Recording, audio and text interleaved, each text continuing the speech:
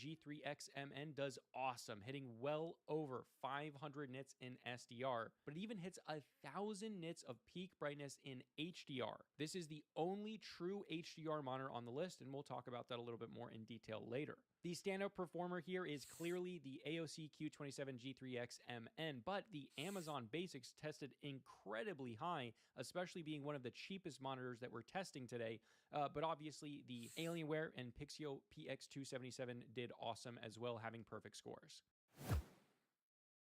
In this section, we're going to start off by taking two different scores, color gamut and color accuracy. Then we're going to combine them and take the average, and that will be its rating. We're ranking color gamut's perfect score of a 10 being 100% of the DCI-P3 color space, and accuracy, obviously, well, being how accurate it is. Starting with the Sansui ESG24 F2L, this one comes in at 110% of the sRGB color gamut with color accuracy score of a 5.5. That lands it at a 5.9 overall. The Pixio hits 110.88% of the sRGB color gamut, but it's also lower accuracy score of 4.5 pulls it down to a 5.4 overall. The Amazon Basics covers about 99% of the sRGB color gamut, and thanks to a solid 8.7 accuracy score, it ends up with a really solid 6.85 overall. The Sansui ESG27C1 Pro steps things up with 95% DCI-P3 coverage, paired with a 7.3 accuracy rating, giving it a strong 8.2 total score. The MSI Mag comes in at 92.2% DCI-P3 coverage, and with an excellent accuracy score of 9, with an asterisk. To actually achieve this accuracy score out of the box, you have to use a picture profile that locks its brightness under 150 nits. Because of this, it gets a -1 point in accuracy, giving it an overall total score of 8.3. The AOC C27 also hits 92.4% of the DCI-P3 color space, but its 4.4 accuracy score brings it down to a total of 6.5. The Sansui ESG27 F6Q covers 95% of the DCI-P3 color space, and combined with an accuracy score of 7, puts that at an 8.05 overall score. The KTC H27 pushes colors even further at 97% of the DCI-P3 color space with a 9.2 accuracy rating. It earns a overall 9.325 total score. That is solid. The LG 27GS50F-B sits at 99% of the sRGB color gamut, but its strong 8.4 accuracy rating helps it achieve a 6.7 overall. The Asus also covers 99% of the sRGB color gamut, and thanks to a 8.9% of the Alienware A3 coverage, excellent Midas gamuts that were tested 5 total score. The Pixio PX277 has one of the widest gamuts that we're testing at 97.53% of the DCI-P3 color space. The gamut also at 8% of the and also delivers a huge 103% of the DCI-P3 color space, but with a slightly better accuracy at 9.5. It takes the top spot here with a total 9.75 total score, almost perfect. Now, in these tests, every monitor was first checked to have the best response time setting possible, to have the lowest ghosting, but no pixel overshoot, or what's called inverse ghosting.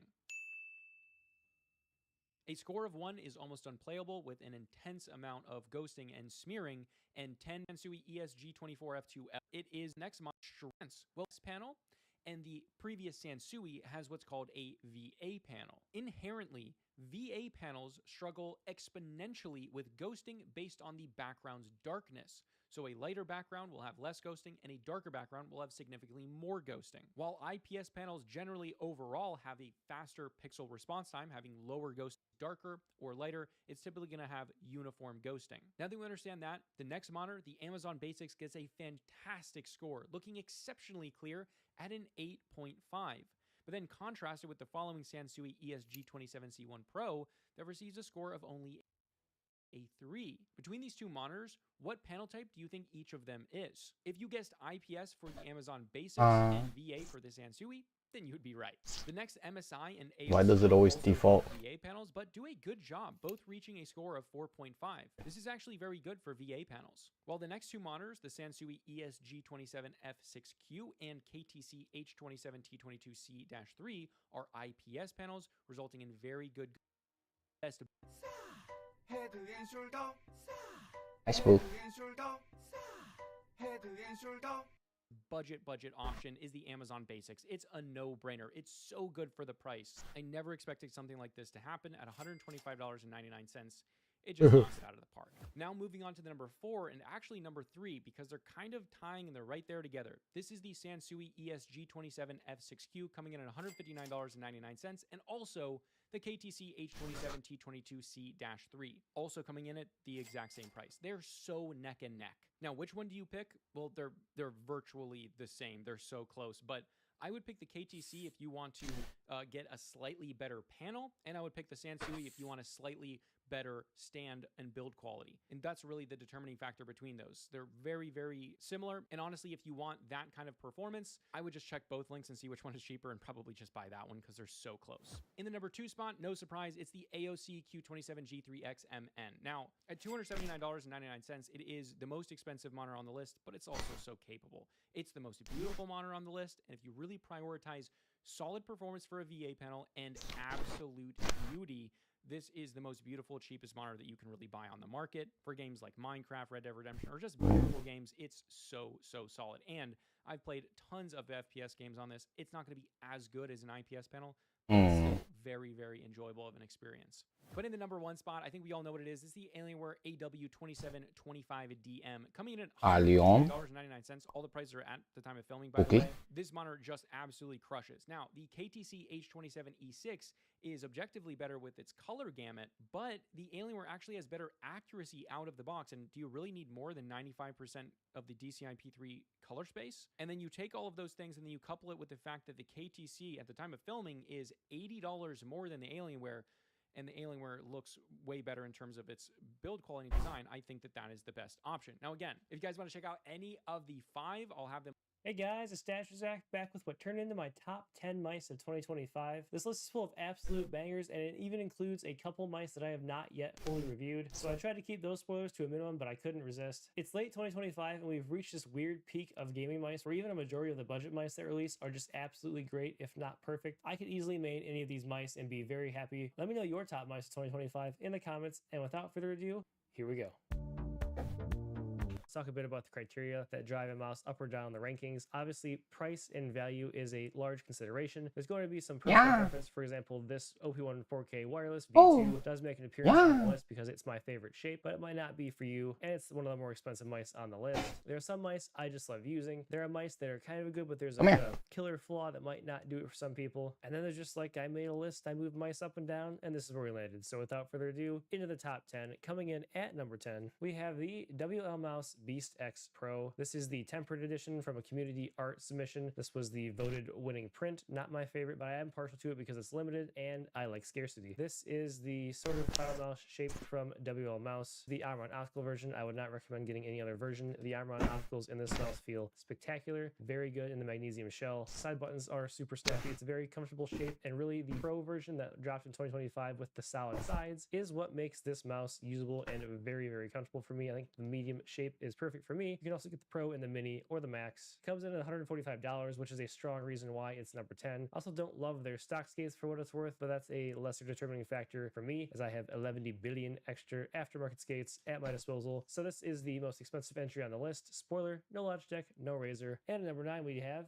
a Razer Viper V3 clone, the MCHO's K7 Ultra. This is what I named my top Viper V3 Pro clone, and it is going to be dethroned later in this video by a yet to be reviewed mouse. This is a very good mouse. The coating is awesome. The side buttons, very snappy. I do like the aesthetic, and it was one of their final mice to have Armron opticals in it, and the implementation here was quite good. Honestly, one of the interesting features is it has a charging base, and without mounting the mouse, as I have not, it's a little bit on the heavier side, around 60 grams, and it is back heavy, something that even I, with my grip that typically neutralizes weight balance issues, did notice. The K7 Ultra does come in around $70 on their site. Use code DAZ for a discount and to support me, but beside that, you want to make sure you get either this version here or the white, not the white gold, just this and the white have the Armron opticals. The Armron 100M implementation in the MCHO's mice, I am not a fan of. I would steer you away from that, to be honest. You may not mind it, may not hate it, but I'm personally not a fan of those clicks, and I do love these. So number 9, if you want a Viper V3 Pro clone, consider this, but keep watching the video for my top one. And with that, we'll continue down the list to number 8, the IPI Float, a mouse that had to be mentioned in this video because when it dropped, it blew everyone's mind. Oh We my didn't think it god, could be real. IPI? Cordy didn't review it until he saw my review just to make sure this was a That's legitimate exactly the mouse I'm trying to try right now. Appropriately drop the mouse. Those who know. This is a very interesting mouse, a Boom. unique shell design, except for Oh, it's not unique plug and play because right away. Shark has the R5 Ultra, which I can also recommend pretty strongly. This is just a $50 or much below $50 Final Mouse-ish clone. How do I know which DPI I'm using? A little bit narrower than the Final Mouse Medium. It has either Kale White blades or Armor 100. Oh no, I have to go download the software now. A little bit mushy, but overall for the price, pretty solid. And just honestly, the shape, the build integrity, and these nice ridged side buttons we've seen on a couple other mice really brought this together for me in a very nice way and a very cheap price to get into the sort of Final Mouse-ish shaped game without breaking the bank. Coming in at number 7, we have the ROM ER. Thank you, sir. Sometimes I find the great. Oh, why is this so expensive? Alright, I gotta go find the software for this. The Starlighter Budapest Major just wrapped. Oh my god, but it's so light. How in the world is this light?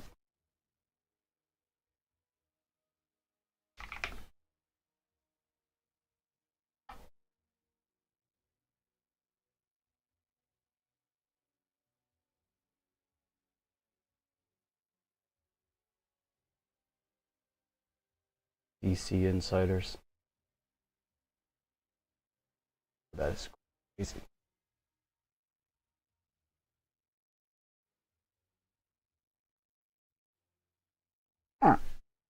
Yeah. Rest on the bed, sweetie. Come here. What?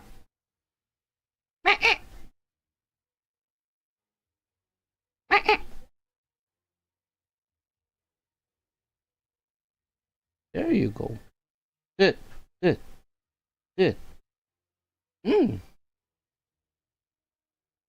Alright. Puppy. Good puppy. Sit.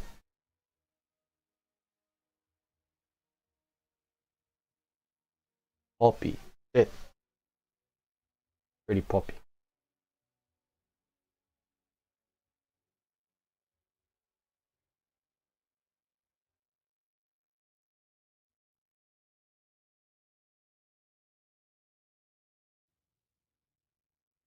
글쎄요. 지금 배는 안 고픈데.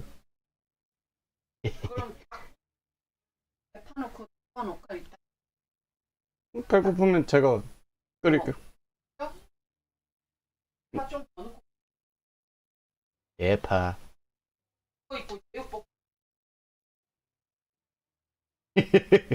먹을 게 너무 많네.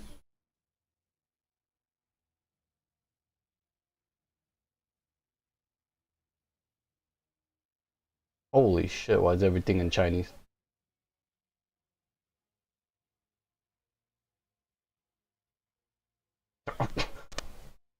How do I pick the product? Hello? Oh my god, you tell me I have to open this on Chrome?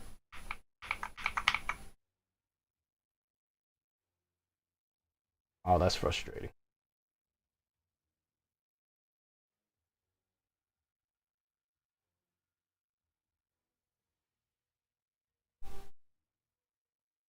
Oh, but I could definitely feel the mouse is much lighter.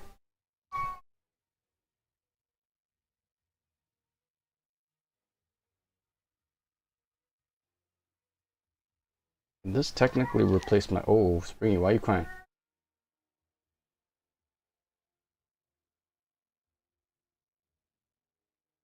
Oh.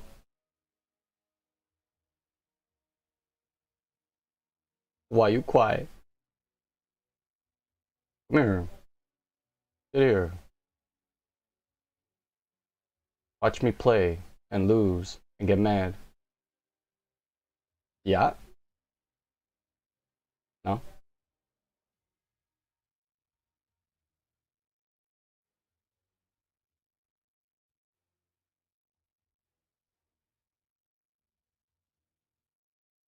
Actually, I don't think the DPI difference is that big, even now. You know, you never know till you try it. Alright, let's try it. It does feel a little faster than what I had before. We shall see, we shall see. Oh, the power does light up. Okay, cool, cool. Wow, vertigo. I think this is the second time I'm getting vertigo on deathmatch.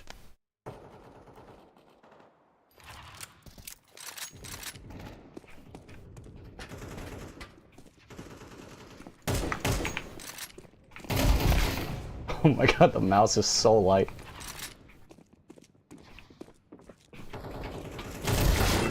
Ow.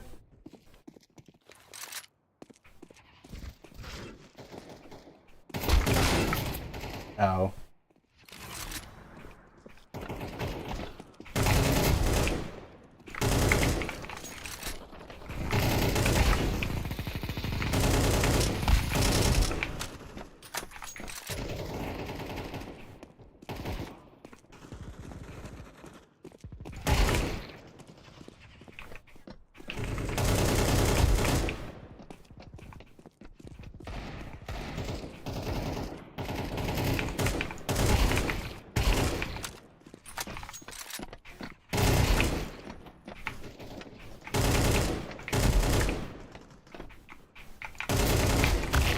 Oof.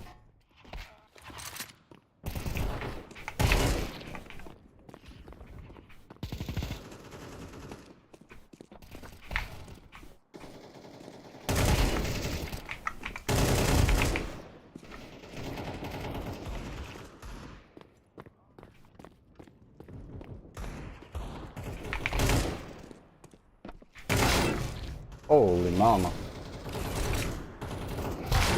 Holy mama, these are all bots.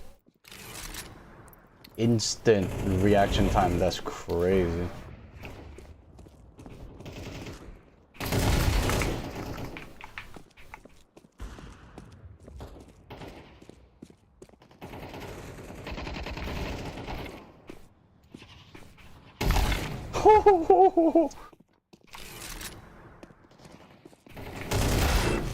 Oof.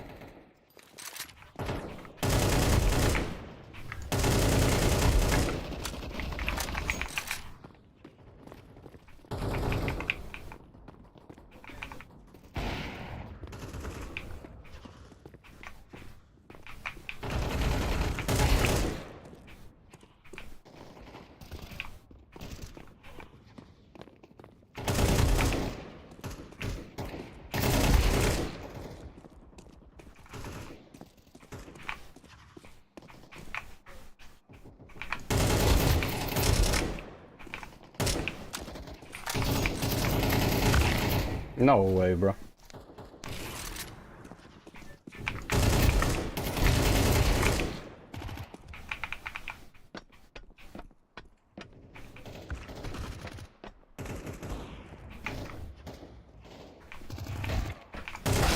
Oh!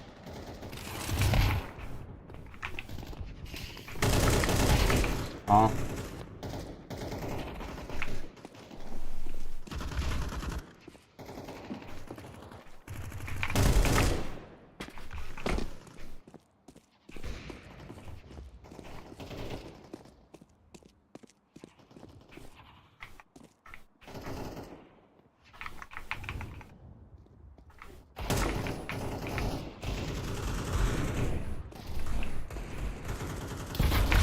Uh...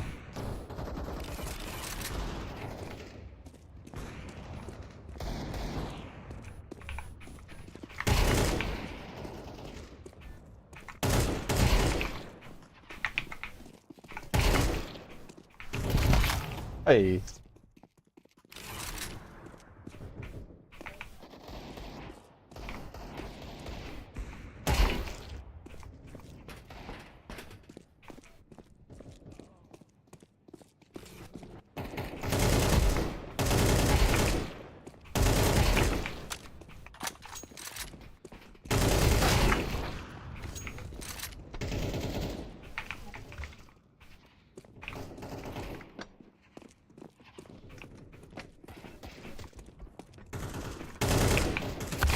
Oh, look at that reaction time.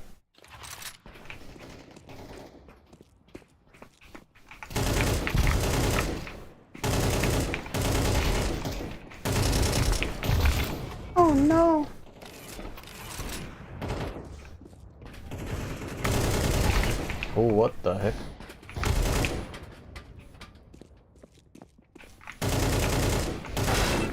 Wow.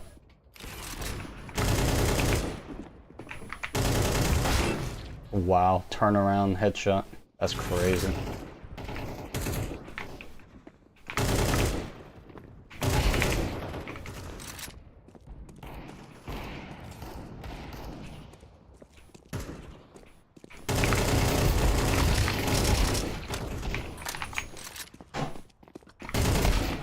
Oof.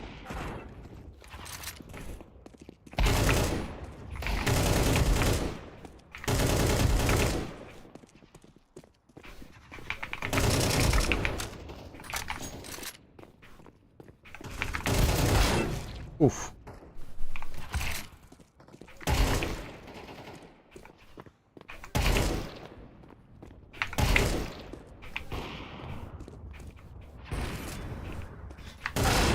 Oof.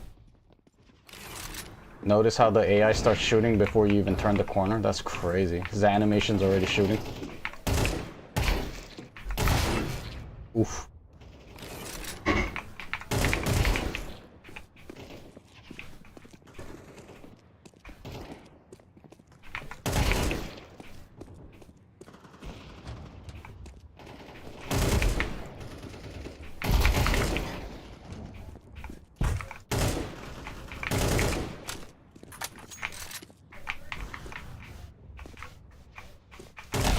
Ow, ow, ow.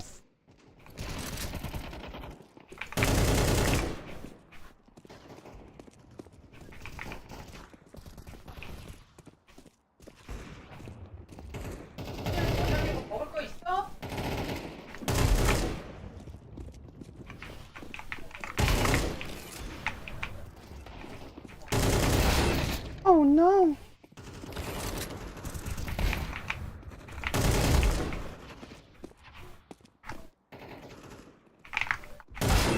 Oh my god, I'm behind the wall.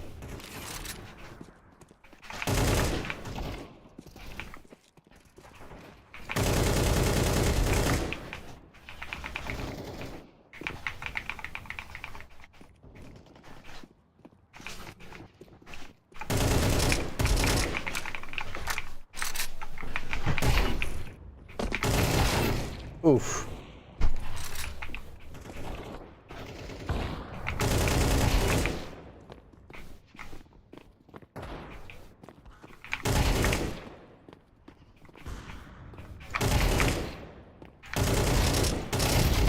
Who's this? Bro.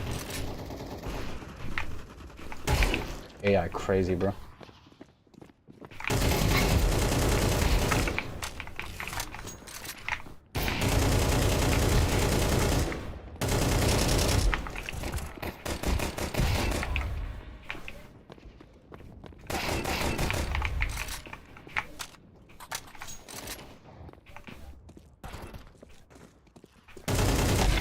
Oof. Who this? Oh no. Oh no, no, no, no.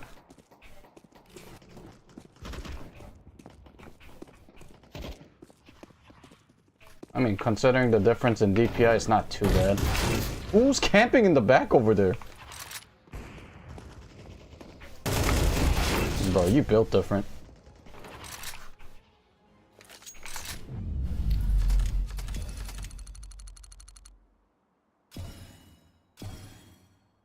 Dang, 79%. You a fiend, my boy. What's with the noise gate now? The noise gate's not working? I'm confused. One thing starts working on my computer, the other things stop working. I'm just at a loss for words.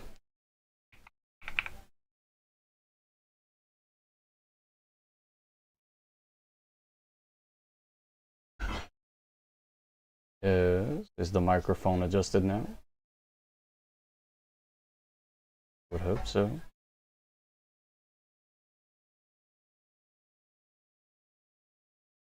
Yeah, I'm just gonna assume it works now.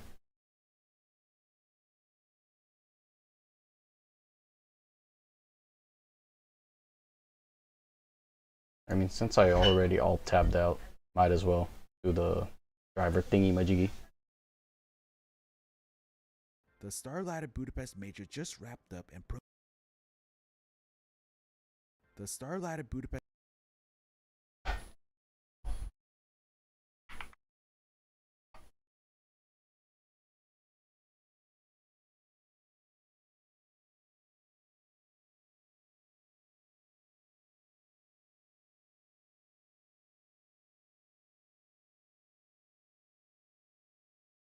Wow, now the web page won't even load.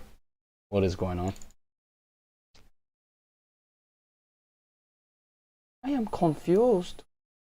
I am confuzzled.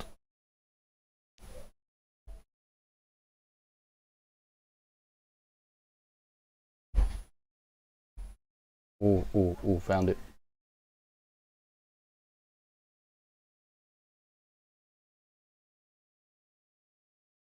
What configuration? IPI? Oh, it's working at 8,000 right now? Holy moly. I don't think I need 8,000, to be honest.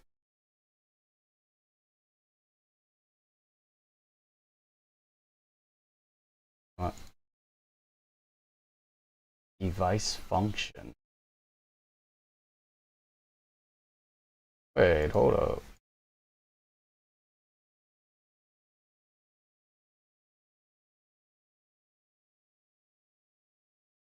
Oh.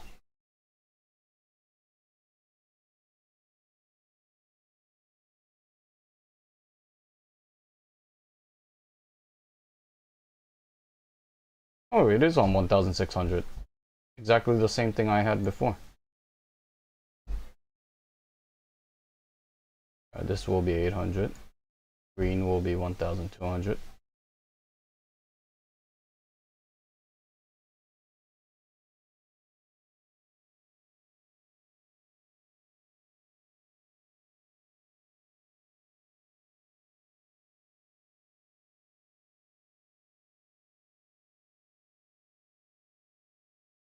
I just type it in.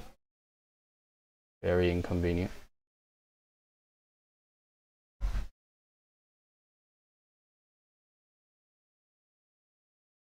How do I know which DPI it's on?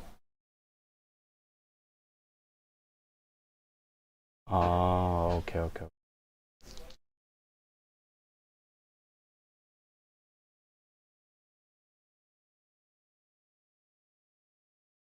I don't like the yellow one. Get rid of yellow.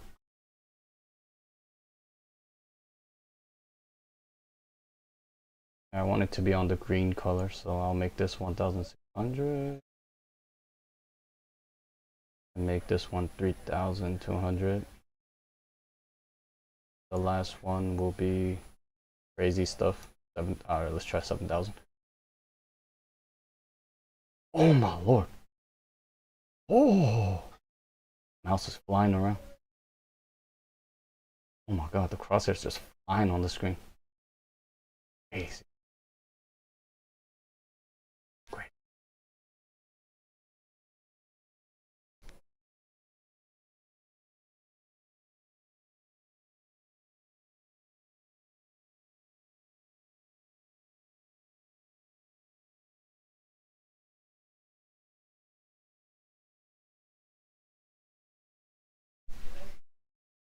Alright, I think it's good to go.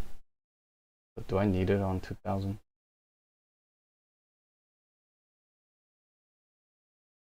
there a difference? Feel it. I don't really feel it. But who knows? Alright. Go back to the game. It's basically now it's identical to the other mouse I was using.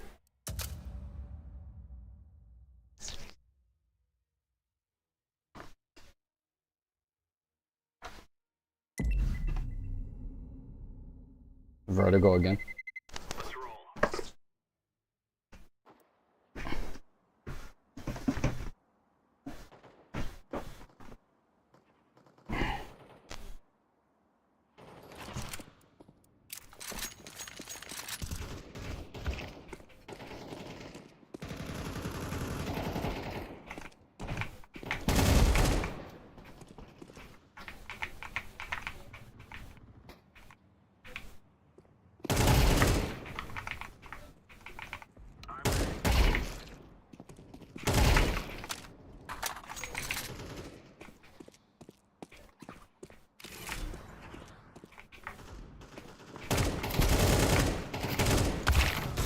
Oh.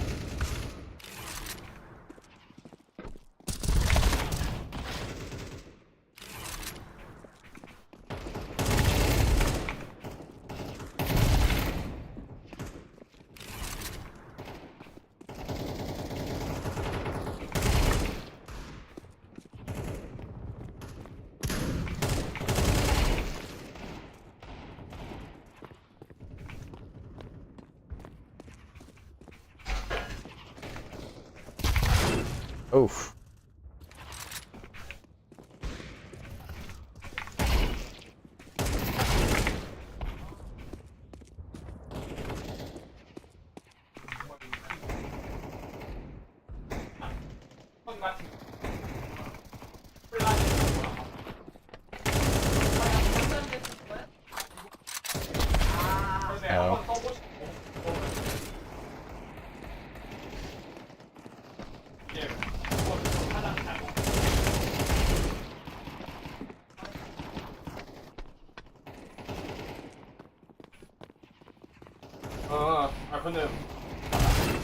Holy moly.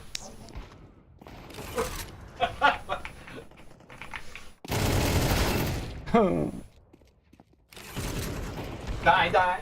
Baba Yaga. Man, it's raining all day. Holy moly.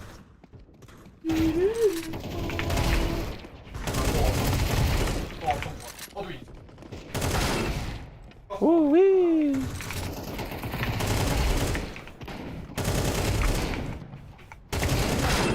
Oh wow.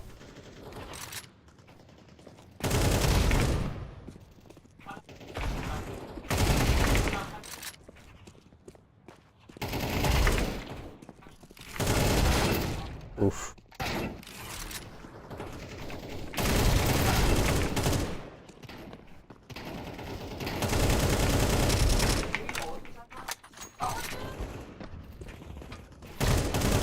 나와 있어.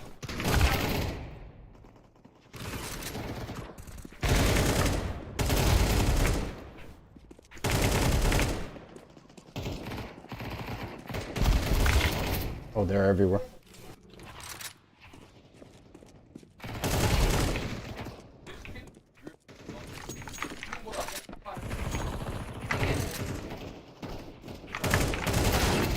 Oof.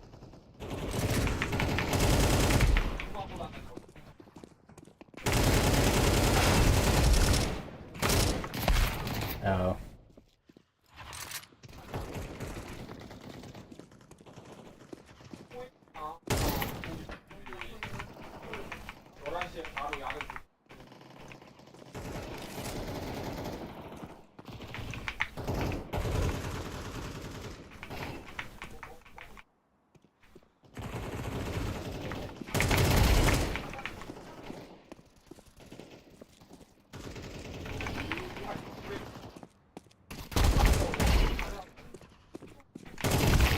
Oof.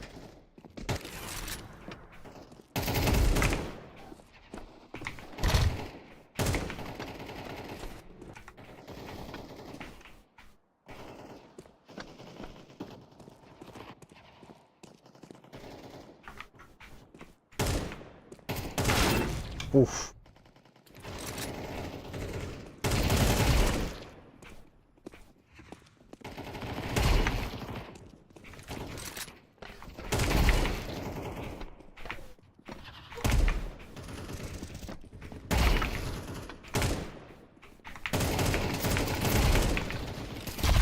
Oh, look at that AI. Oh, crud.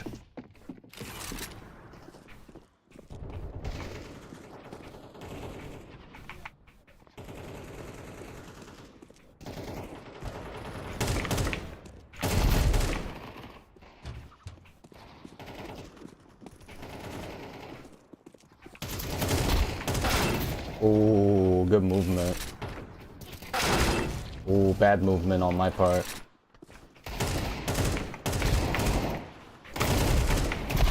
Ow. Oh!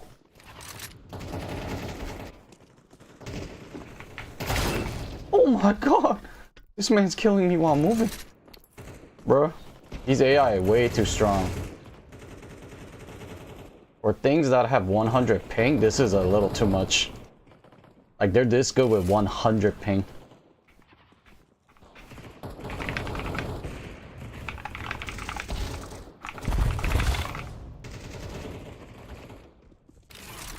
Holy moly. Holy moly, I'm bad.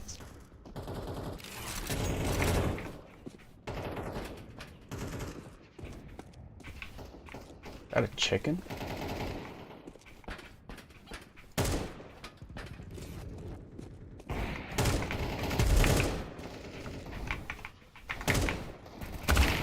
Oh, I deserve that.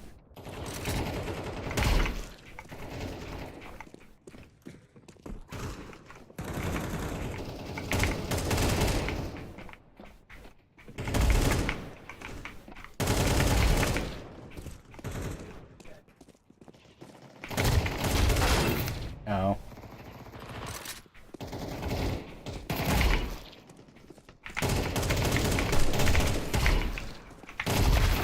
Ow. Ow.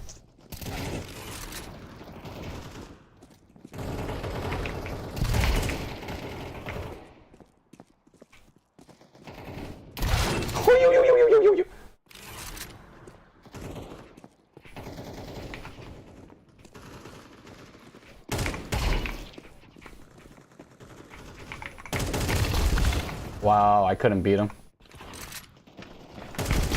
I couldn't beat it again.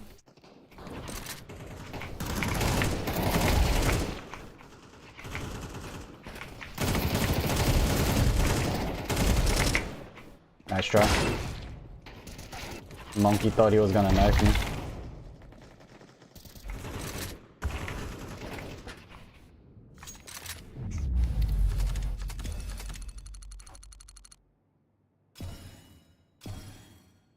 Wow, this guy was number 1. That's interesting. Looked like he was pooping his pants on the server. Oh yeah.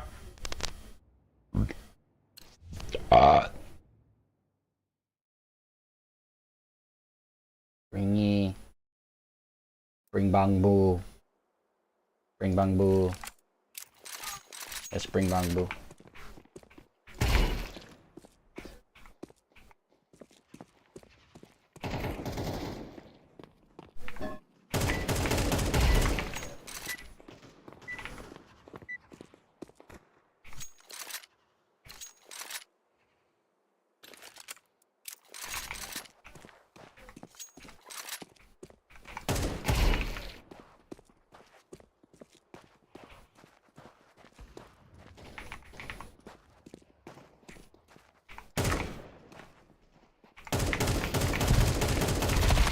Wow, I'm bad.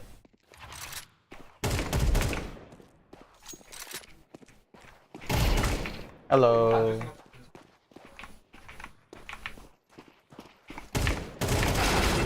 Oh my god, that was a legit bot.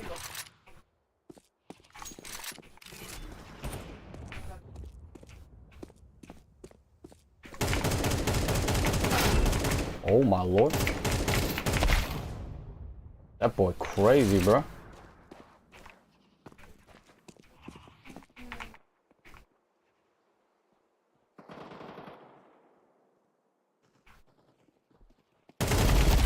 Oh my god.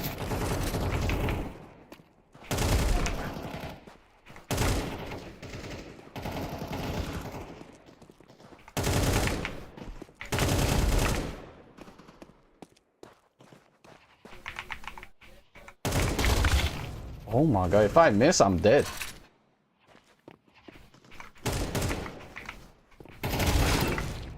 Holy moly.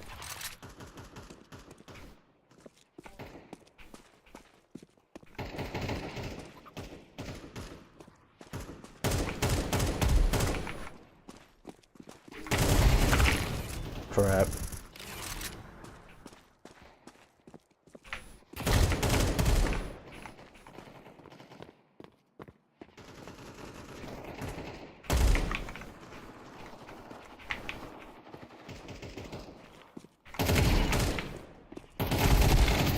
Ah, crap.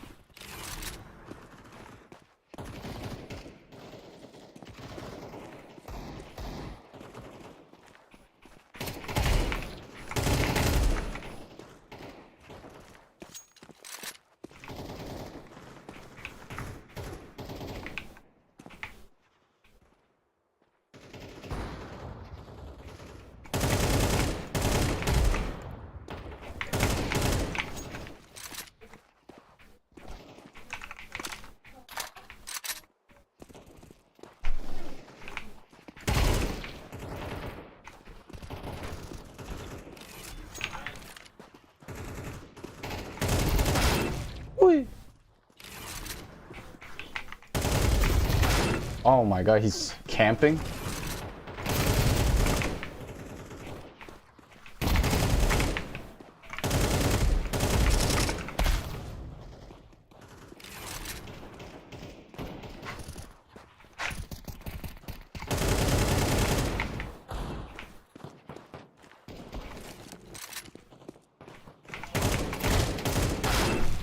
Oi, oi, oi.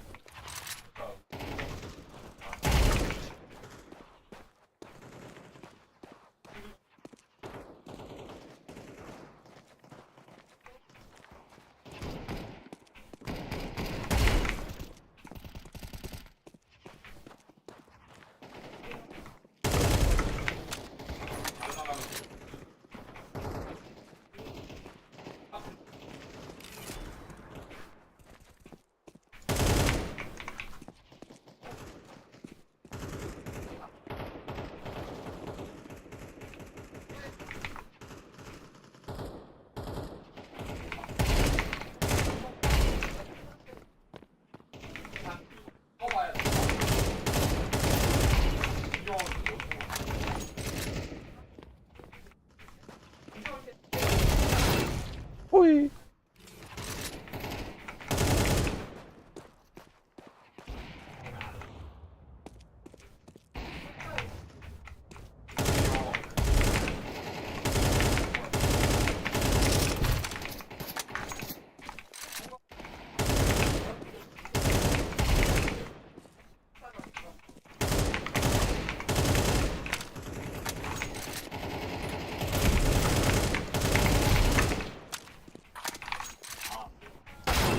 Ooh.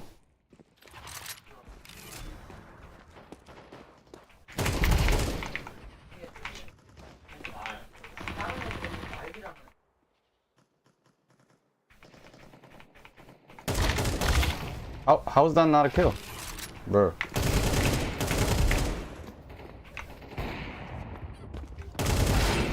Holy cow.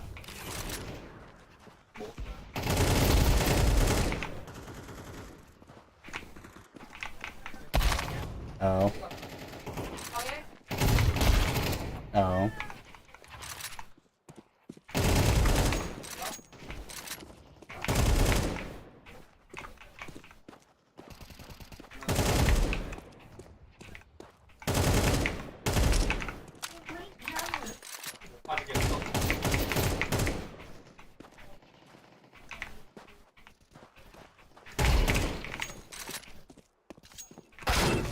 Oi.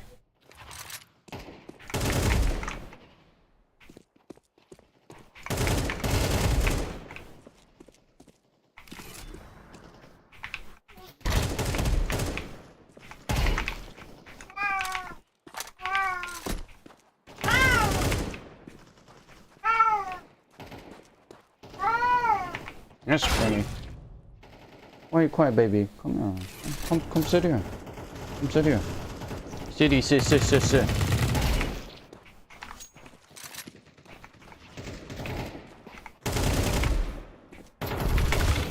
Holy crap.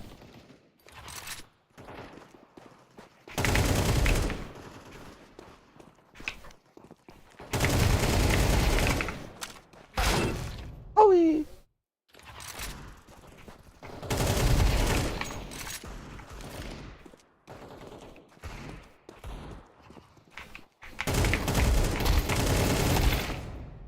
Oi.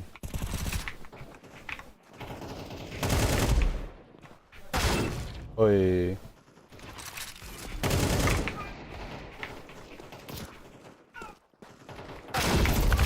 Oi.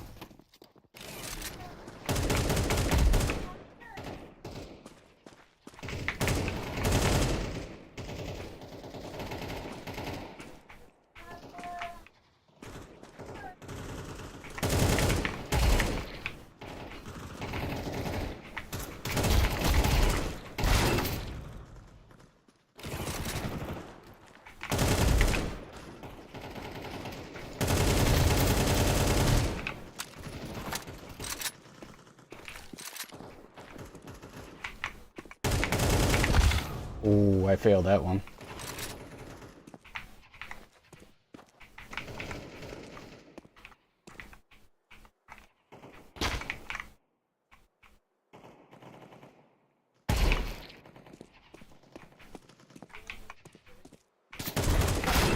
Oof.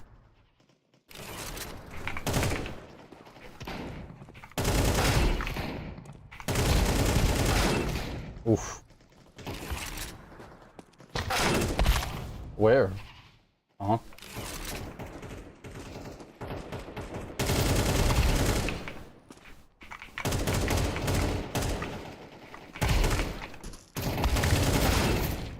Wait.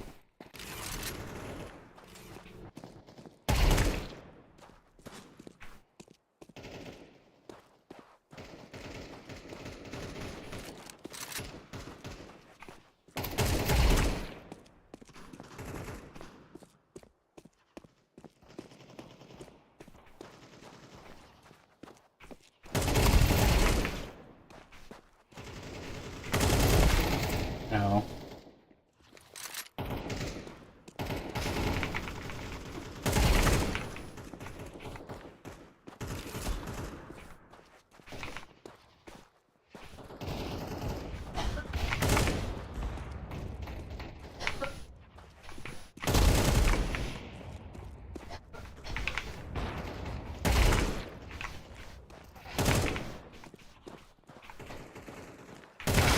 Ooh, dang.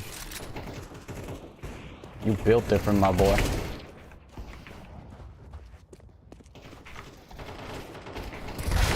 Ow.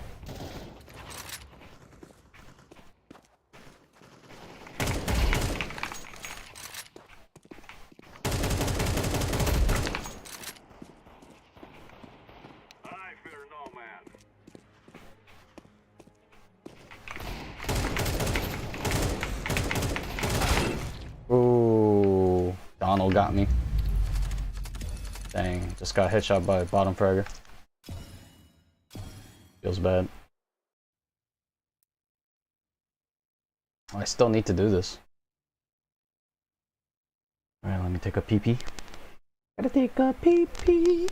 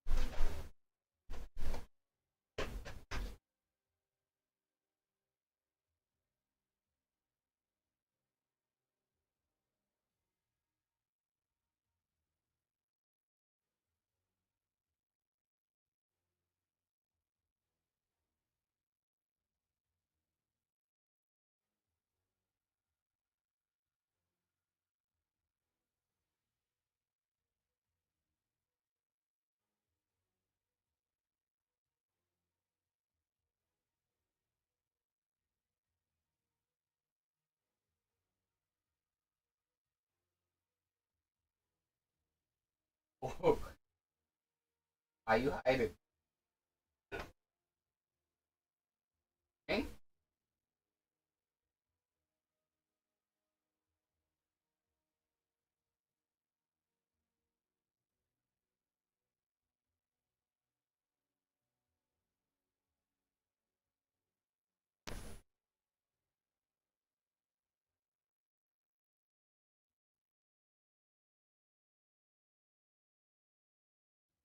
On these puppies. Nah, right.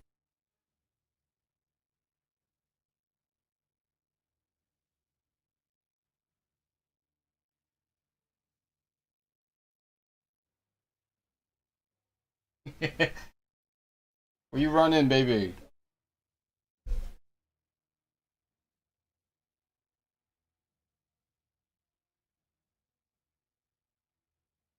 Dang, they get 40. Fishbowl.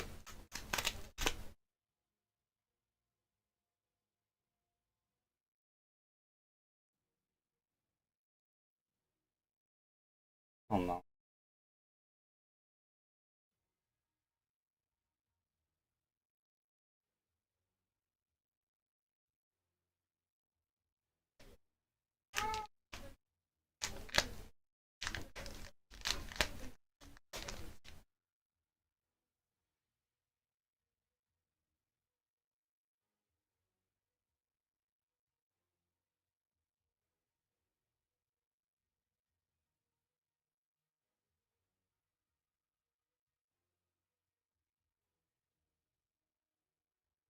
Oh heck no.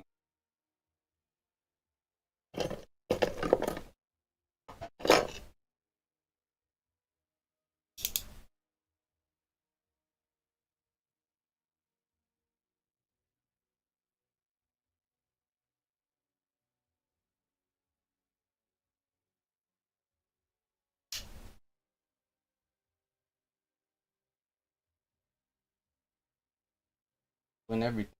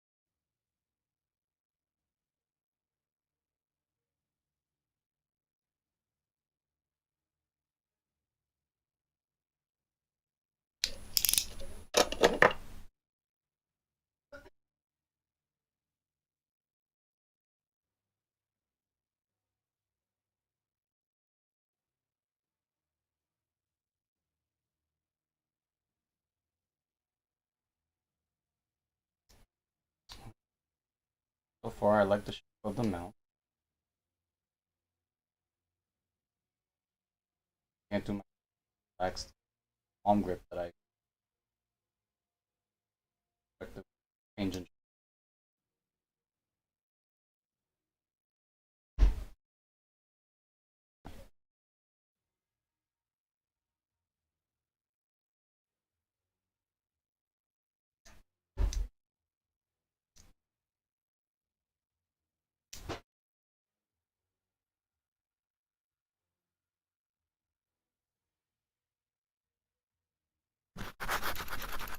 Oh, look at that. Right, jeez.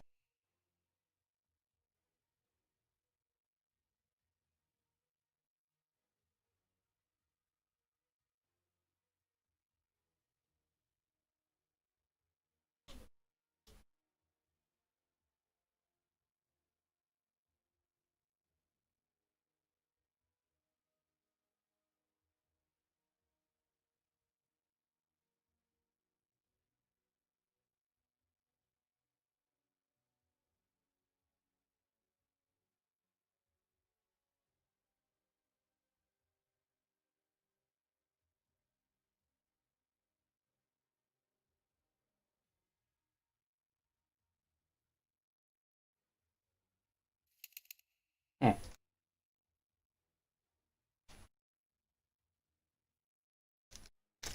Interesting.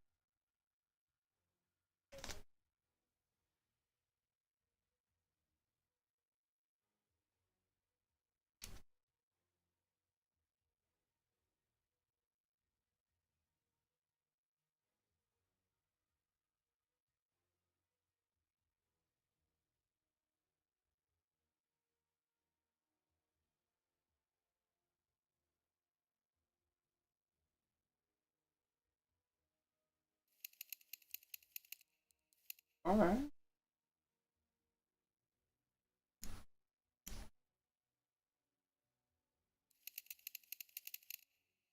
Ooh, I like.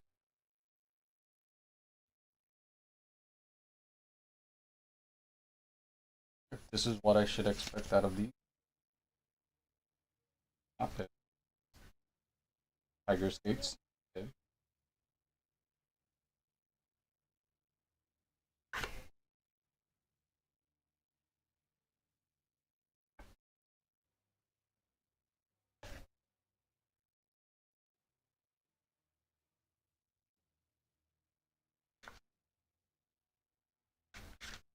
Oh, man.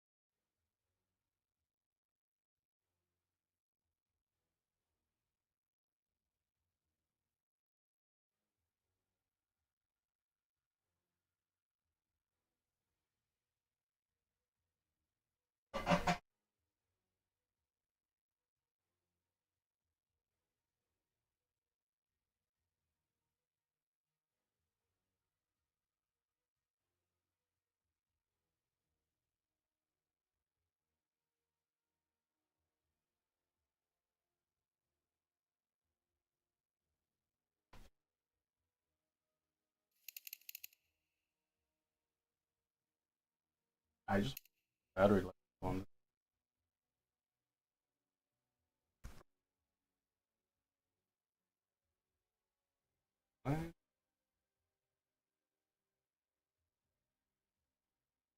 Um, Great looking mouse, but when I see the price, the desire immediately disappears. But in today's market, there are a lot of interesting and even cheap alternatives like this one, so let's talk about it. The mouse you're looking at right now is the EP Float, and at first the name told me absolutely nothing. What told me something, however, was the price, the specs, and its similarity with this final mouse. But is it worth it, or is it just gonna be another useless clone? Let's find it out. Package-wise, it immediately destroys final mouse because there's the mouse, 8K receiver, cable, spare skates, hold on, what 8K cable? receiver, cable, Oh, that cable. spare skates, and grips. For the price of 50 to 60 euros, that's great. But what I was primarily interested in were the similarities, material, build quality, and functionality. Design-wise, we can see black body with gold details that aren't noticeable to the touch, so it doesn't compromise main buttons in any way. Material should be carbon composite, and even though the whole body's got holes, the material used in the EP Float is well made and very sturdy. I can press on it anywhere I want, and I can't hear any unwanted sounds, and also can't feel any flex at all. This body is absolutely sturdy.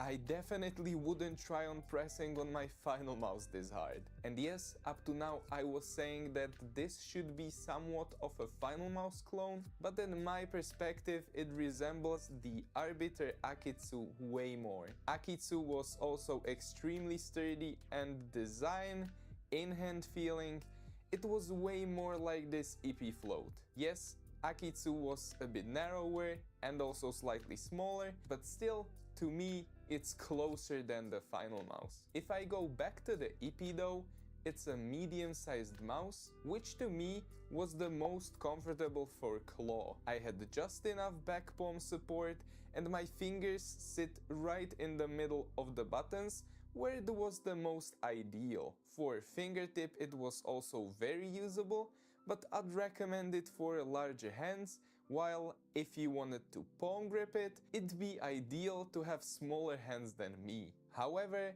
coating wise, I never had any issues gripping it.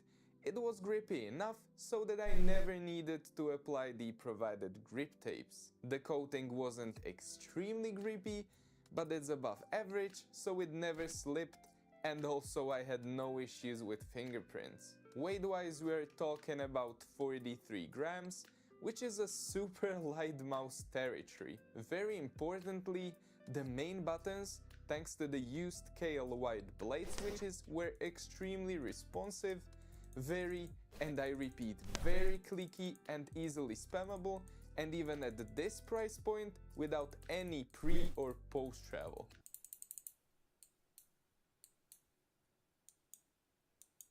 The main buttons also had no button wobble whatsoever, and overall were simply one of the nicest. Scroll wheels got nicely defined steps, it's not too light and not too heavy to scroll, but the middle clicks not so great because it's quite stiff and a bit mushy.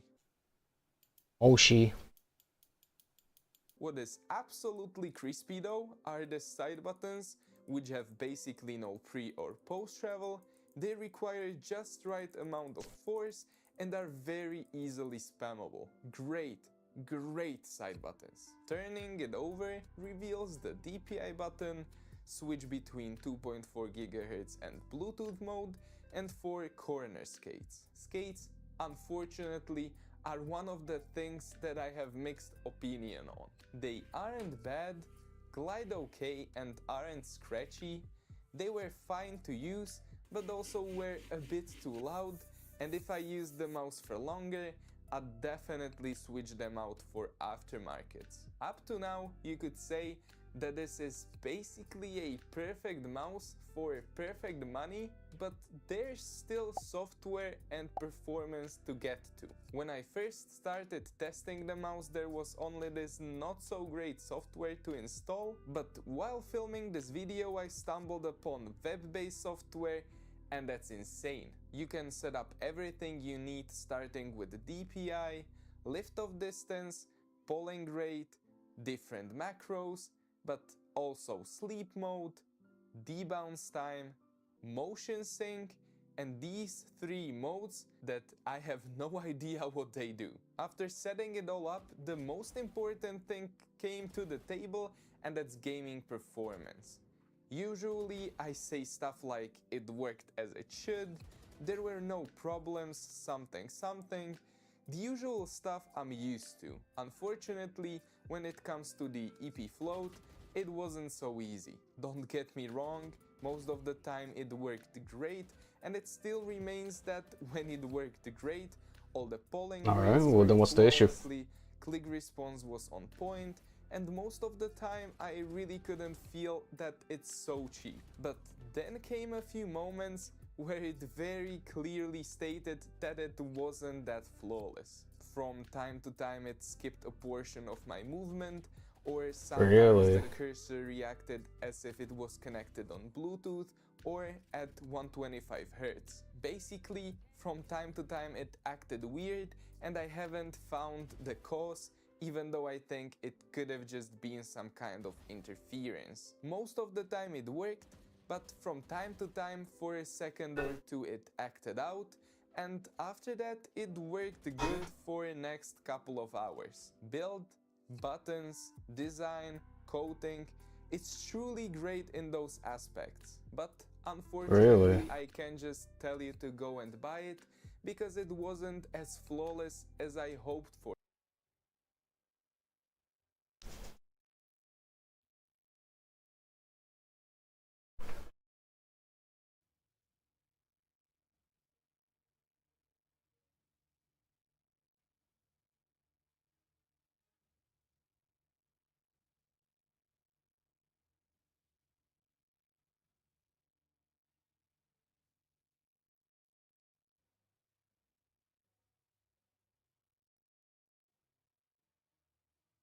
Hi, my name's Farrell, and I'm a part of the top 0.1% in Valorant. I may not be the greatest, but I'm overall a pretty solid. What does that equal to in CSGO? Gold Nova? So today, I was curious to know what would happen if I started playing CSGO, since usually it's CSGO players trying out Valorant. So yeah, here's me trying out CSGO competitive and giving you my honest opinions on the game as a Valorant player. A really nice change I found was that you could actually pick maps in CSGO. Valorant can't choose. Which I'll admit is a really good feature that Valorant does not have. And instantly, another thing that we don't have in Valorant, a little warm up while we wait for players to load in. This was a long time ago. It was a great place for me to get a feel of the weapons in this game. My first time climbing this ladder, I kinda got stuck for a little. Yo, he's actually trying it for the first time. It's all of us climbing a ladder for the first time. Also, is that just me, or why does everybody in CSGO have a microwave for a microphone?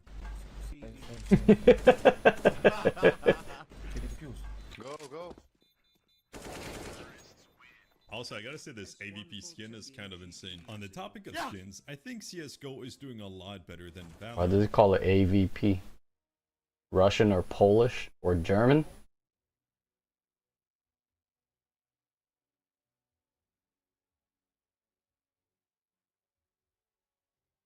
AVP.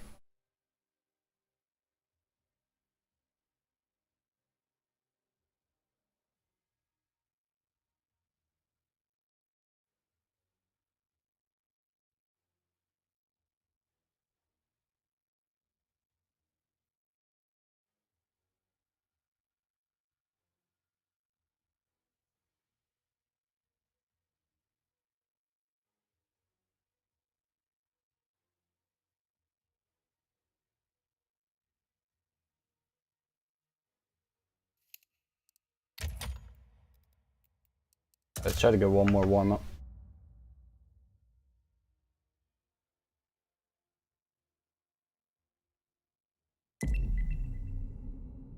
Yarrow. Why is everyone playing Vertigo? I sworn the image said Vertigo, but okay. Why not?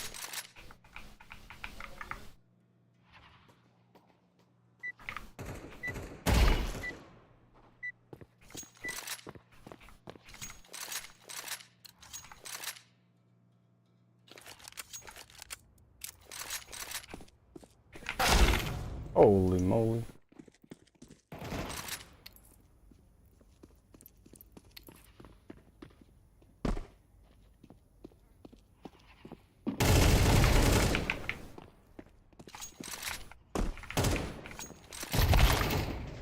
Oh, that's not a bot.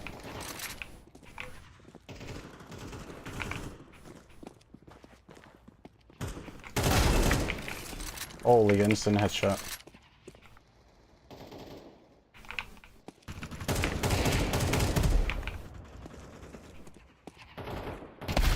Ooh, look at him turning around like that.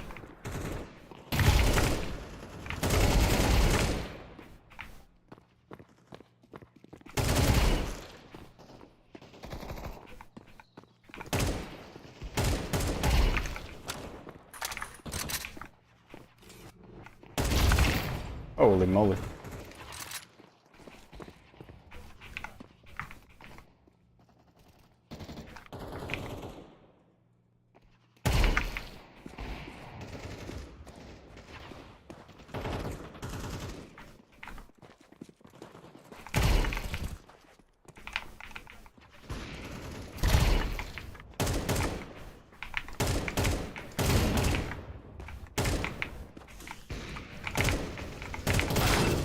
Holy moly.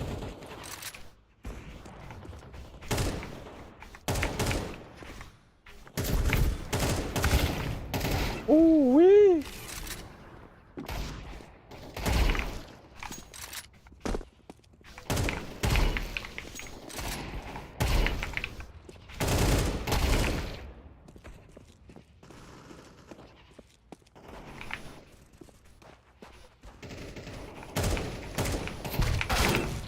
Oh, that's not a bot.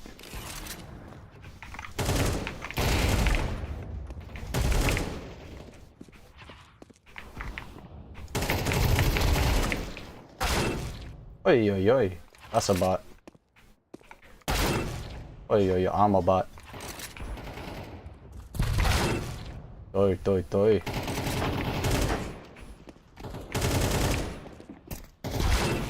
Holy moly.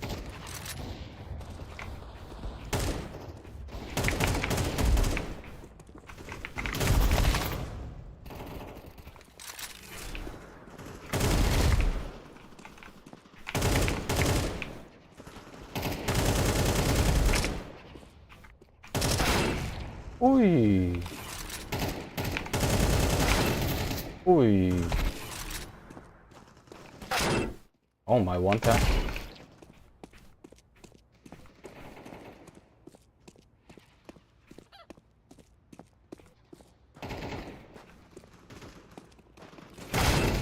Thanks, son. You nice like that? You built like that, my boy?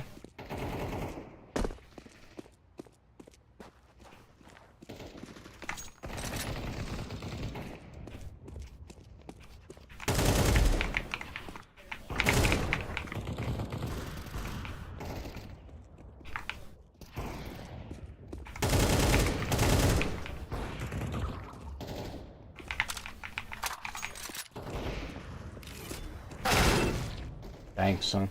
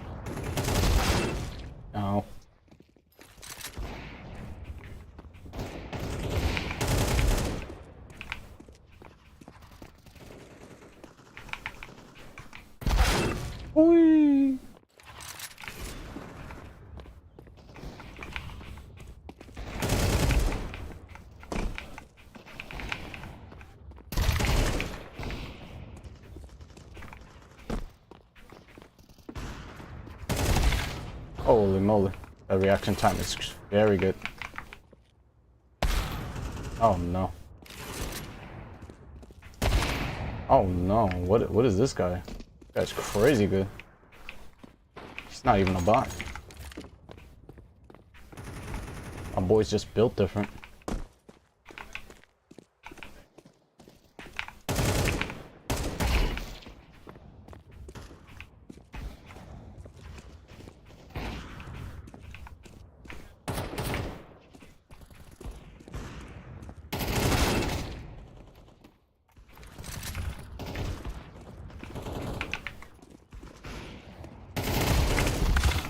Whee!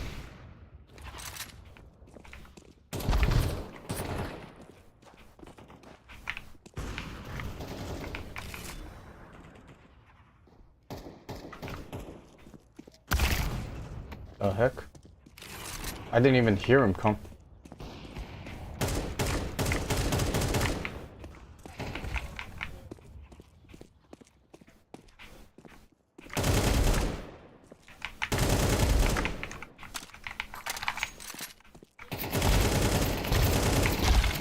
Not bad.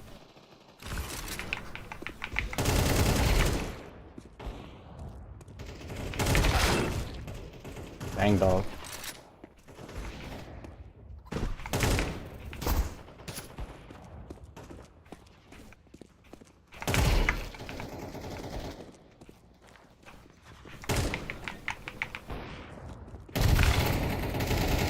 Oh wow.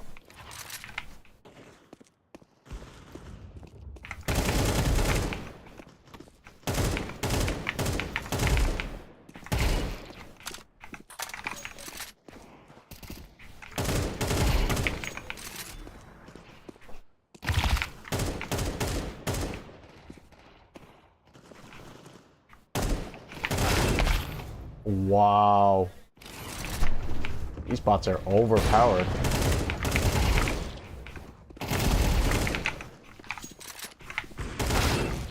Oh, yeah, yeah, yeah.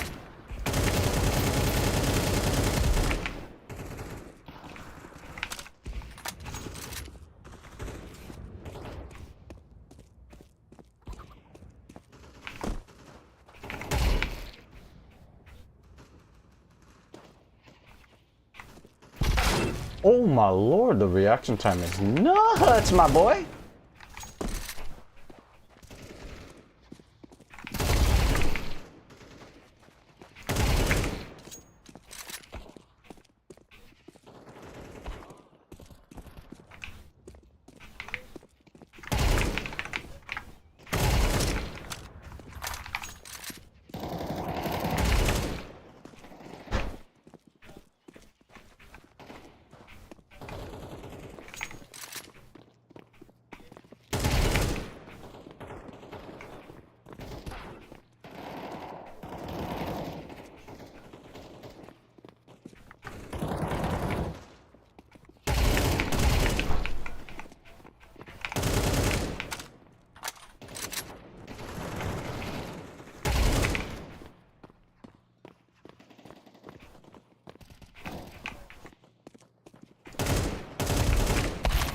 Huh.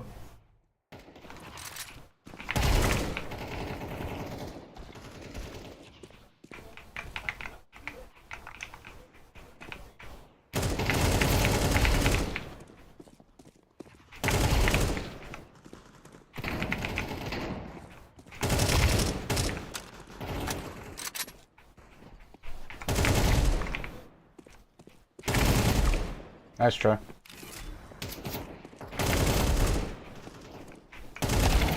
Oh, look at that reaction time.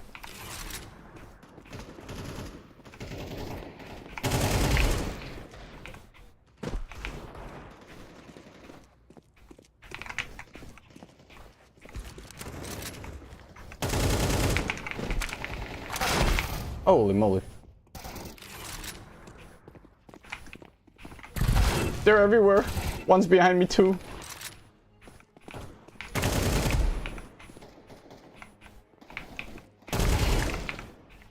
I'm scared, mommy. Oh, I'm scared.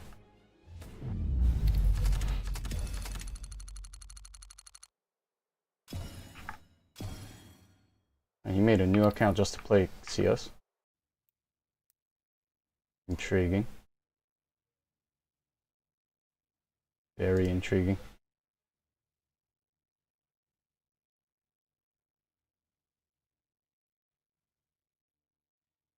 Must be a Smurf account.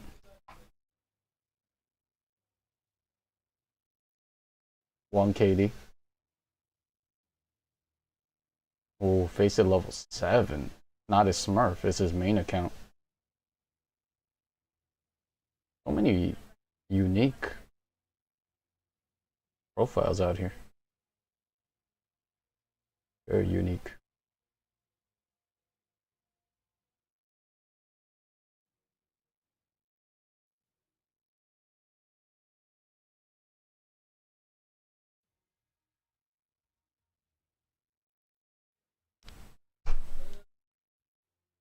Let's address the elephant in the room, okay? What's with the beanie?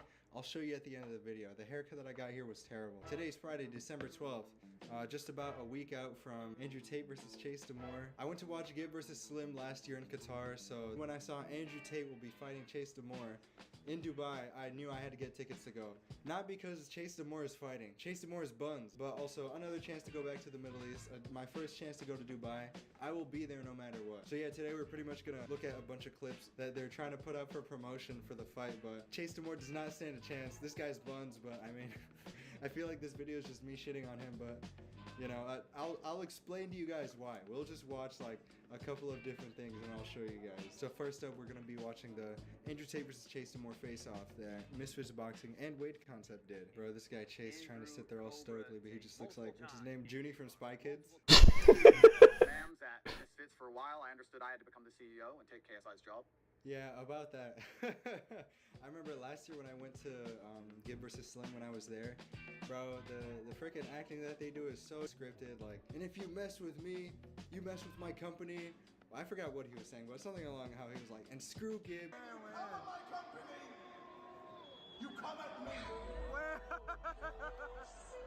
And I don't doubt that, you know, they're gonna do this whole, not skit, but like this whole bit of like, after Andrew Tate wins, you know, KSI is gonna show up on stage like, guys, what's he doing here? You know, Andrew Tate's the CEO, this and that, and like, they're gonna call him out for a fight, and like, then they're gonna fight each other and make a really big fight. I've literally been following this, since like 2018. I was like 15 years old when like, you know, when we were seeing Logan Paul versus KSI, and like we were supposed to see Jake Paul versus KSI one day, but it's literally been that long. I went from being like a 15-year-old kid in Mexico to like I'm a whole sergeant of Marines now. We still haven't gotten that fight yet. Maybe I'll be like retired out of the Marine Corps by the time we see that fight, or we'll never see it. I feel fantastic. In fact, I'm actually very surprised. All right, yeah, I'm not gonna listen to him yet. I haven't seen the canvas. I'm alright. Well, it's good that Chase believes in himself. Bro, I've only seen a few clips, I think on like Instagram or something, of like Andrew Tate reacting to like all of Chase's trash talk. Bro, this shit is peak. But after 80 something fights, I understand that tweets don't matter and talking doesn't matter. This doesn't matter. It's all bullshit. What matters is today. I've been interested in the day. I'm not interested in anything else. I mean, yeah, he's definitely not wrong. Obviously, like, Chase is just a character, and he's just trying to... Oh, my goodness. I saw his last... I think when he won, like, his last fight or something, he just started being a fucking monkey up in there, but not racially motivated. Chase Damore, have you seen this guy fight, dude? Like, actually, I did. I literally did see him in Qatar last year. They had him fighting someone. I don't remember who, but I was literally in the audience, and we were booing him. And then the commentators noticed all the booing. I have it in my video from last year. But then literally the worst fight of the night happened next. This is not a good fight so far. I hope they look. And the clinch kill separation. Chase Damore wrap. The fans not happy. Yeah. They're booing this one. Enough energy to throw significance. I've seen clips with your eyes. I've seen the pads. I've seen all of them. I just don't. There's like one picture of Andrew Tate where his eyes bug out all funny. There's a lot of people on the internet who believe in him. Bro, why is Chase looking at him like that, dude? Just did a face-to-face out in the desert in front of these insane supercars. I was way out of place, but you two were right at home. We got to see each other sized up the first time. Chase, what did you see? We don't look at size. We don't look at technique. We don't look at anything. The only thing I look at is can he punch? Can he take a punch? I don't know about not looking at technique. Have you seen Chase Damore's technique? Face to face. Wow. Yeah, Wade is tall as hell. dude. Oh my god, Chase is big as shit. Holy shit. I mean, I've seen him fight before, but I always forget how freaking big Chase Demore is. Okay, can you... This freaking... Bro, this video sucks, dude. Yeah, I mean, standing side by side, Chase obviously, like, looks freaking huge compared to him. And, I mean, you know, he's more of like a bodybuilder type guy. We got some trash talk here, let me guess. Saw the fear in his eyes, his pupils got dilated, his brain is saying, oh, I'm in trouble. Oh man, he's going to sleep in a dream, he's gonna wake up in a nightmare. I'm gonna hit that man so fast, he's gonna think he's surrounded. Job done. Check you. This guy.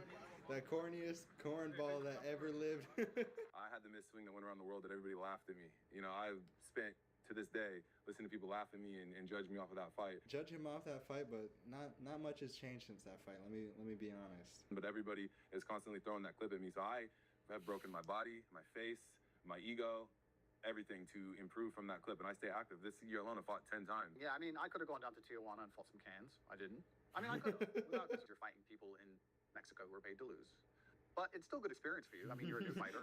Wade's face is like trying to instigate, like, damn, you gonna let him talk to you like that? All right, yeah, I'm kind of over this video. Let's go watch something else. What the hell is that? What is that? I'm gonna starch you the fuck out, man.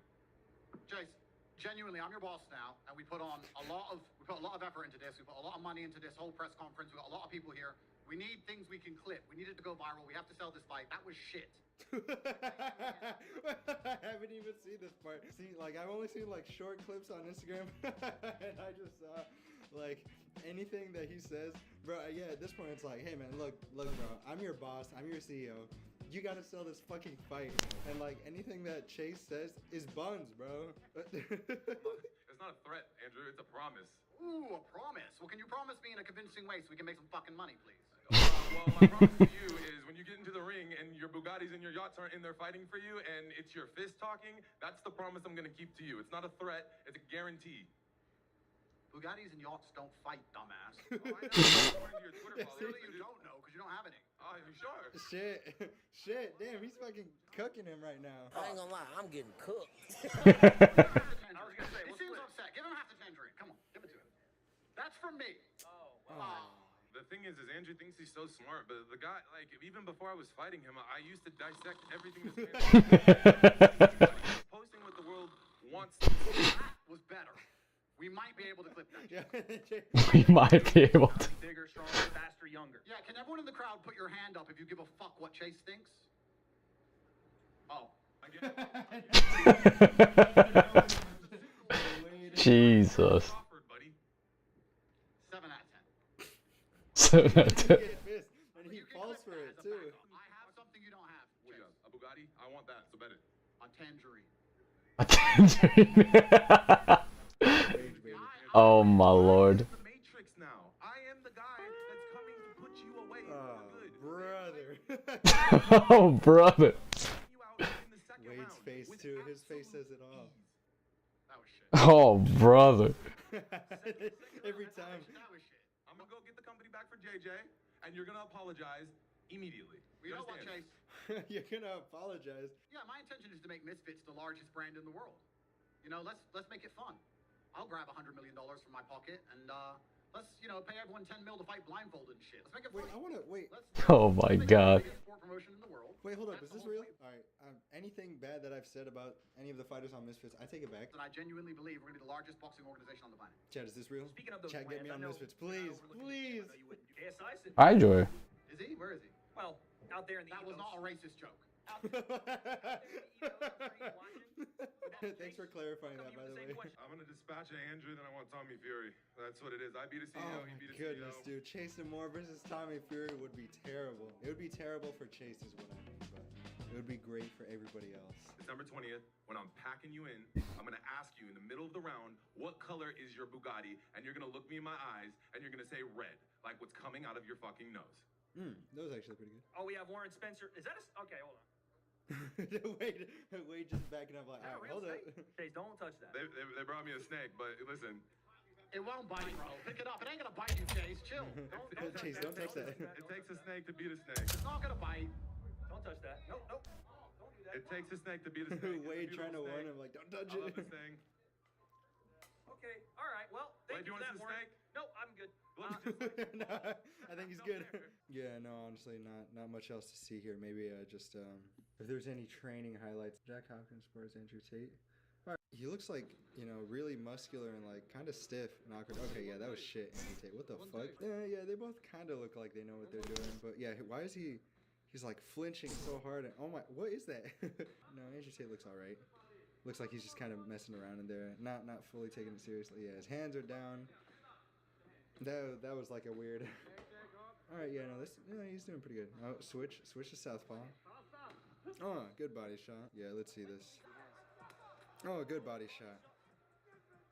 Oh, but his chin, you can kind of tell when like people are, you know, fighting and whatever, and like they're kind of punching and their chin is like right in the air, bro. Look at this. Like he gets caught going in. Ah, right there. Oh my god, I paused it right at the perfect time. Yeah, his hand is probably too far out, not even covered.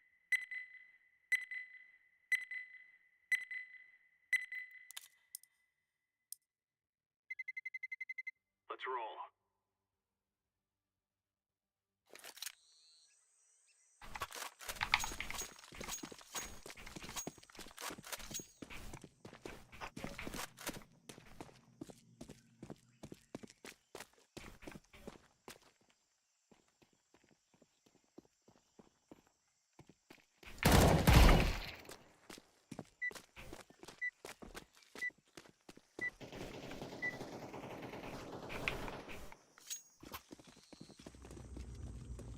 Rushing in, or are we going sneaky beaky like?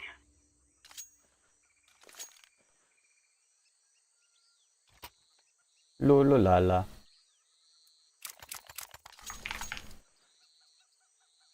Oh, why am I so high ranked?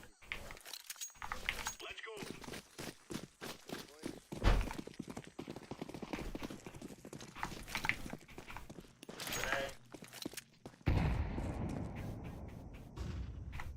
Flash up B.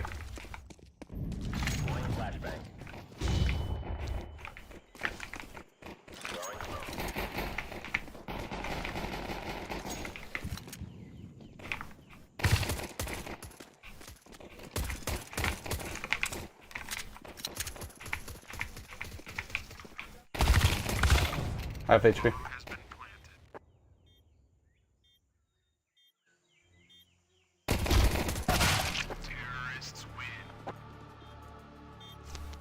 Hit him 5 times. Lord help me.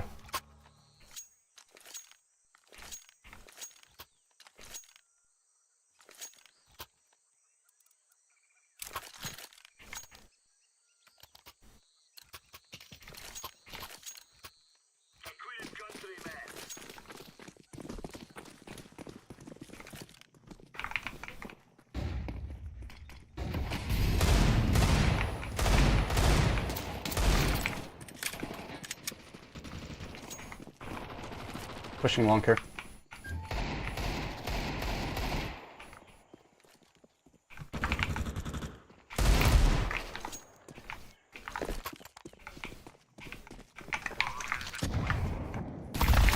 God dang, they're everywhere.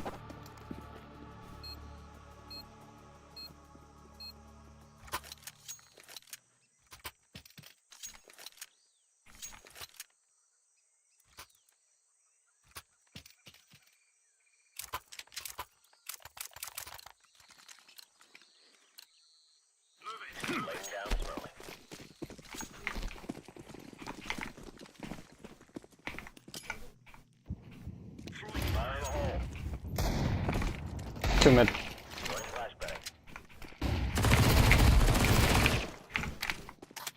One in road room.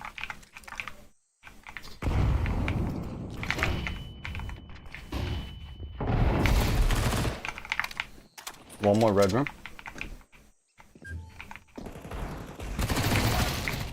CT. Last guy CT.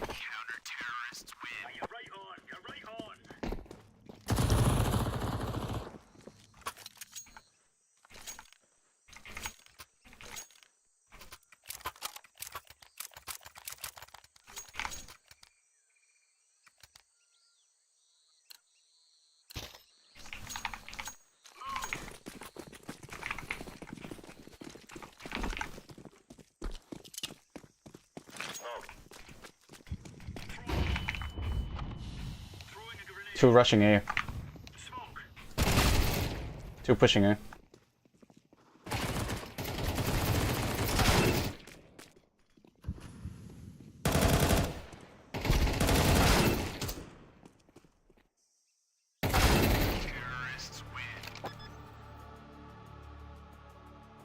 Do do do do do.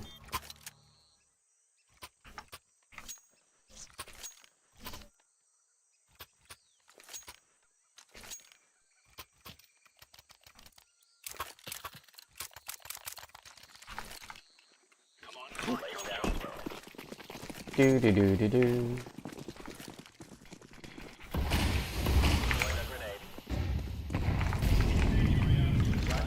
Here, banana.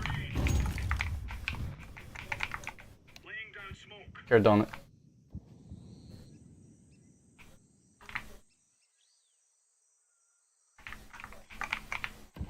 Re-smoke red room.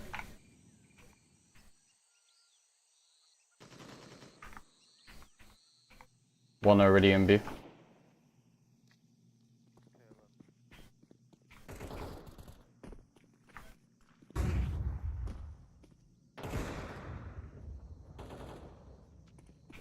One in mid.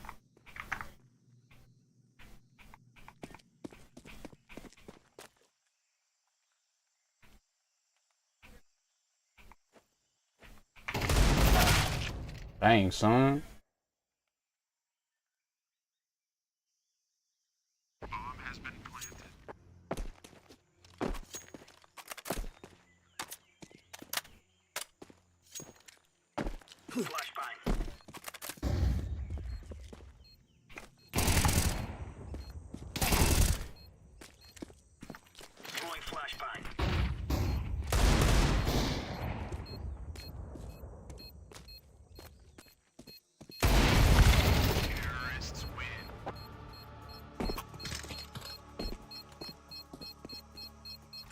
Can I get a what?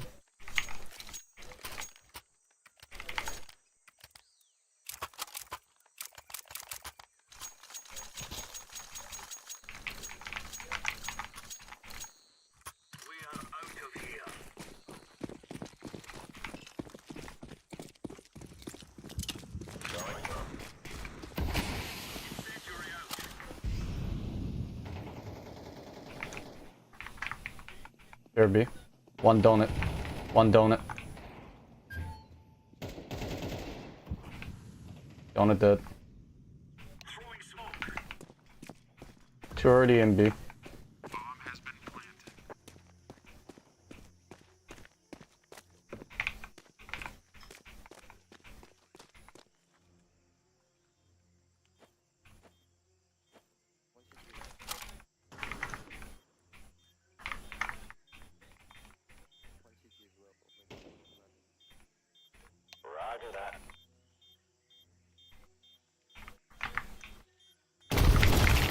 Hell?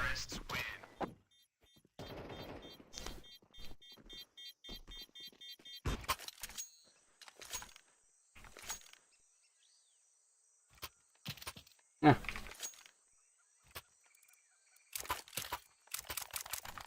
They have no issues with exploring the whole map because our team is trash. They're expending like 1 or 2 guys to lurk.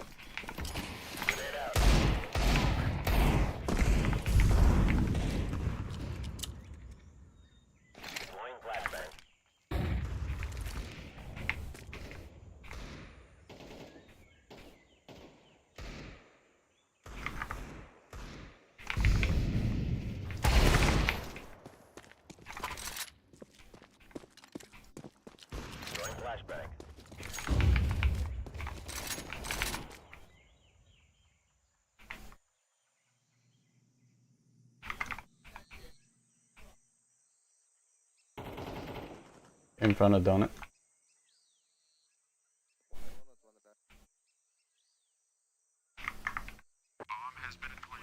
Bombs B.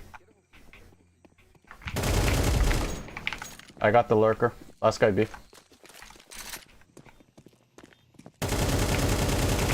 Probably close smoke.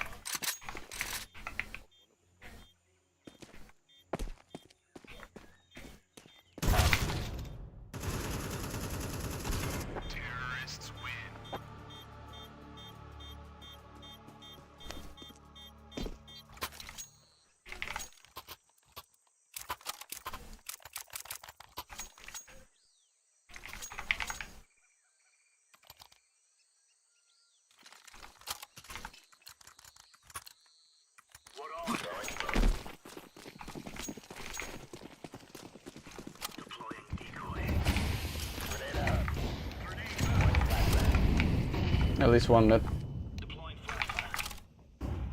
Donut. Already donut.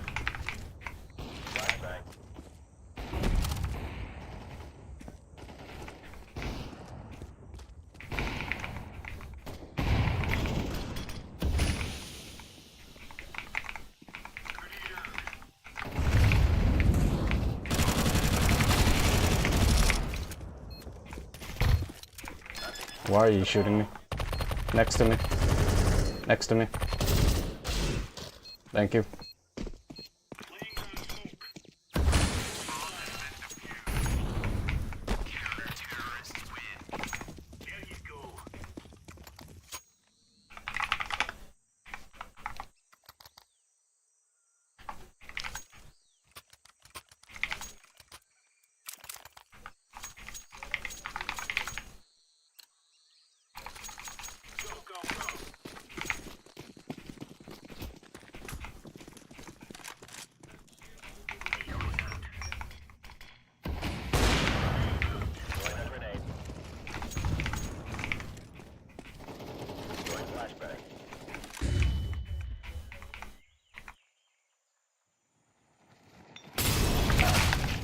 Go hill. B ramp.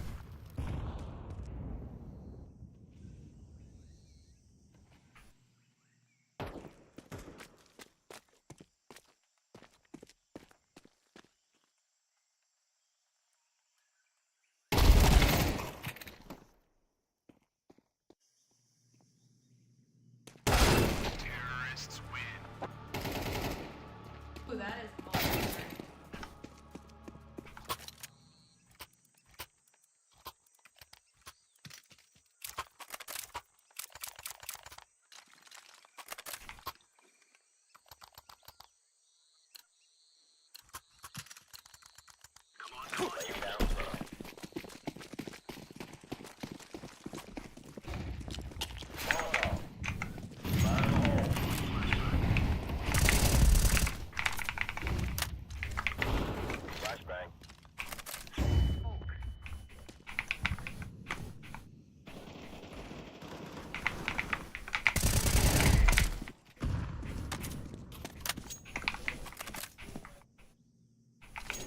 Bombi, bombi.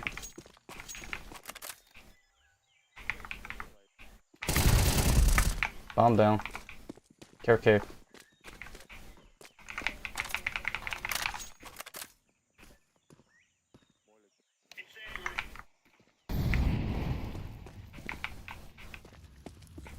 be flanking.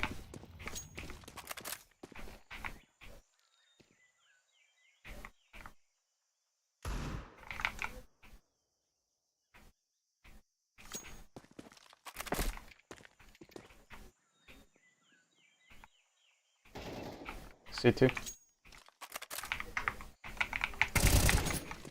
Hit him once. Don't peek.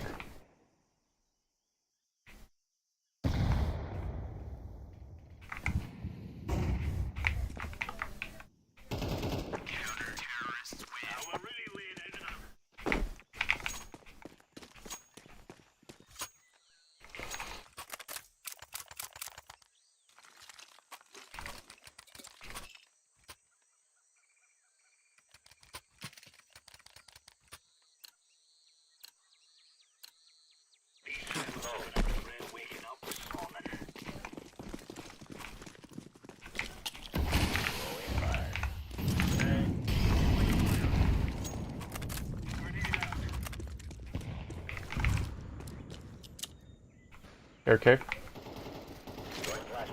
Inside cave.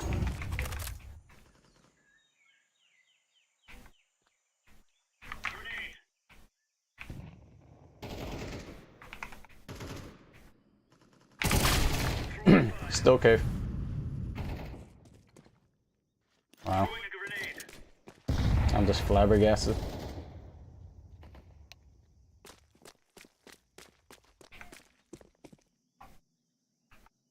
My retard team doesn't even know how to walk properly or run properly in the game. Their bottom fragger is full peeking me, duck crouched. The insane difference.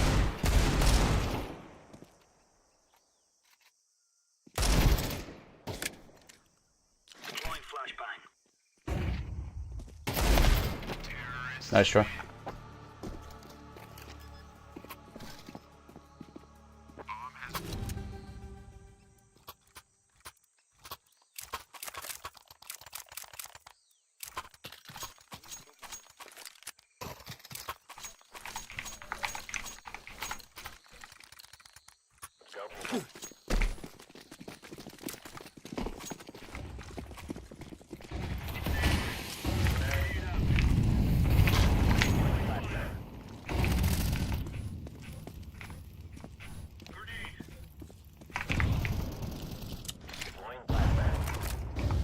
One more mid.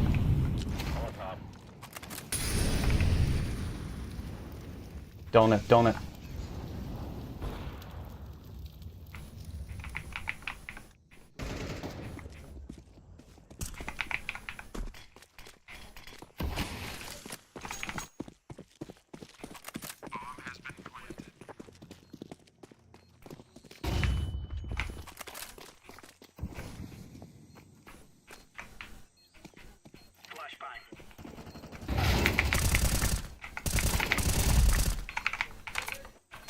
Close sight. Half HP.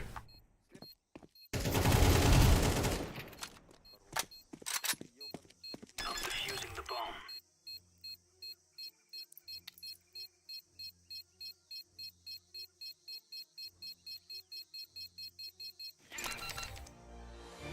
Counter-terrorists win. Good stuff.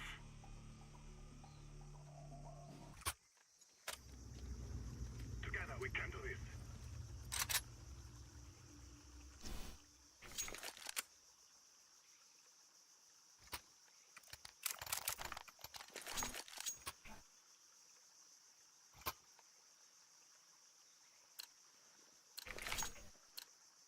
This is what we have been working for.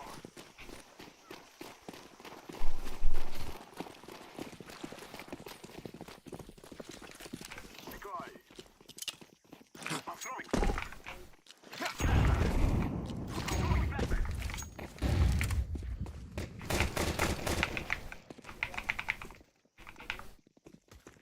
Grenade out.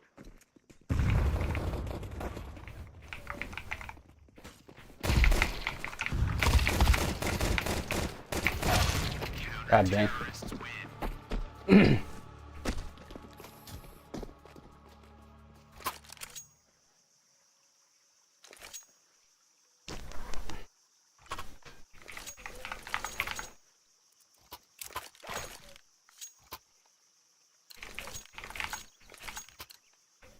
will make them regret this day.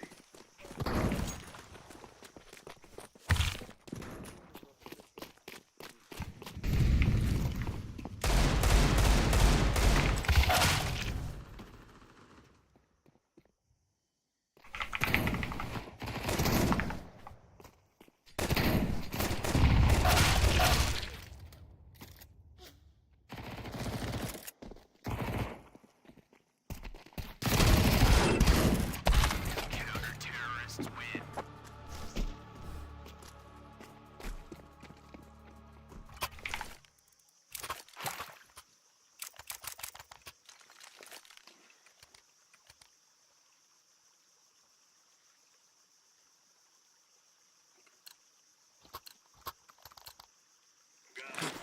We kill them all.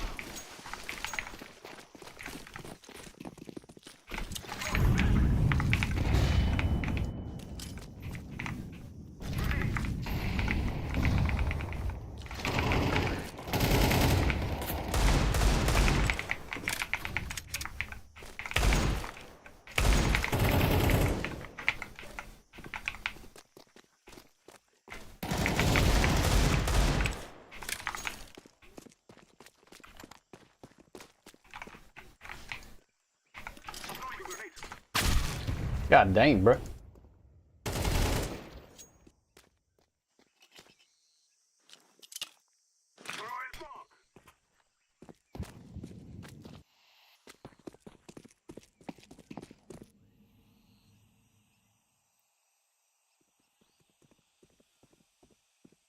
Activating the bomb. Bomb has been planted.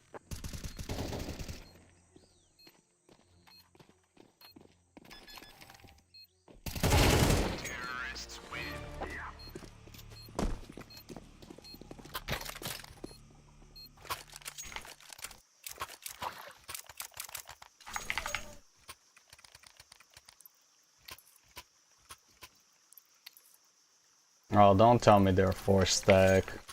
Why would you queue up with retards like this? Like, I don't understand.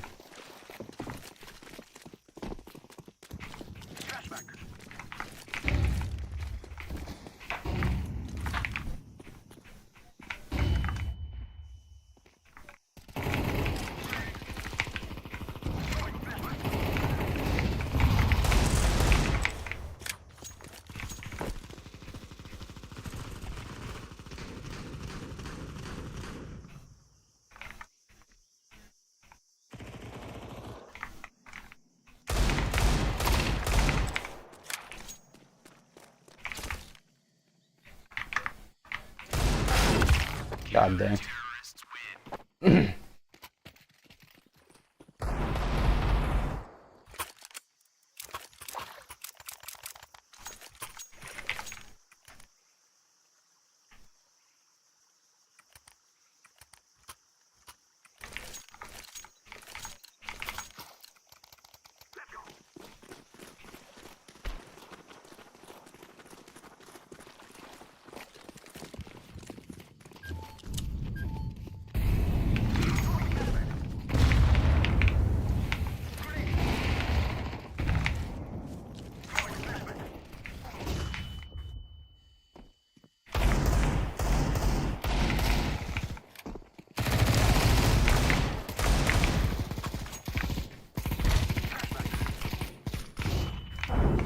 God dang, bro.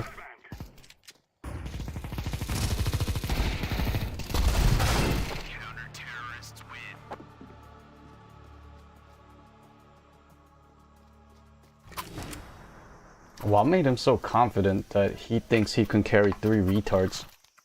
0.9 KD. So a retard monkey thought he could carry 3 other retard monkeys. Just unbelievable.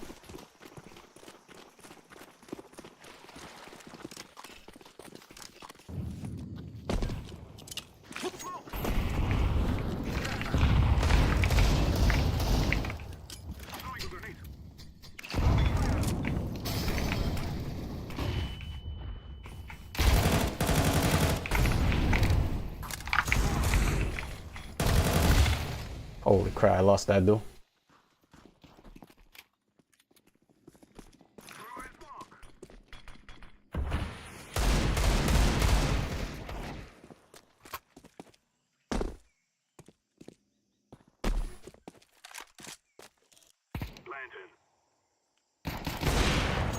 Oh, look at that flick.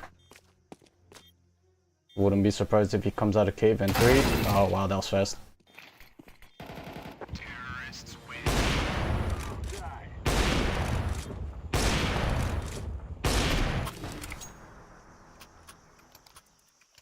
He does dumb shit like that and then wonders why.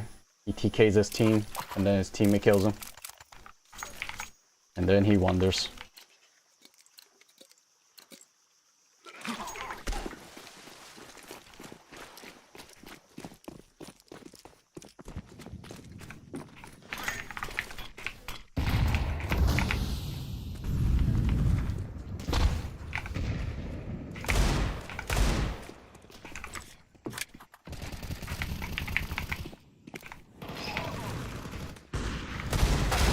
God dang, bruh. Ooh, look at that headshot.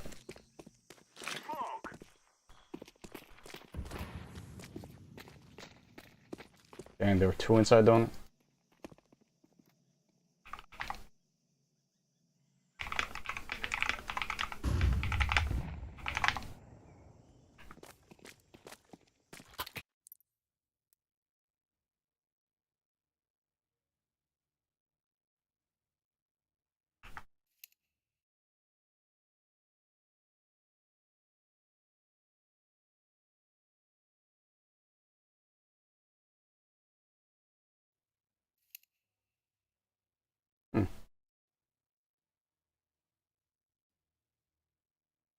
Smell it. I feel like I know somebody that wears this actually. So I hate it. No, I was kidding. This one's, yeah. Like you enter a room and like heads Pronounce will yourself. snap, baby girl. Yeah, I like this one. Maybe like a 7. 7. Okay. Now, But this is okay. Since they're all, you said mostly all of them are unisex, I would say this is better on a female. a female. Female. Okay. Yeah, maybe I just know a female. I'm trying to think like who smells. I don't know. Yeah, and it's a little more. It's a mature smell. Again, this one hasn't really changed, but I do still like the smell for whatever reason. Still female? Yeah, it like smells like a female perfume. Yeah, 100%. Ooh, that is bold. I can already smell it. I feel like I know somebody that wears this actually. So I hate it. No, I was kidding. This one's, yeah. Like you enter a room and like heads will snap, baby girl. Yeah, I like this one. Maybe like a 7. 7. Okay. Now, but this is okay. Since they're all, you said mostly all of them are unisex, I would say this is better on a female. A female. Female. Okay. Yeah, maybe I just know a female. I'm trying to think like who smells. I don't know. Yeah, and it's a little more. It's a mature smell. Again, this one hasn't really changed, but I do still like the smell for whatever reason. Still female? Yeah, it like smells like a female perfume. Yeah, 100%. Ooh, that is bold. I can already.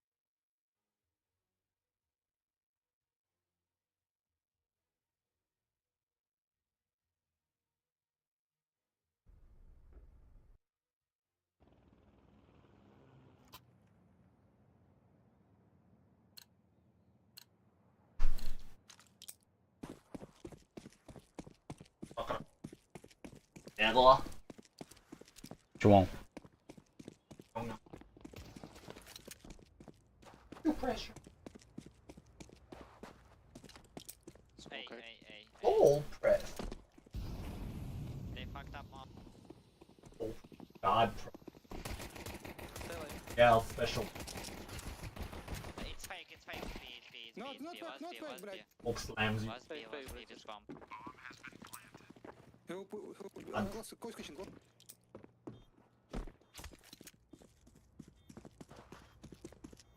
Молодец, вот.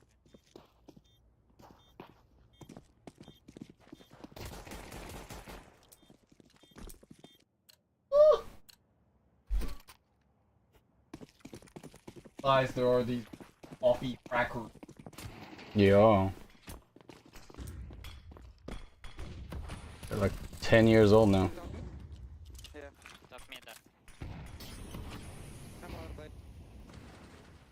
Sort of.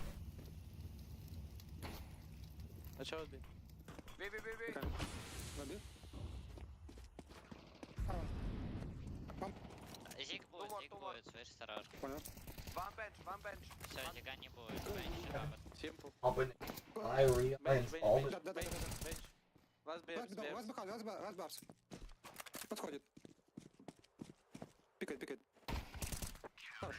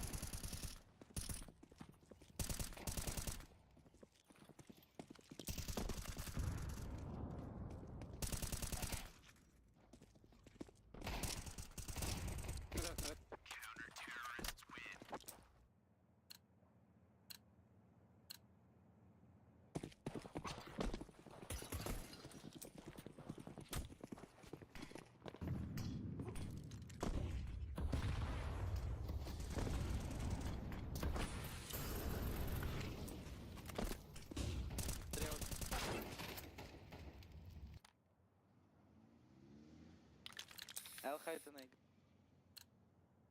I'll smoke palace for you. And hide the egg.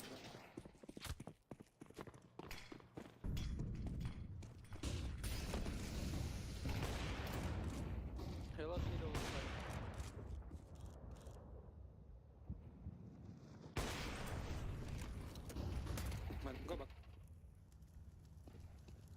Не зайдет, я не чекаю. Очень. Я смотрелся. A lot middle, guys. I feel 3 middle at least. Я плay short deep. I'm hiding on apps yellow. Can be short cross. Can be short cross. Be careful. Ladder, Ladder. Yellow can play from bench maybe. 2 секунды, я кое-что... Jump smoke? here. Yellow, come here, jump. Only one, maybe con. Con must be. Я go. Возьми дырку. Угу.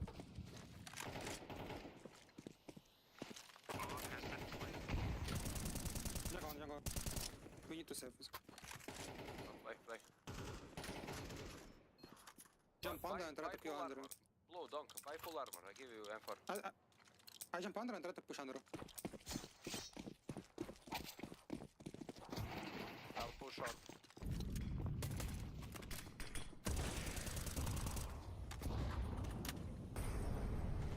Don't see me. A lot middle again.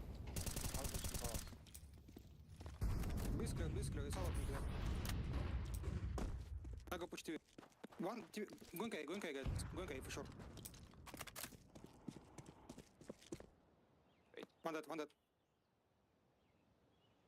Clear mid. Going gay. Going ramp.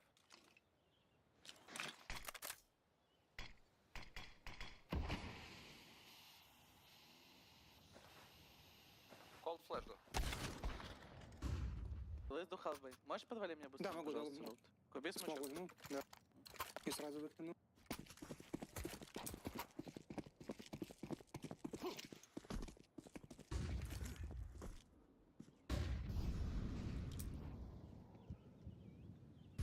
Under pushing up. Pause on A. 2B, single and car. Default.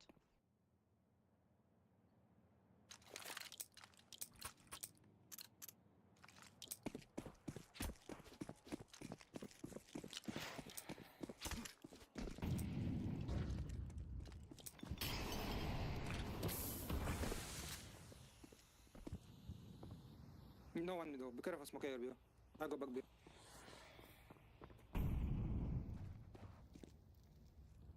I'm gonna shoot.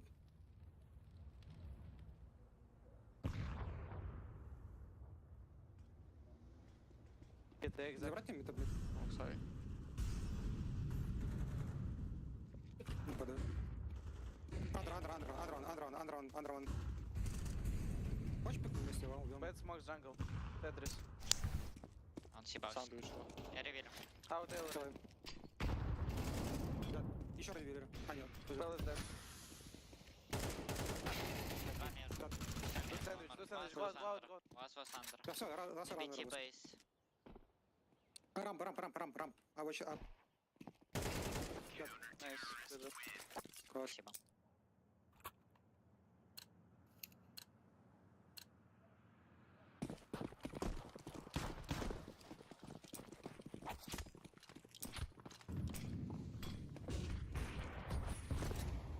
Kill it. A lot middle again. One bumps for sure.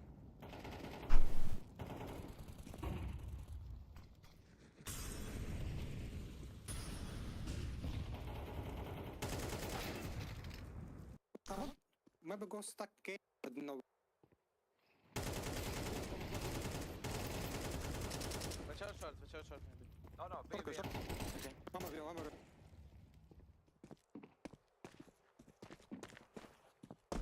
Yes.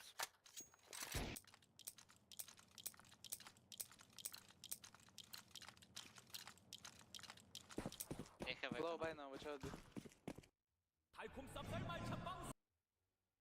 Bad news. Right now is a terrible time to learn about fragrance. That means it might be a terrible time to post this video. But in an effort to convince you that you will learn some valuable lessons, I'll give you 3 quick tips right at the top. Lesson number 1 is that never, not ever, should you ever pay full price for fragrances. You go to the store and everything's $150 or more. Do not pay that price. There are gray market dealers like Aura and Venba who will sell you full-sized bottles for like 70% off, no problem. Anyone who's deep into this hobby knows that you go to the store to smell everything for free, and then you go home to buy it from discounters. Hot tip number 2, even if money means nothing to you, do not go to the store, spray something on a paper strip, and then decide whether you like it or not in that moment.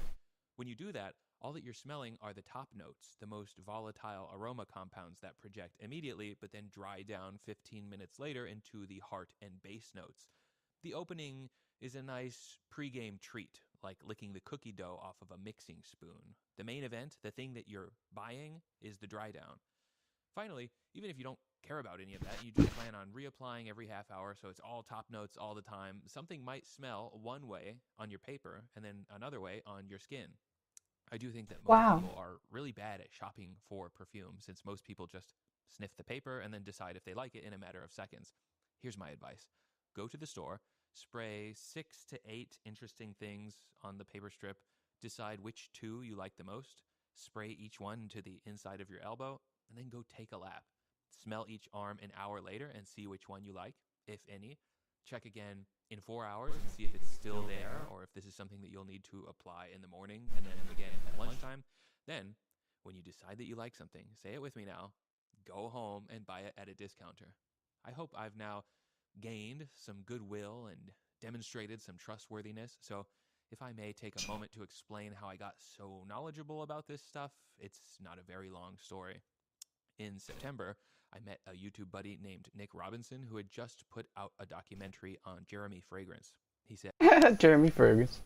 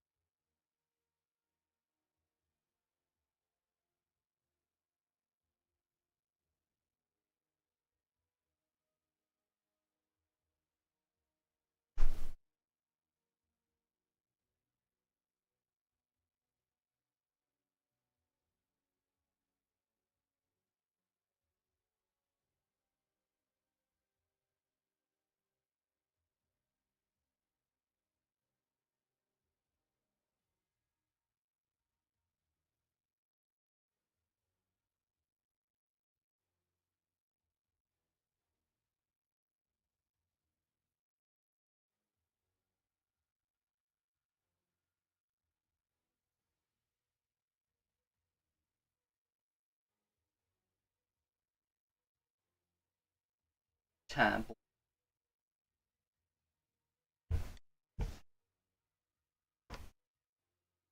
Oh damn, boy.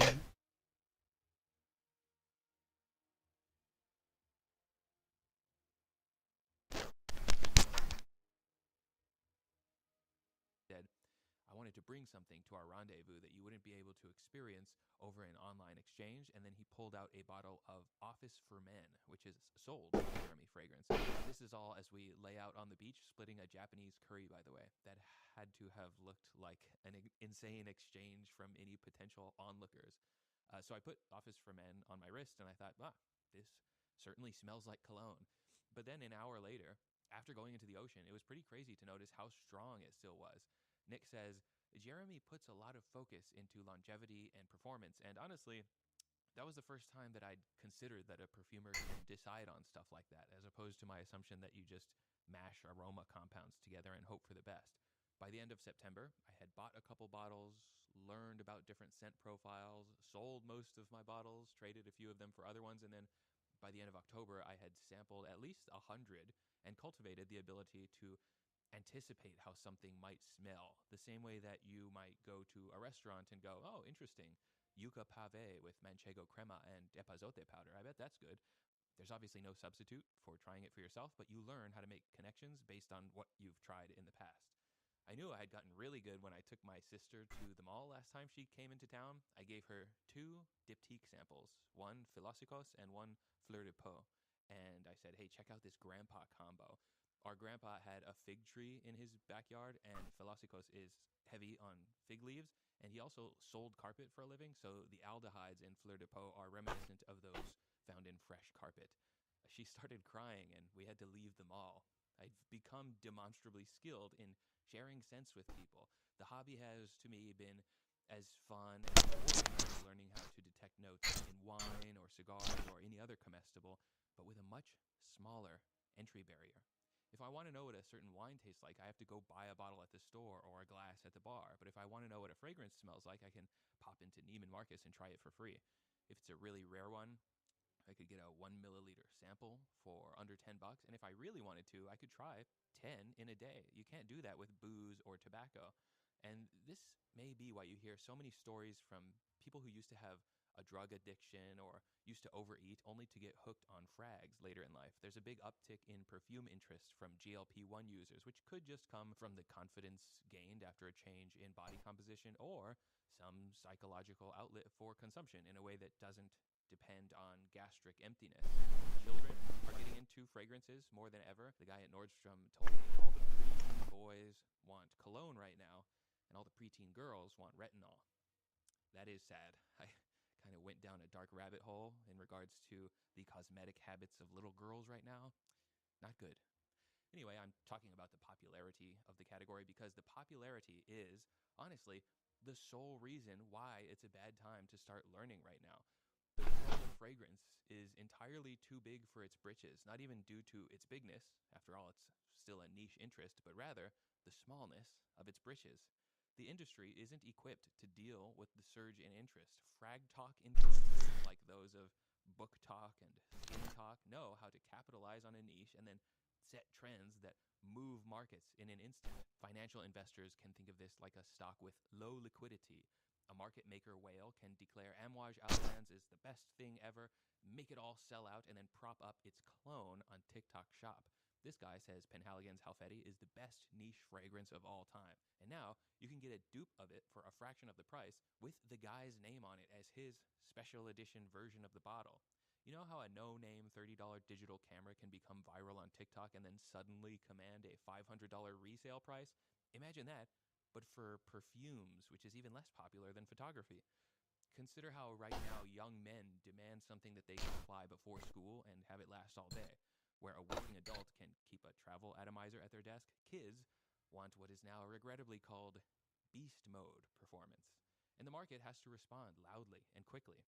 Some brands might push out bold Roxanne-scented bombs that fill up a room and then stick to skin for 8 hours. Some brands might make performance part of their branding. Look at how Commodity brings their scents to market with 3 different projection options: personal, bold, and expressive.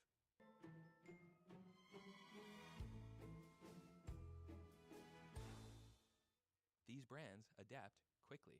Consider how buyers decided that fragrances from niche houses are more desirable than those from designer houses. And so the average price goes up such that a hot eau de parfum isn't $200, but rather $400.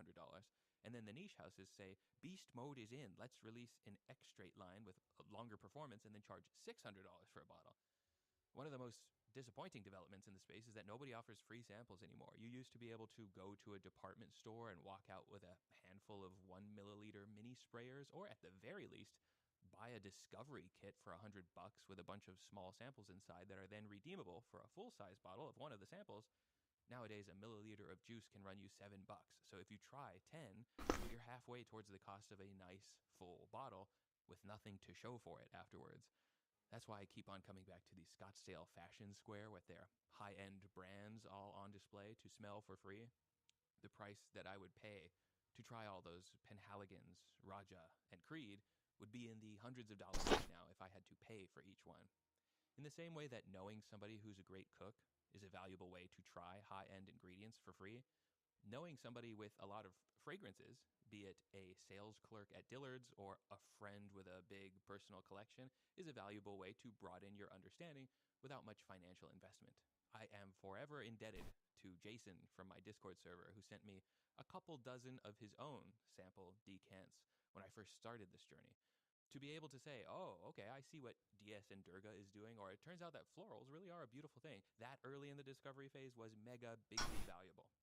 Speaking of mega bigly valuable, I feel like you've been paying attention long enough to be rewarded with a long, rapid-fire list of lessons that I learned over several months, so that anyone who is interested in learning about expensive smells can skip past 100 hours Yeah. of social media videos and 데우는 거 먹지. 고구마랑 먹으니까 맛있네. fragrance every time, but the layman's notion that cologne is the boy one and perfume is the girl one is just wrong. So fragrance is always the best default. 2. Know that your perception is easily influenced. You can learn to love or detest an aroma just because someone convinced you to. Memories and associations play a major role, and it's important to remember that you're human, not a spectrometer. Dior Homme Intense smelled to me like something from another planet I'd never be able to access until someone pointed out it smells exactly like a makeup bag. Iris is the main accord, and lipstick manufacturers use iris for their products. Now, Dior Homme Intense is nothing but lipstick to me. 3. There is truly nothing more subjective than scent.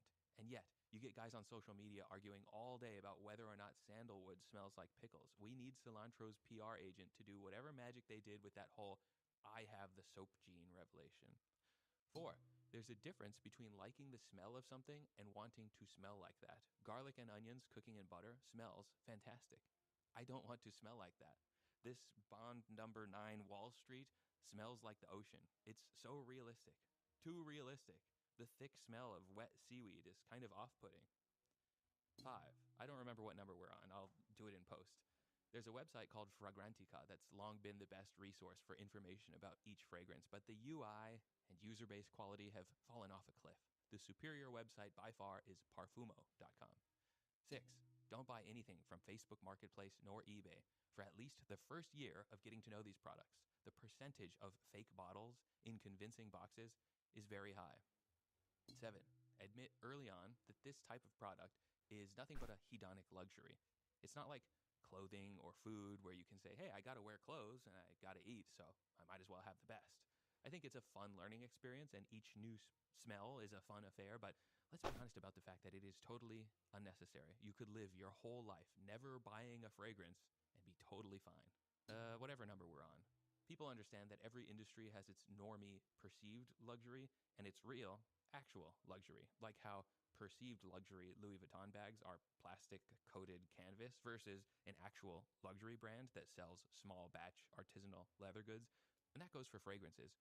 Creed may be the well-known high-end brand with the prestigious yet questionable backstory, but then you have guys like Andy Tower who make each bottle in their own little studio by hand. When I said never, not ever should you pay retail price, I was ignoring brands like that, which won't likely be on discounter websites because they don't sell to big department stores. People who like collecting objects cover your ears. Buying stuff isn't a hobby. Try not to get addicted to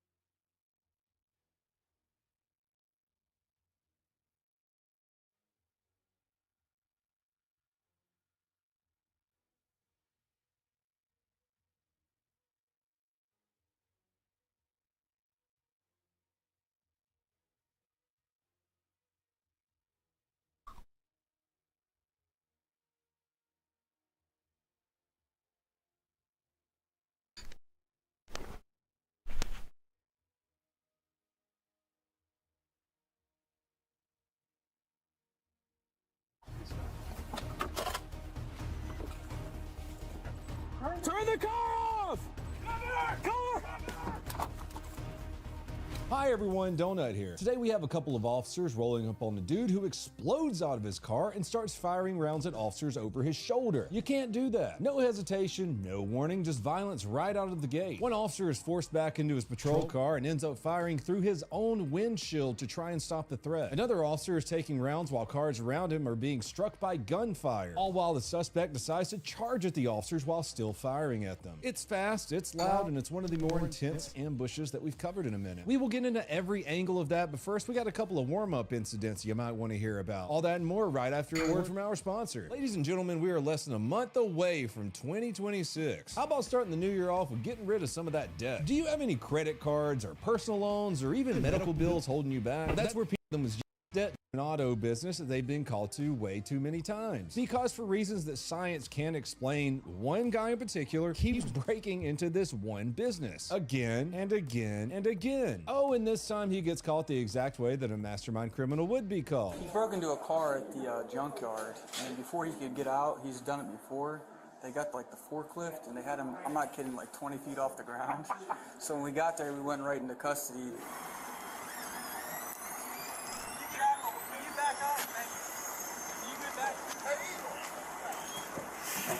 He gets suspended 20 feet in the air by a forklift, like a piñata full of hobo aids. An employee found this clown inside of one of their parked cars. That dude, a certified forklift driver, the American hero, said, nope, I'm just gonna lift this son of a bitch up in the air until police arrive. Rude awakening. Oh, I'm getting lifted in the air. When he called me on the radio, come down with the loader, I mean, I scooped on, raised him up. So the car was bouncing up like this. I went from that back corner down there all the way up this aisle, which is our roughest aisle out of all three of them. This car's bouncing, getting ready to flip off the floor. Zero suspension on that. Peak American ingenuity. When officers detain him, they ask what every officer asks you, hey dude, what's your name? And the dude in handcuffs, having been caught red-handed, card that he's in literally dangling off the ground, replies with, None of your business, bro. Well, it is, because you're under arrest. Bro. You're under arrest. For what?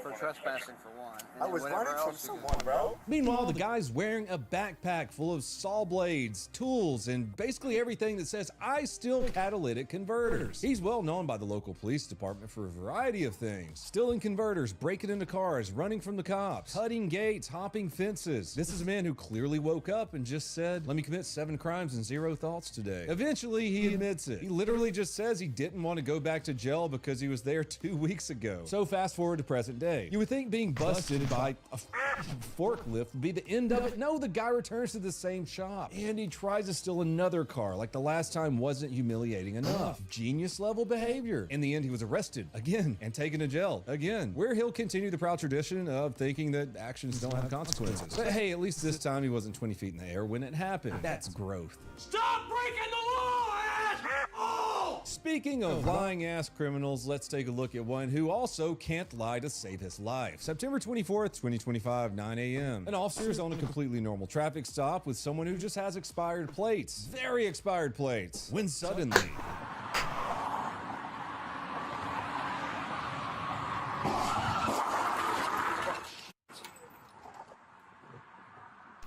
Fairview 187. My vehicle's just been hit. A random Camaro plows directly into the back of the officer's car. Officer calls for an ambu, he turns around, and the driver who just slammed into the back of his patrol car strolls up and says this. Hey, what happened? You tell me!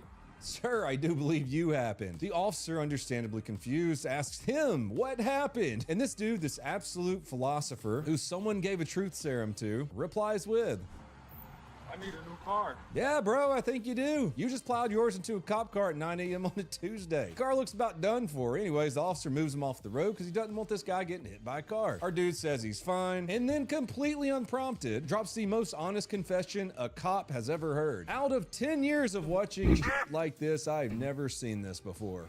You all right? Yeah, I'm all right. What happened, dude? I don't know, man. I've been drinking. You been drinking? Criminals never admit to that right off the bat, especially unprompted. You know, they'll be holding a beer bong, foaming at the mouth. Getting at that guy on the stream last week, he gets out of his truck and a bottle of vodka, falls on the ground and smashes. Don't do nothing stupid. I'm not doing. Walk back to my car now. Bro, this is a trailer park boys skip. They'll be sitting in the driver's seat, drunk as hell. They'll still say things like, it's just apple juice or water. You're racist, Tig. Blue man bad. Not this man. This man is the Boy Scout of crime. He may break every law in the book, but by God, at least he's gonna break them honestly. Then he follows up with even more unsolicited honesty. I don't know, man. I've been drinking. You been drinking? Yeah, I've been drinking. Okay. And I took some weed pills. Some weed Fucked pills? up. Yeah. Okay. This is the most non-law-abiding, law-abiding criminal in history. Dude drives drunk, crashes into a cop, and draws the line at honesty. This man has a code, a terrible code, but he has a code. Well, the video cuts and he hits us with another unsolicited confession. The officer barely has time to process what the dude just says before he starts confessing more. I did that on purpose, sir. What, you hit me on purpose? Yeah, I did. Why is that? I'm bored. You're bored? I'm bored. So you ran in the back of me on purpose? Yep. Why is that? I hate cops, man. Yeah? All right. We got an ambulance coming, okay? All right. All right. They gonna take me home or I'm I don't know. You ain't got no weapons on you, do you? No, sir. Go ahead and put your hand down back on it. If you're going to admit to a DUI, drug use, and intentionally ramming a police officer who's on the traffic stop, all before lunch, you might want to wait on your attorney. Nah, old dude's running a personal honesty marathon today. Believe it or not, he was arrested, taken to jail, and is now facing a couple of felony charges. Apparently, you can't get drunk, high, and then weaponize a Camaro against police just because you don't like them. Who'd have thunk it? You boys ready for a shooting? Yeehaw, let's go. Grand Rapids, Michigan, December 6, 2025, 4:45 p.m. Domestics are dangerous, and officers were called to just that. Officers respond to a man allegedly threatening a woman with a gun. Oh shit, now we got a domestic with a gun. Those suck. Multiple hours go by, multiple 911 calls take place, and zero cooperation later, officers spotted the suspect pulling away in a vehicle. They set up a traffic stop and did everything by the book. Distance, cover, commands, all the stuff you practice, so hopefully you don't get shot at today. The suspect pulls over, a felony traffic stop is initiated. The primary officer is yelling at the guy. He's saying, hey bro, turn that vehicle off. The second officer gets out with a long gun ready. Nice cover. Everything is controlled right now. And then this absolute maniac cracks his door open, leans over, and starts sending rounds at the officers. 보이시나요? 모습은 작지만 결코 작지 않아요. 그게 무슨 말이냐고요? 내가 있는 곳이면 어디든 무엇이든 안전하고 건강하죠. 작지만 큰 가치. 로하스와 함께하세요. Turn the car off!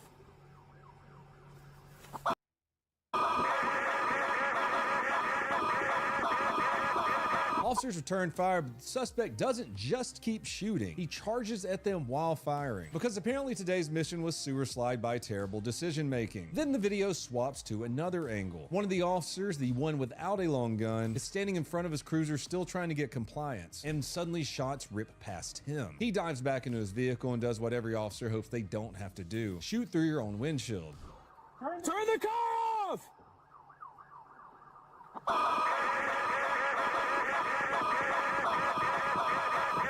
Glass is everywhere. I've talked about it a lot on this channel before. When you shoot through your own windshield, that glass dust and powder and shit just goes back in your eyeballs. You're breathing it, it's getting into your eyes. It's a last resort thing, but sometimes it's necessary. Rounds are going both ways, from the suspect, from the officer. He dumps the mag, retreats behind his cruiser for a little bit more cover.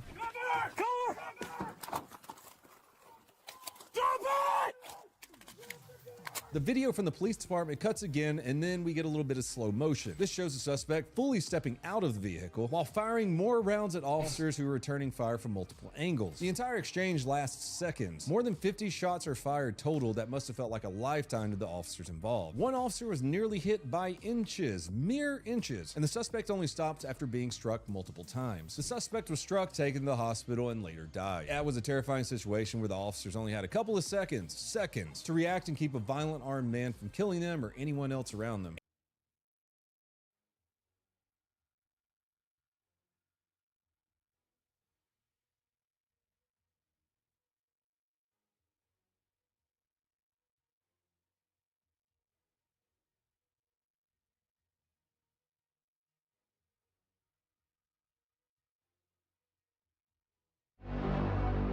this. Beautiful. Boom. Blocks it. Look what he does. He drops it down and whack. Short shot. Pop, pop. Call that the gangster. This guy is getting tired because the constant pressure of Andrew Tate, which is something he's going to be able to do to his opponent. What's going on, boys? Welcome back to the Checo.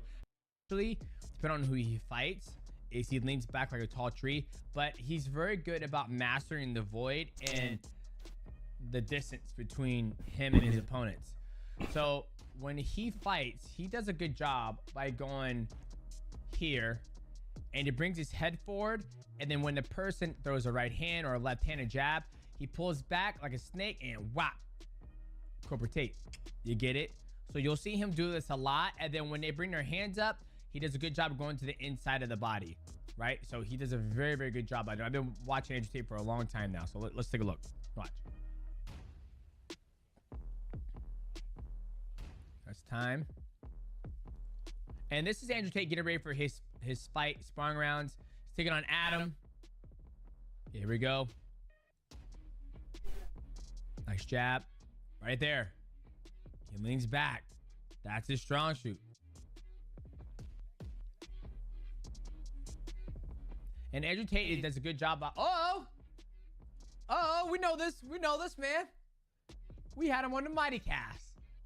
Jerome Murphy's like, when am I get my round in? When am I get my round in, right? But anywho, Andrew Tate does a good job of going to the head, to the body with the jabs, and then he'll do the hook, like I said before. Look at Jerome Murphy. Okay.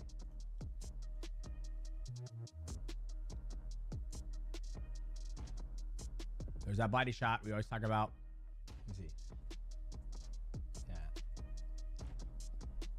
Granted, this guy's a lot shorter, so he has his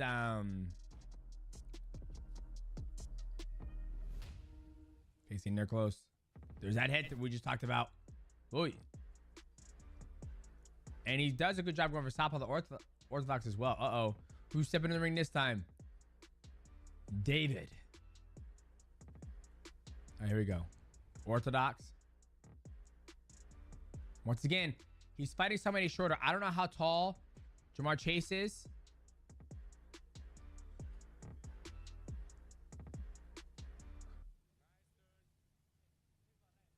Beautiful job from Andrew Tate.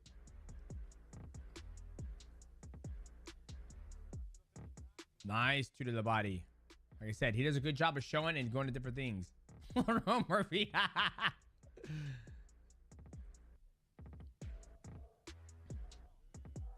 Nice southpaw.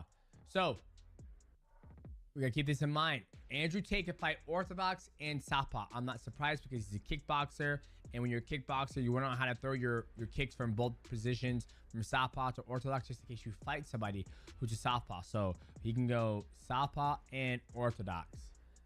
Good shots to the head, good shots to the body. He likes to round, like I said before. We're just analyzing everything. It's been a while since we did any content on Andrew Tate. Got to make sure we keep you guys up to date what he can do. Okay, this is actually...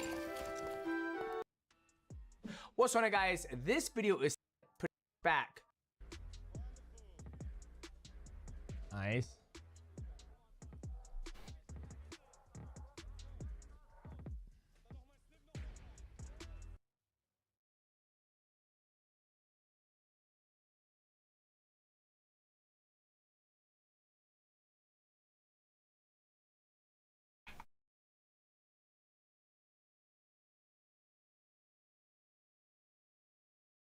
The heck, I had it as 1 win, not 1 loss. It's just a loss.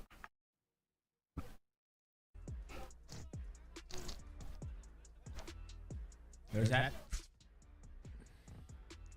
And I believe it's 1 minute. Uh-oh. Jack Hopkins. This guy's shredded.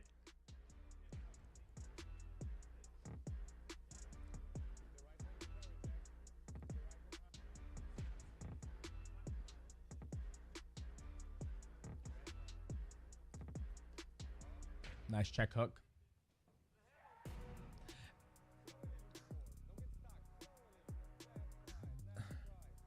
And this is what Andrew Tate does very well. I said it before, is, you guys follow the treat? He's very tall. So when he is in danger, he pulls his head back, and so his shoulder, he has that shoulder, like he rolls his shoulder. So if you're kickboxing or MMA, you would kick that leg. You would kick that leg right there, right? When he pulls back like this, kick that leg, grab a single leg, run the pipe. But in boxing, he's able to do that. So if he pulls his head back, you're better off going to the body, going to the arm, beat these arms up. Depending on how many rounds it is in the fight, you got to beat this up because it's so hard to hit this head. It's too hard. He's too tall. He's too quick. He's in and he's out and he's going to counter you. It's better to beat his body up until his head presents itself. All right, watch. See, it's too hard to hit his head. He does such a good job of blocking his head, protecting his head. Beautiful 3-2. But once again, beautiful. Nice southpaw. Boy. Yeah, his head is so hard to hit. Enos. Good jab to the body. That's one thing I like about him. That jab to the body and jab to the head is so clean.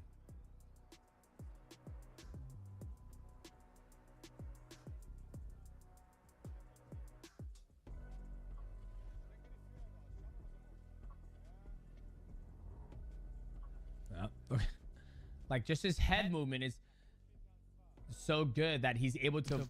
Beautiful. And he's doing a good job of sparring nice and light too. It's not hitting, hurting nobody. Beautiful hands. Southpaw. Ooh.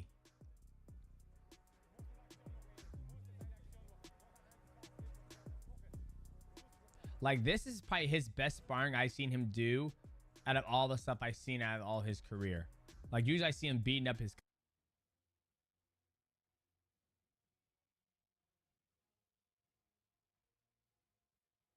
Oh my lord. Meng Yang coming forward says he deserves to be in the roster of the world's greatest strikers. Masaki Noidi has been under these bright lights before, and he's looking to make a statement here tonight as they trade in very close quarters, Brian. Meng Yang with a huge right hand. 4, 5, wobbles. 6, Noidi 7, in the very first round. You ready? Action. Liu is pouring it on, Brian.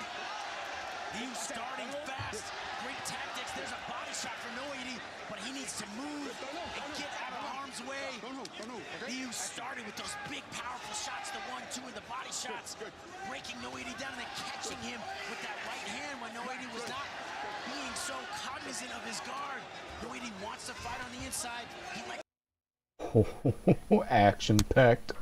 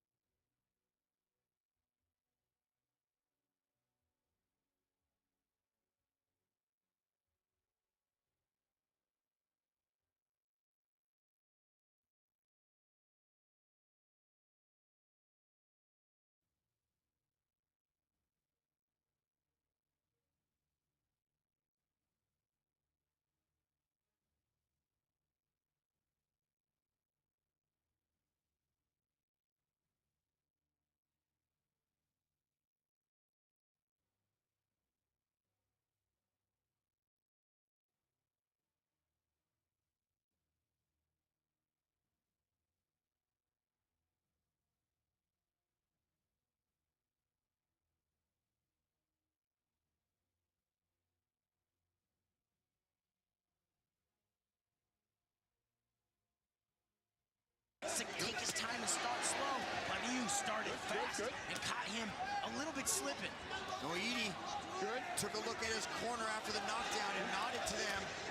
He was like, all right, I'm good, I'm okay, but he is trading here right in the pocket with Liu. And Liu is lighting him up. Masaki, you think he'd get on his bicycle, Brian, and get his wits back, but he seems okay at this point. Mitch, he loves to fight at this range. This is exactly where he wants to be. However, he's eating some big shots from Liu. Now might not be the time to engage at this close quarters combat. Maybe move a little bit, get his bearings back.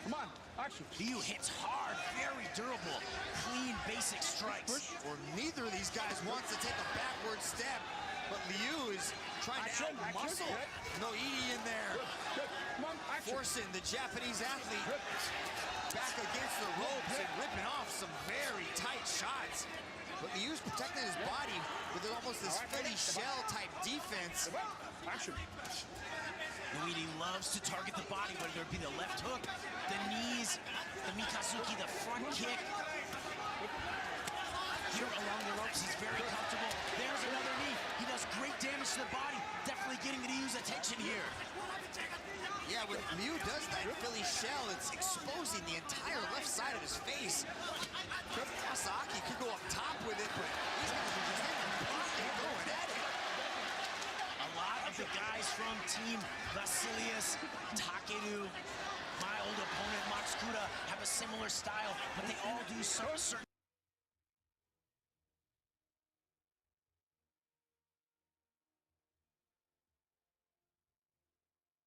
things differently. Noidi is the master of this inside fighting. He loves to be just forearm to forearm.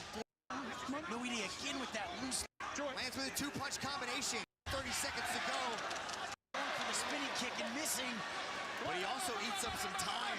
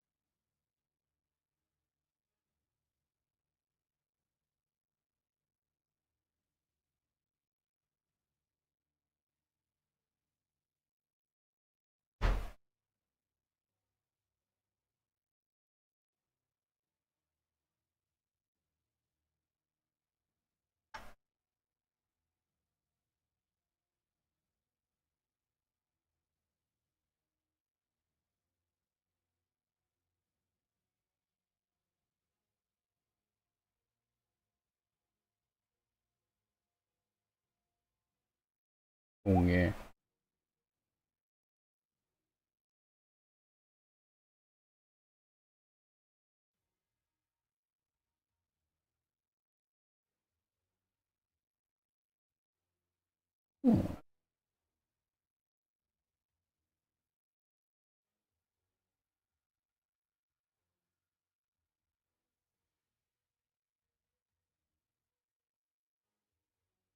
공예.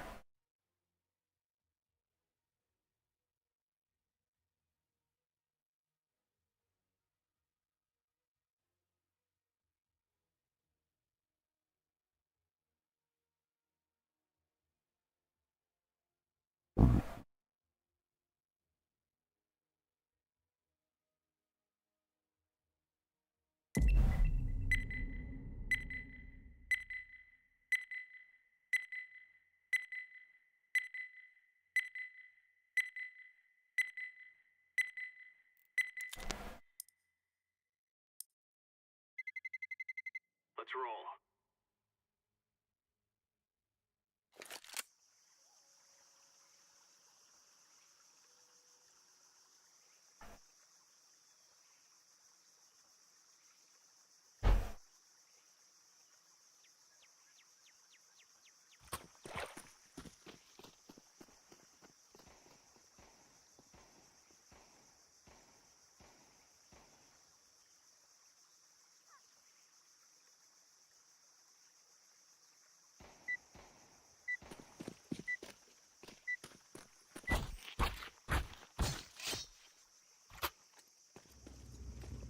Let us go.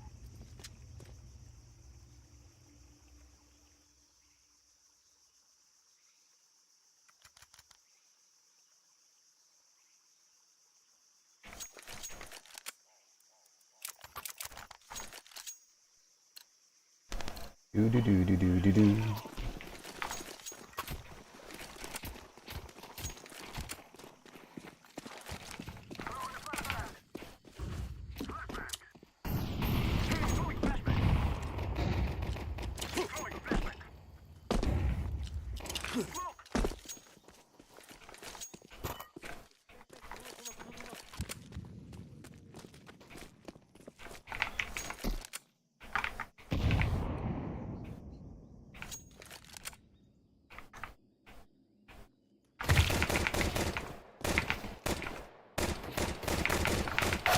What the hell am I with my aim?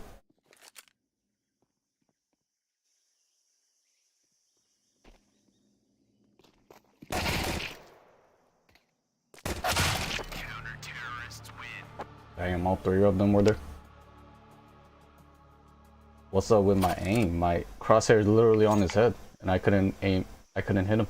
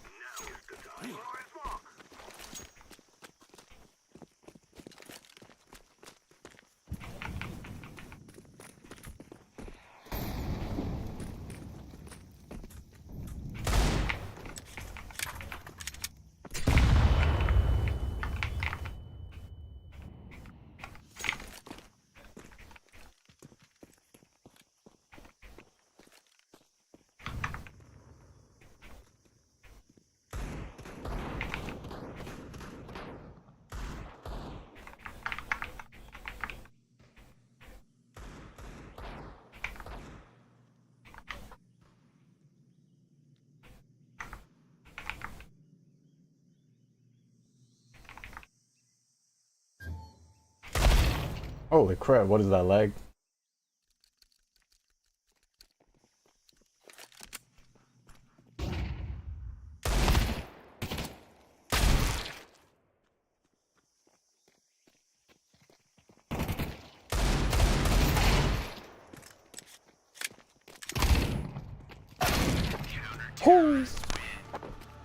Daddy love you long time.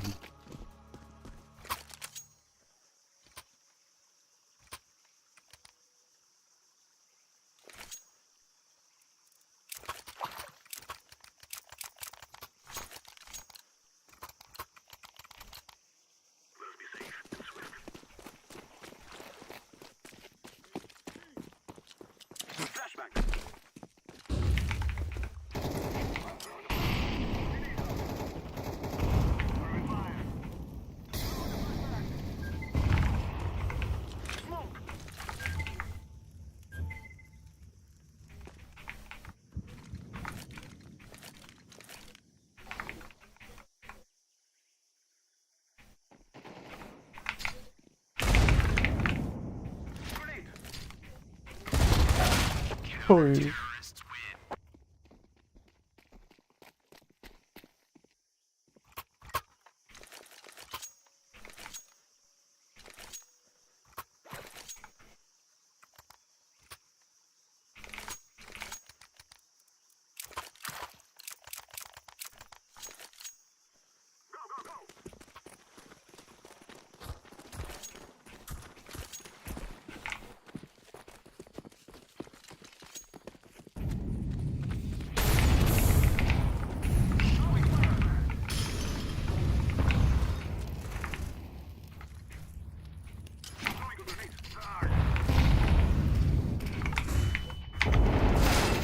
God damn.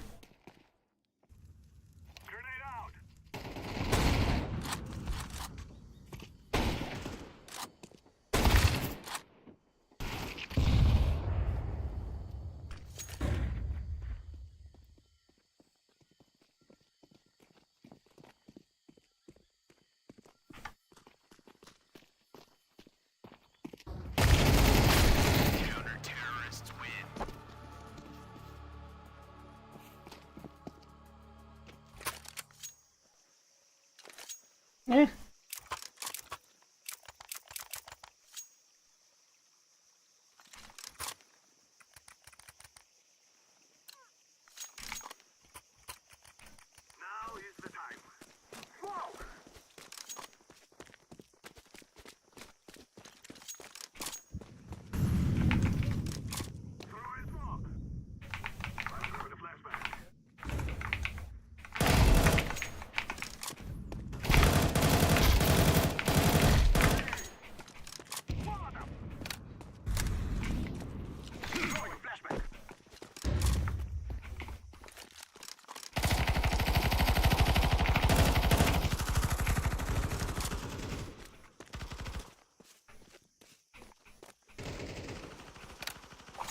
Last guy was bedroom.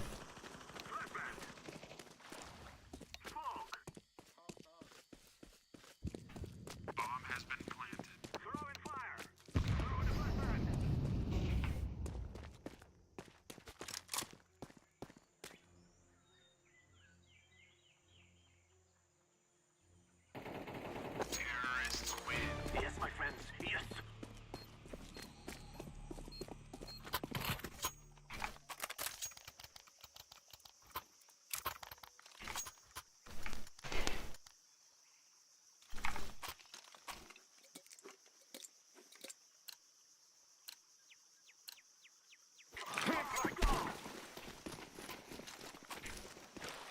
Flashback.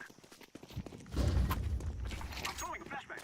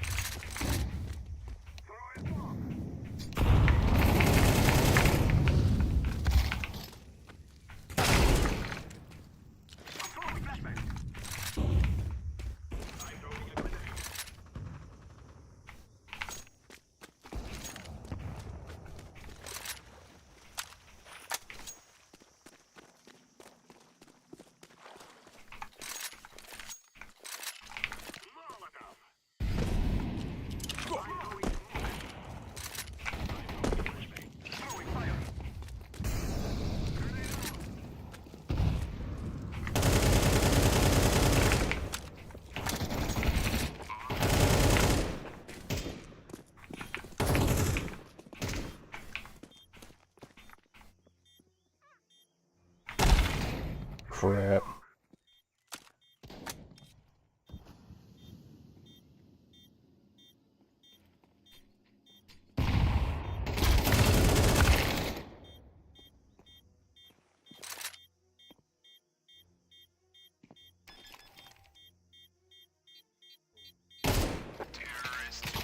You will cry like babies before you die.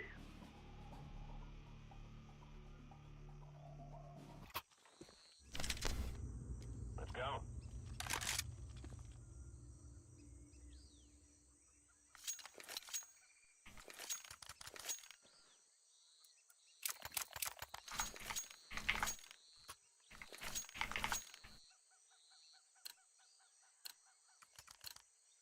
Gear up. We're going in.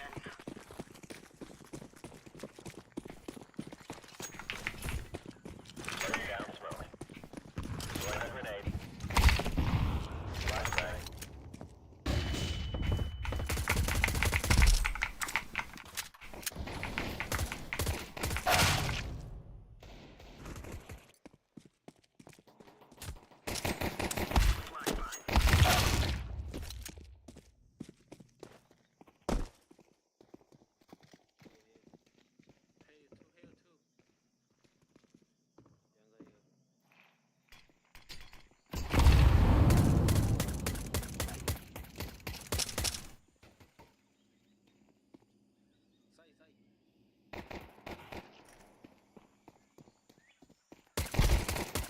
Counter-terrorist win. All right.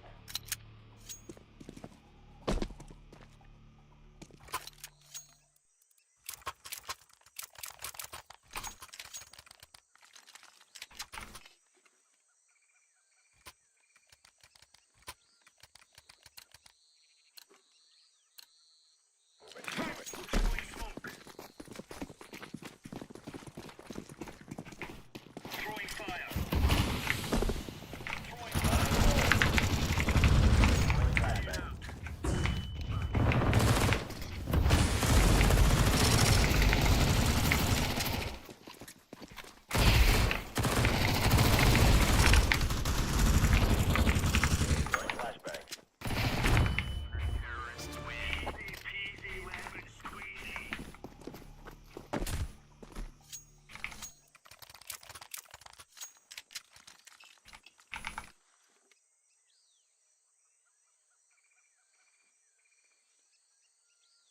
Wow, what a cesspool match.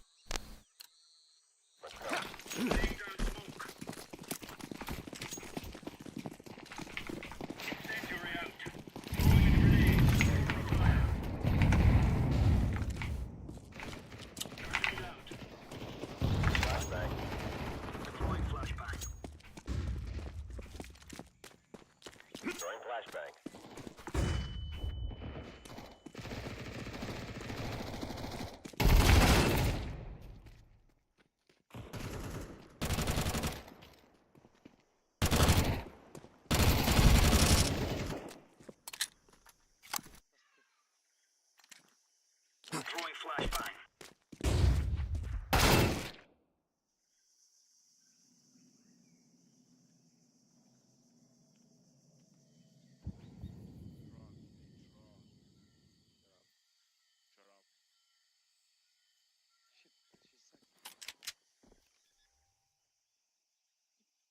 Bomb has been planted.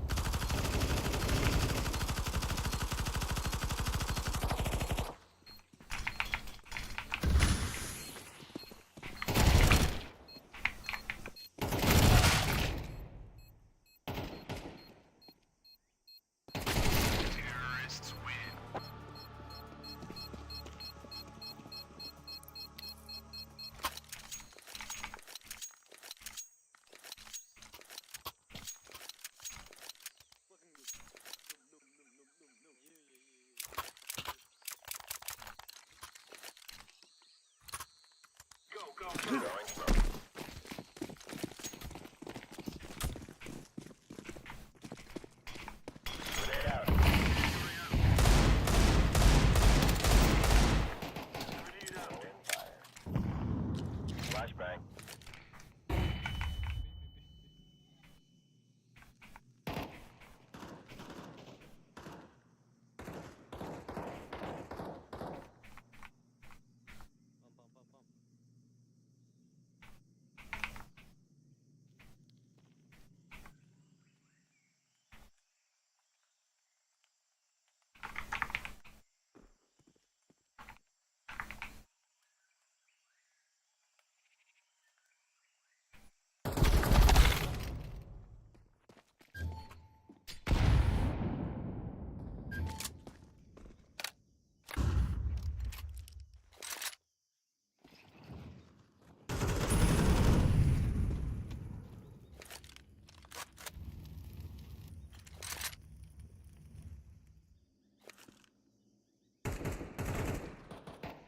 Throwing flashbang. Counter-terrorist win. There you go.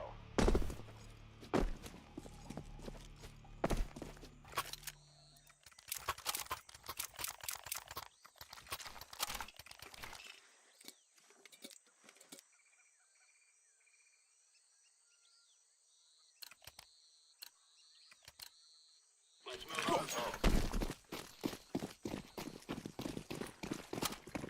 Throwing fire. Grenade. Flashbang. Throwing flashbang. Throwing smoke. Deploying flashbang. Molotov.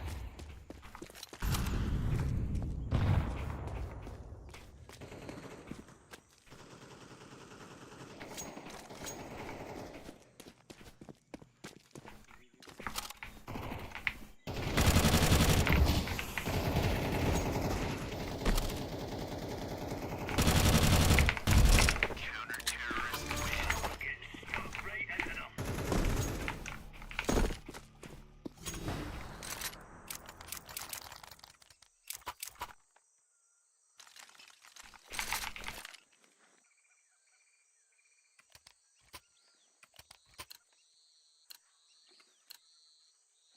Laying down smoke. Laying down smoke. Throwing fire. Throwing a grenade. Throwing flashbang. Grenade out. Injury.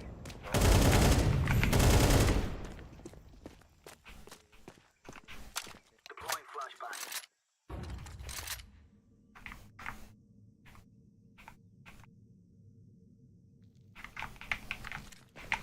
Flashbang. Throwing smoke. Throwing grenade. Throwing.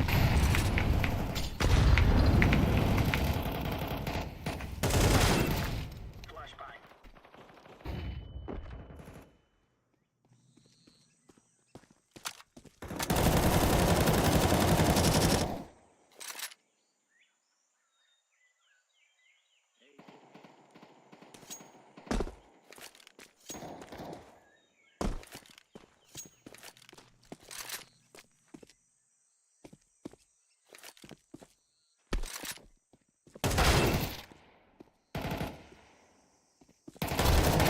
Counter-terrorist win. Ooh. Tough, tough.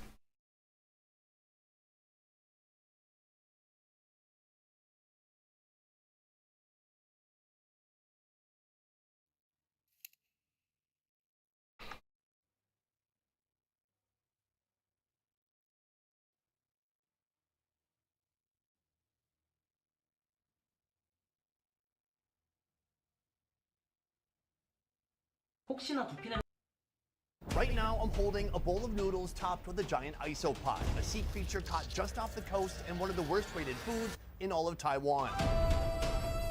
This country is full of delicious food.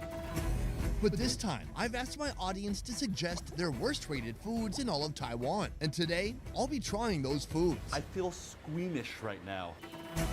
I'm on a mission to understand whether these foods are misunderstood, There may still be bacteria from that brine that are 50 years old. Is that right? or if they're just plain awful. Oh, it's so cute. And it all starts right here at a factory making Taiwan's mysterious black eggs. Calvin, welcome to Taipei, Taiwan. Thanks, Sonny. Calvin, I asked my audience which foods they thought were the absolute worst in all of Taiwan, and today we're gonna eat those foods. Sonny, I'm not even worried because Taiwanese food is amazing. You should be a little worried. Why? Well, today we're getting pretty deep. How deep? Let me tell you, pretty deep. Joining me today, my good friend, chef and restaurateur Calvin Bui. And this is Leo. Thank you for inviting me. Our ambassador to all things Taiwan, connecting us to the local people and food. This right here looks like a chocolate Cadbury egg. It's actually the iron egg over here. Oh, it's not that heavy, considering the name. The very first impression that people usually have is it tastes like plastic. They was like, oh wow, what is this inside my mouth over here? Yes, he just said plastic. In most cuisines, that's a sign of a culinary disaster. But here in Taiwan, that tough, rubbery, and endlessly chewy texture isn't a mistake. It's the entire point. This egg seems popular. It's at every convenience store. Kids are eating it on the streets. How bad could it be? Well, that's what we're here to find out. To understand the mystery of the iron egg, we're heading straight to the source. Sheng Fa Hao, a family-run factory that's been perfecting this dish for half a century. My first question, sir, what is an iron egg? The whole story started around 40 and 50 years ago. It's just a random guy selling like stew egg on the middle of the street. Cooking the egg for such a long time, eventually become an iron egg. They have a really like strong texture. So for old people, it's really hard for them to chew the iron egg. The factory processes up to 15,000 chicken eggs each week. And the journey begins with a flood of perfectly peeled eggs, washed clean in fresh water. Is this a recipe that's unique to Taiwan? It's a really unique thing that happened in Taiwan. It happened by accident. In the cauldron goes the secret family recipe. Soy sauce, salt, sugar, and a blend of spices. But the magic isn't just in the ingredients, it's in the process. It's actually started from the egg with 50 grams over here. And you have to cook the egg for around 3 days. Wow. They have to cook it, let it boil, and then stop the cooking and lock it soft inside the soy sauce, and then boil again. So it's being boiled, then it soaks, then it boils, then it soaks. Around 6 times. Until that flavor seeps deep inside of the egg. Yes. Amazing. After 72 hours of this repeated cycle, the eggs are finally removed from the cauldron. Then they're air dried for a day before they're ready to be released into the wild. Why 3 days? Why not 5 days? 2 reasons behind that. First one, of course, the cost. The second one, the day. 3 days is perfect amount of saltiness. I'm sold. I'm sold too. Thank you so much. I can't wait to try your eggs. His cooked eggs. His cooked not eggs. His other eggs.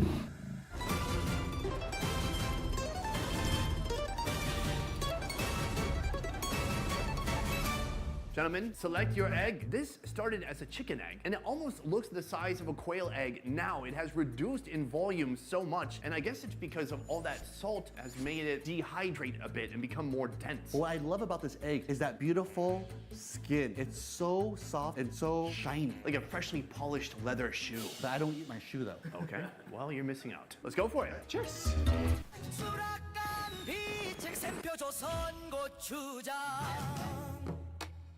Oh God, my tooth. Oh. Does it taste like plastic?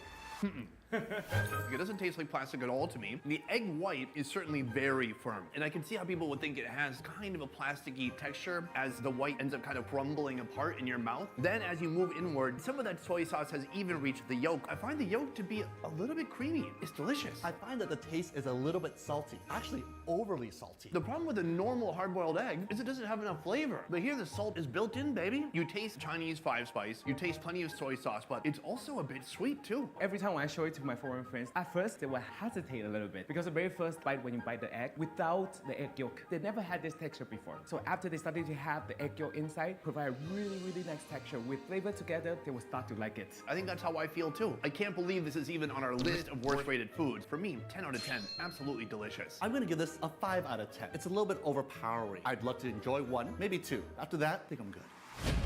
Later today, we'll try a dish that smells like athlete's foot. But first, we're heading to Tainan Fish Kanji, a culinary canteen Do tourists ever come here and order this dish?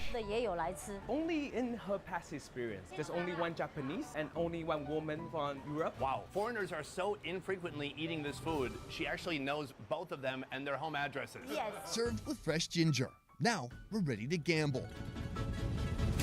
Calvin, you held this in your hand while it was raw. Right here, it's cooked. It looks a lot better. What do you think? What do you see here that looks better? After being cooked, I'm gonna call that an upgrade. That's like going from Coach to Coach Plus. 100%. We're gonna build up to this right here, but first we have the actual milkfish fillet. The milkfish has a disconcerting amount of belly fat. It's a potent energy reserve known as the Toro of Taiwan. The milkfish fillet is slow grilled to render its belly fat. As it cooks, the rich blubber melts into the meat. The protein turns gold, and the oily skin maintains its gelatinous sheen. Oh, I've never seen anything like this. This is actually a thick layer of fat between the skin and the protein. The meat is on the outside, but the blubber, it's in the middle. Like me? No, like an Oreo. Wait, what? The cream in the Oreo, good side? Okay, yeah. That is rich. Oh, pure fish fat.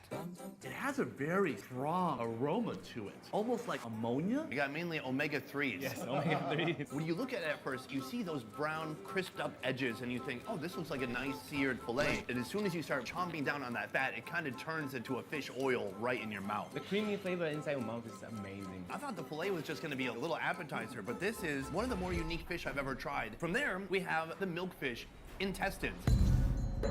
The most powerful tasting preparation is this, the boiled milkfish organs. Oh my God, it's like a pasta nightmare. Different parts of the organ, they have different texture. People usually go with the intestine first. I know we could dip it in soy sauce, but what if we didn't?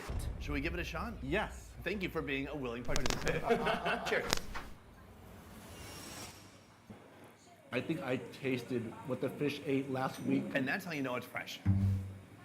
It's not a strong, pungent flavor. It is fatty, it's soft. It's somewhat bily. Next, we go with the liver. So the liver is a more prominent organ. It's pretty big. I'm gonna drown my liver in soy sauce.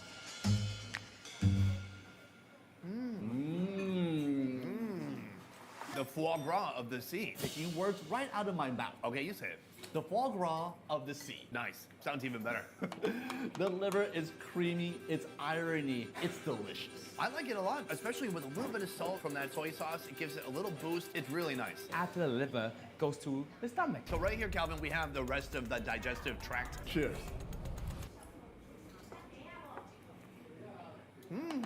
Texture-wise, I like it. It gives you something to bite into. Once you bite into it, it almost gushes in your mouth. It was a combination of loose, fatty bits around the organs, and then some of those organs were really chewy. It had the same sensation as a gizzard, but much smaller. I gotta say, this is a food that is deeply misunderstood. As you give it a kiss of salty soy sauce, it reveals new flavors and textures that you can't find in an ordinary fish fillet. People basically eat every part of the milkfish. They actually say the whole milkfish is precious. I bet you your mother said you were precious when you were growing up too. Yeah, of course, I'm precious. Are you guys having a moment? Do you mind? Food number 2, done. On to the next one. And this one is a doozy. We're talking about tofu that is stinky. Why are we eating rotten tofu? Yeah, why are we eating rotten tofu again? We're heading to the source of Taiwan's most infamous smell. Forget the bland, neutral-smelling tofu you've seen before. We're hunting down stinky tofu, a food defined by its level of decay. Right here is the fermentation room, where fresh tofu blocks are left to rot. Calvin, welcome to the fermentation room. Everyone. Don't you feel relaxed? I feel my blood pressure boiling. I don't know what napalm smells like, but my eyes right now are starting to water. This place is intense. It smells like excrement from a large mammal. But there's something even deeper than that smell. It's like athlete's foot between the toes, not just the outside of it. This is Wong's Stinky Tofu, a family-run factory that's perfected its 50-year-old recipe. And now, the owner, Mr. Wong, is about to show us the source of that stink. Can you tell us a little bit more about how this room works? So the whole magic actually lies in the brines. Just come with fresh tofu and dip it inside the brine over here. What is a brine? So it's a similar idea of alcohol. The longer you let the brine sit, it will provide a stronger flavor. The brine you're saying over there is more than 50 years. there may still be bacteria from that brine that are 50 years old. Is that right? Yes, exactly. Wow. So we're gonna be eating stinky tofu that has bacteria that's older than you, Calvin. Woo! Welcome Wow. to Taiwan. I burned out the front part of my cerebellum. I can see the color red now. Wait, what? When you actually get your nose to the brine itself, it smells like vanilla. Oh, interesting. You can just eat the brine if you want to. Is that right? Oh, yeah. Do that again. I don't trust you. How's it taste? 咸咸的，香香的。It's salty and good. Why don't you give it a shot? Me give it now. Oh my god.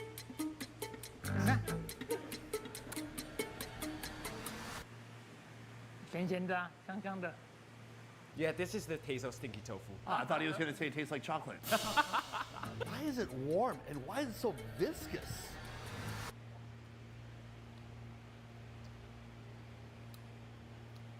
Oh God, I don't want to be disrespectful to him. Then don't say anything. From here, we are gonna head to the tofu restaurant. You ready? Well, you forced me to stick my finger inside and try, and right now you are not trying that. Are you talking to me right now or your uncle? I'll give it a shot, and I think I'm gonna like it. All right, I'm in there. It is warm. Cheers.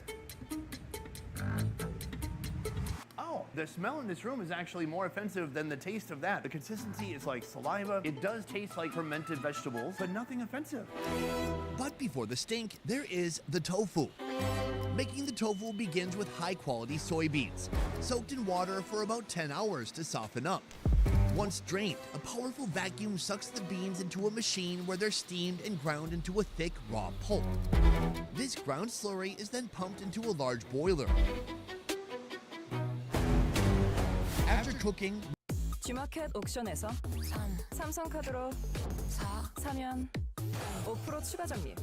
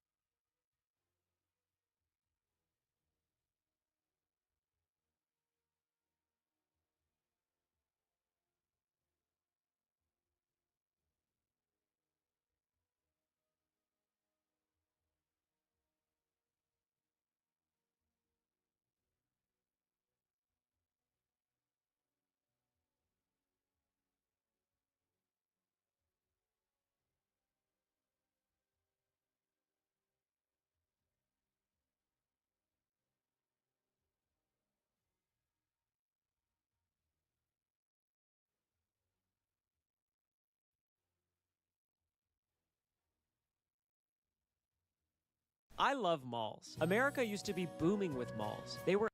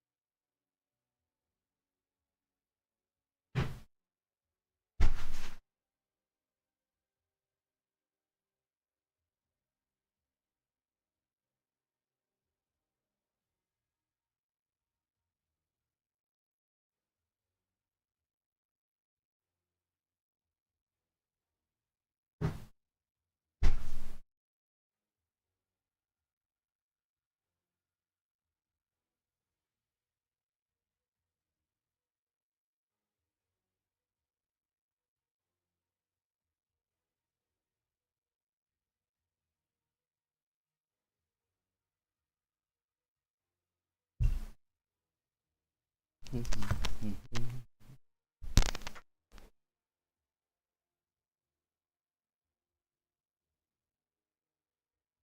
everywhere, and they were magical. Aw, so fun, let's go to the mall. You can't, because now those very malls all over the country are abandoned. They're falling apart. There is a mall in America that was once the largest in the entire country, Burnsville Center. But today, that mall is considered dead, a ghost mall with very few stores remaining. However, I have an idea. I'm flying across the country, and for the foreseeable future, the Burnsville Center is my new home. I love it here. I'm opening a store in this dying mall called Ryan's Fun Emporium. That's supposed to say Emporium.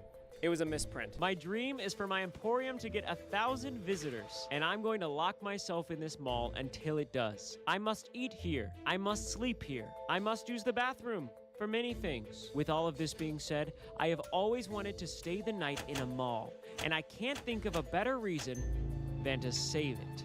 All right, we're officially open. Ryan's Fun Emporium, open for business. Nobody's really here at the mall. But that's the whole point. The items I'm going to be selling is honestly just a bunch of old stuff from my childhood that I've had stashed away in the crate. I call it the crate. It's honestly just an old plastic storage bin. I don't really want to sell this stuff, but it is the most fun stuff I own. Like my Shrek mug, I'm listing it for $30. Or this Tomater snow globe, that's $50 easy. I've got my old Pez dispensers. These are what, 10 bucks? I don't know. And lastly, my Nintendo 64. I know these prices might seem a little expensive, but this is my stuff. I don't want to give it away for free. I used to play with this car all the time. It's crazy. I have listed the maximum number of items that I can emotionally handle, and now it's time to beg people to visit my emporium. 감기다 싶으면 테라플루 한 잔. 효과는? 느낌은? 따뜻하게 스며들어 감기를 빠르게. 따뜻한 한 잔의 빠른 효과. 테라플루. Ever laid eyes on a true striker? I have.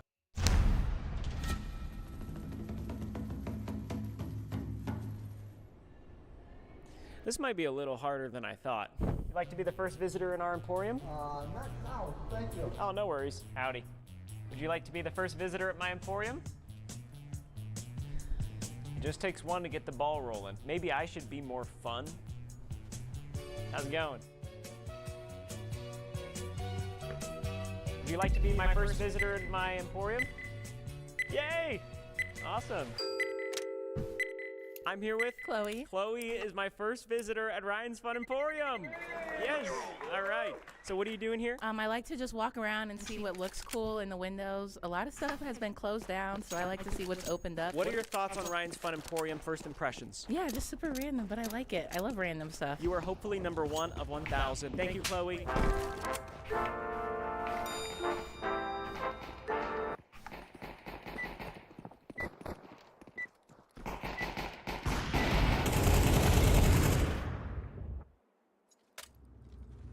This is what we have been working for. Oh yeah, the mission. Totally forgot. How we get to do it. And we need what, 5 rounds? 3, 4, 5 rounds? I'm not sure. I'm blind. Let's go, my brother.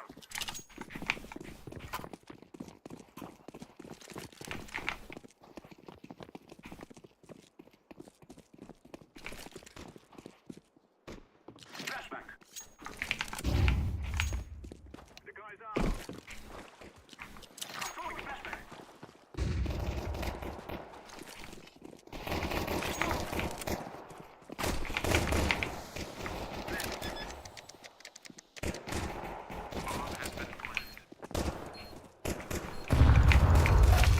Hey.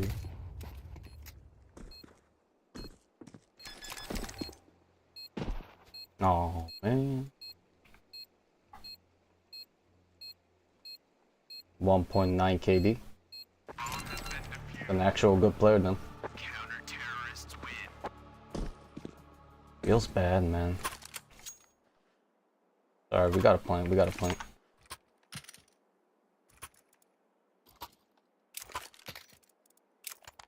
Buy things like a noob.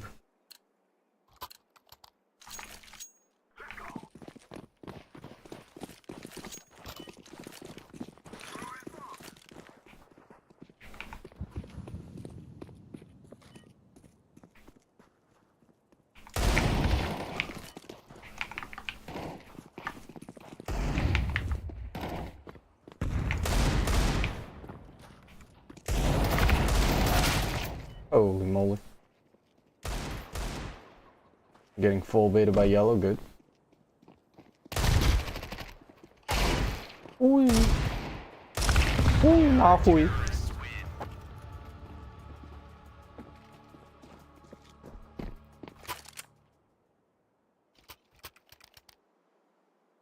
Oh, 47 hours in the game.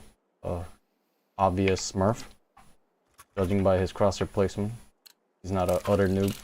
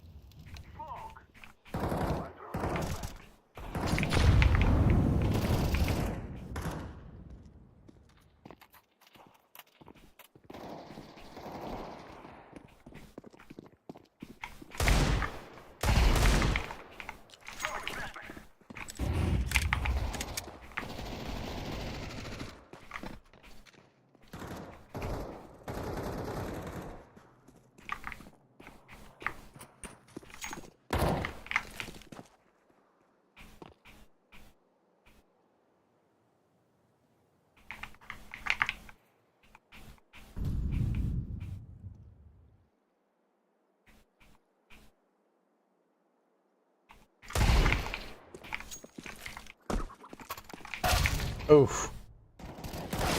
Counter-terrorists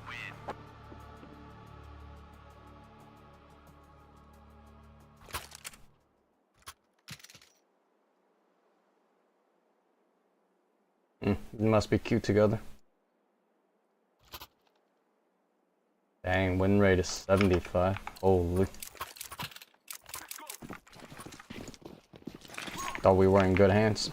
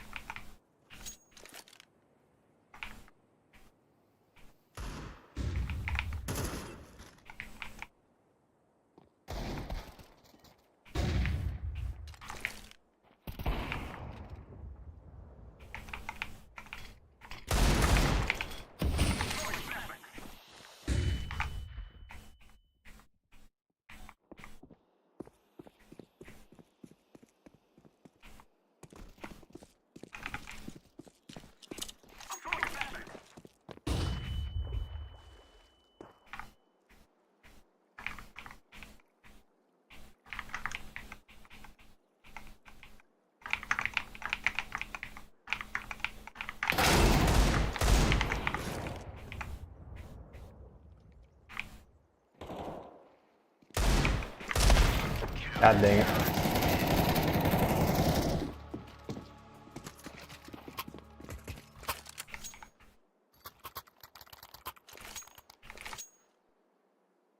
Alright, let's buy a Galil. Try to up our chances of winning. I need what, 3 rounds? Around 3 rounds.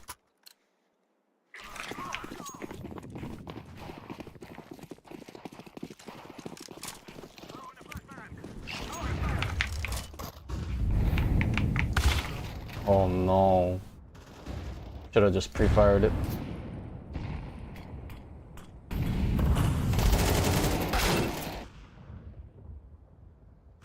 Uh-oh, Taku is mad. He's gonna bring the thumper. He's definitely bringing the thumper.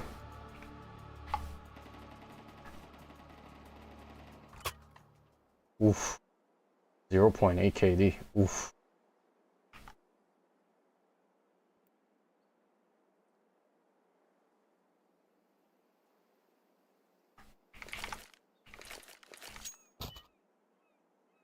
Except for yellow and blue. The rest of these guys are the type that can never get themselves out of a hole. Like me, I'm just gonna enjoy playing with a Deagle. I'm not even gonna do anything. As long as I sufficiently over what, 4, 5 rounds, it should be fun. I don't have to sweat too much. built up and pros didn't hold anything back. In this video, I'm breaking down 50 brand new CS2 tricks straight from the major, smokes, boosts, positioning, and pro level details you can apply in your own game starting today. Let's get right into it. Watch how Nico defends A perfectly against G2's AXQ.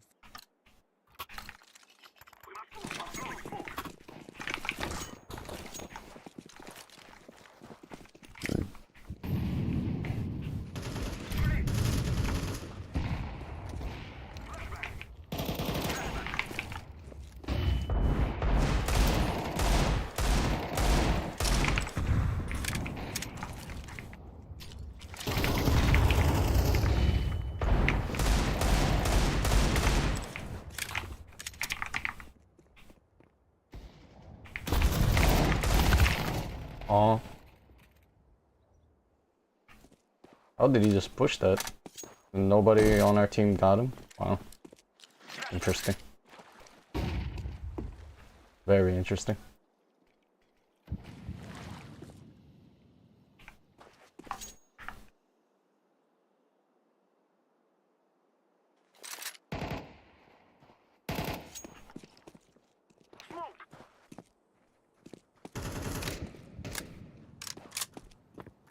You could tell by his fundamentals, he's not anything above 1 KD.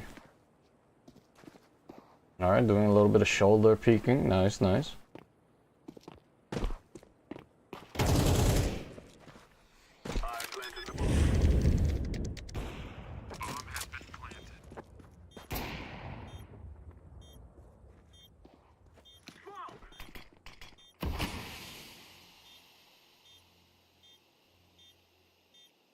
Let's see if he can kill the guy.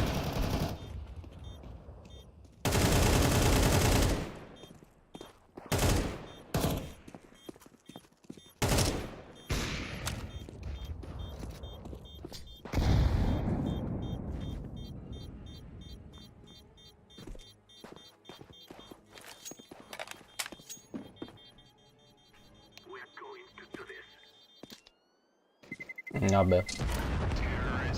One round in.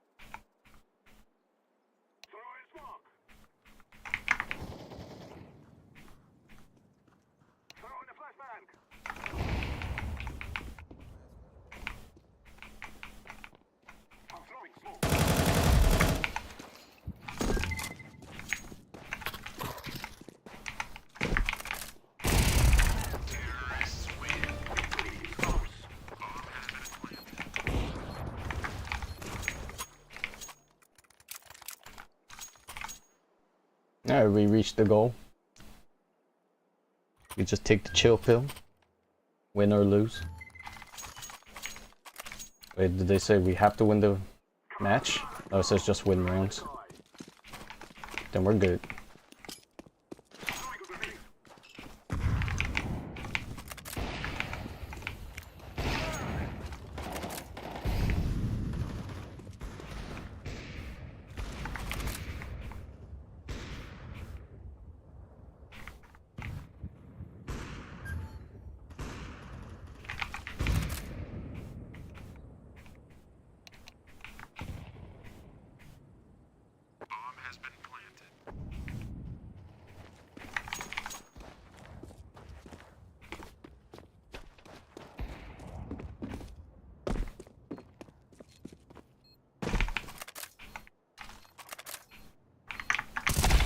The hell?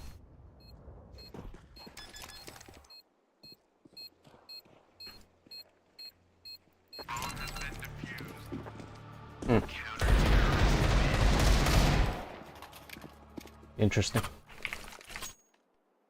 Not holding main, but holding mid. Very interesting. Especially when his teammates already up on rafters checking.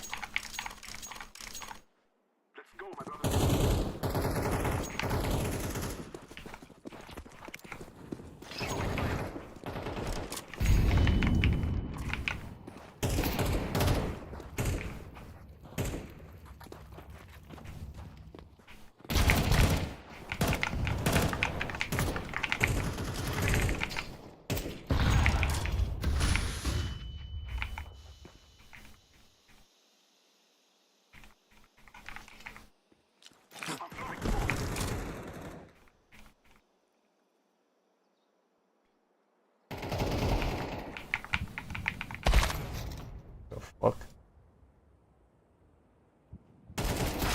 Counter-terrorists win.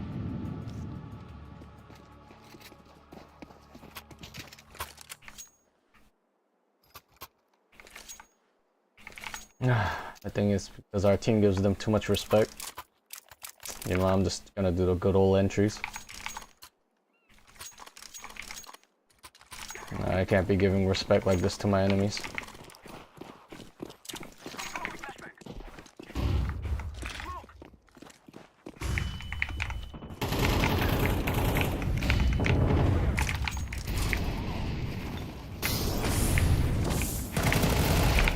Fuck out of here, boy.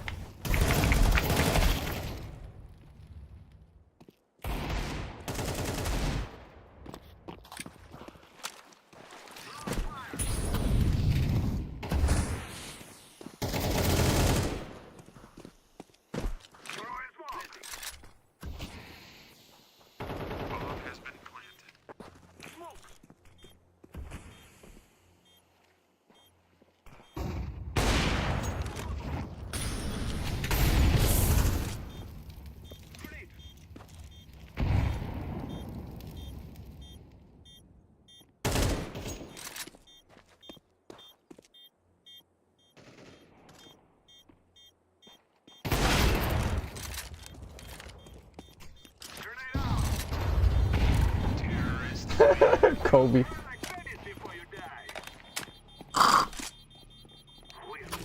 And this Garbo ain't even that good. He's the highest rated on our team. Straight up Garbo.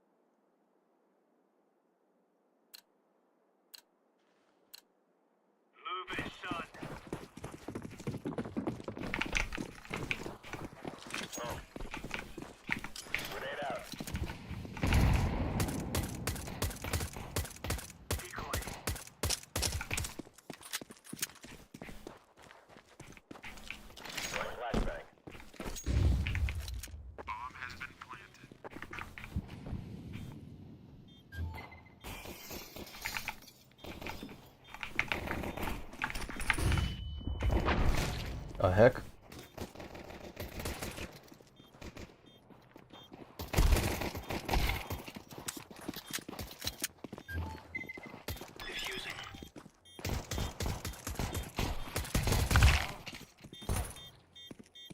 Oy.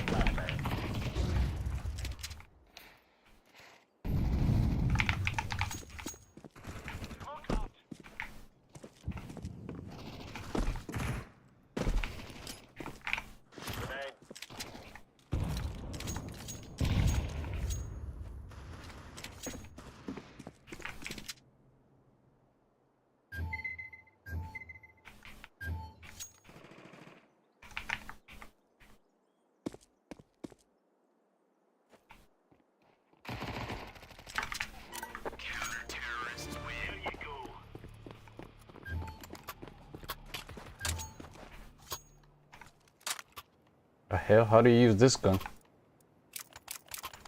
Who even uses an MP5? We got a unique boy.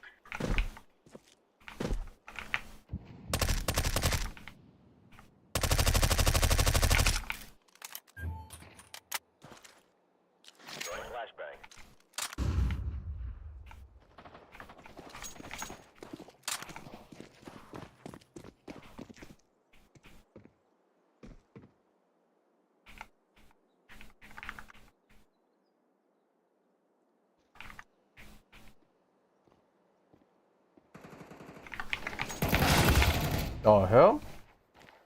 He was just hiding? Oh my lord. That's some insane patience right there, my boy. Yo. That's some crazy play right there.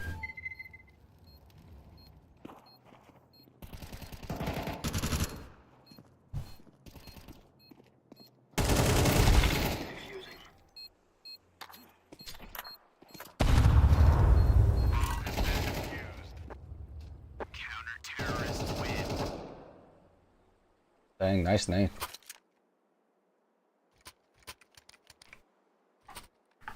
High IQ nade.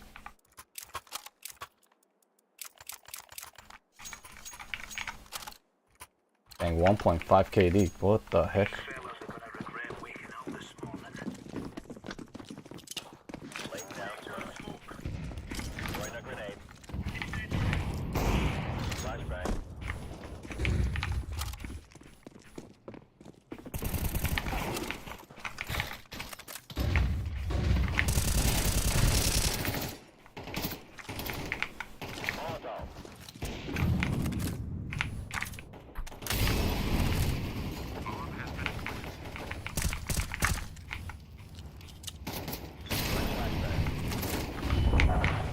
What the heck?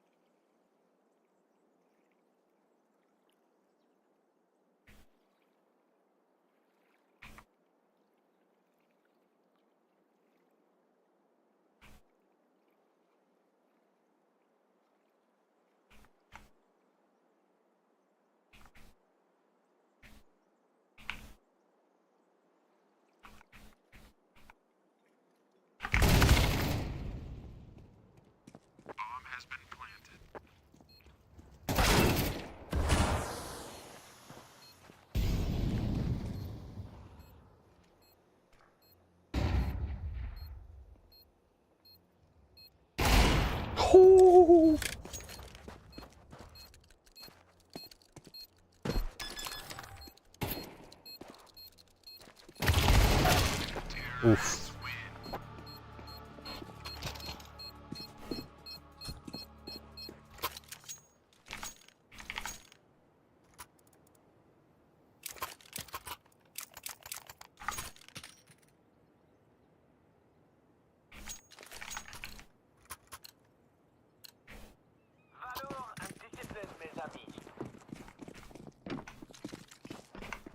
Smoke. Throwing a grenade.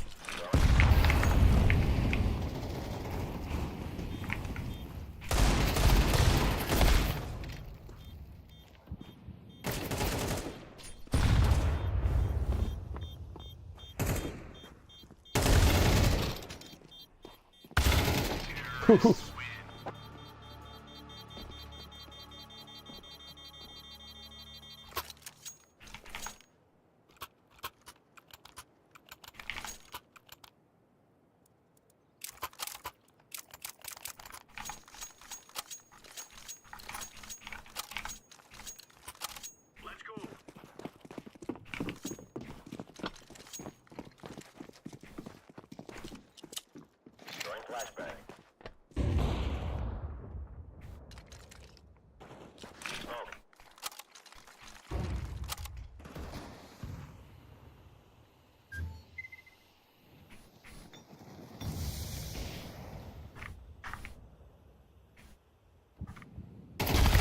Oh my god, scared me. Holy crap.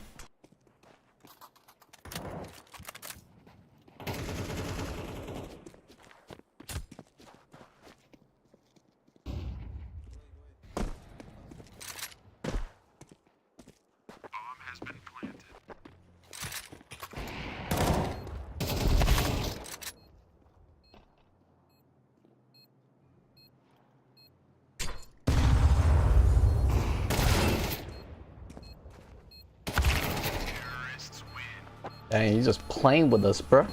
Just fondling us.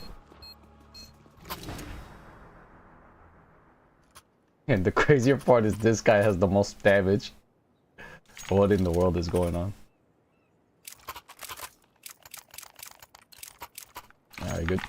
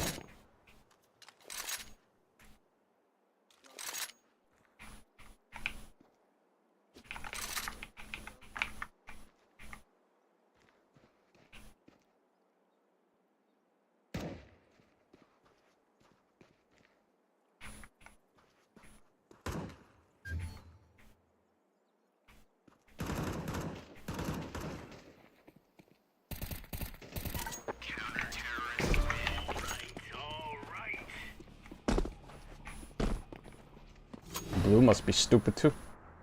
Has no idea where the enemies are. Brain dead. Dang dog.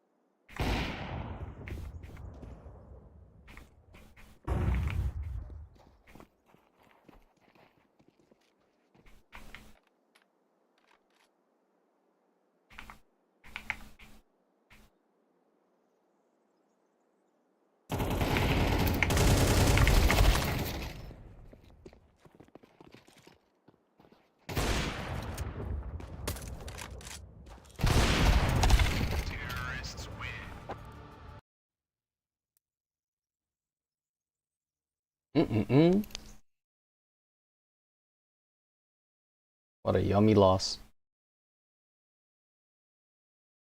Ate that up. Munchy munchies.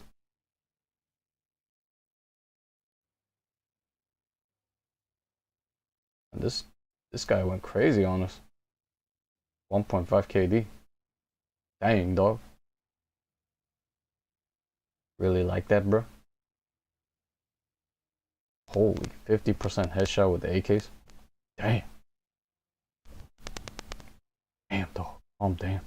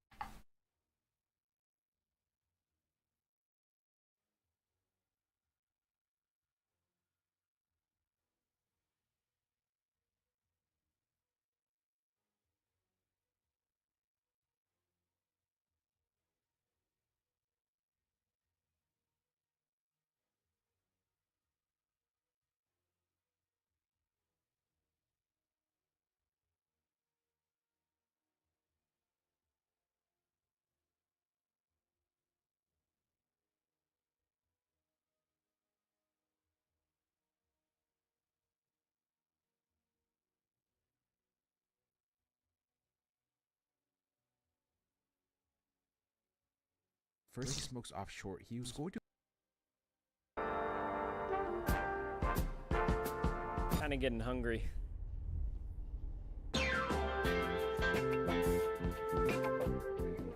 Oh, I am.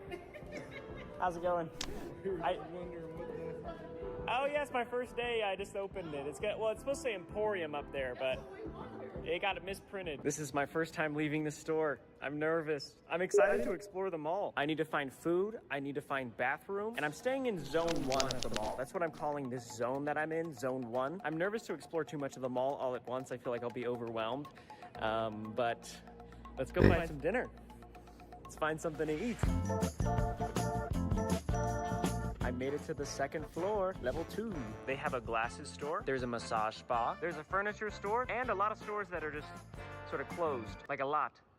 Like a lot. This is a crazy visual. I think this used to be a Macy's. Really interesting on the 2nd level, but no food. Let's continue exploring.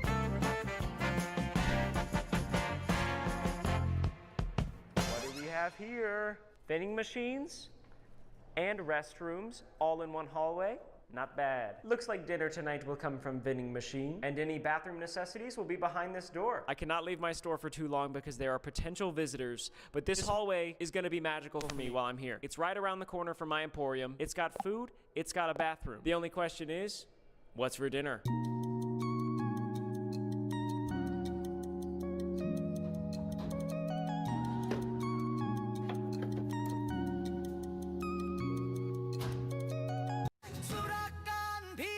샘표 조선 고추장 드디어 영조가 뒷맛을 찾았는데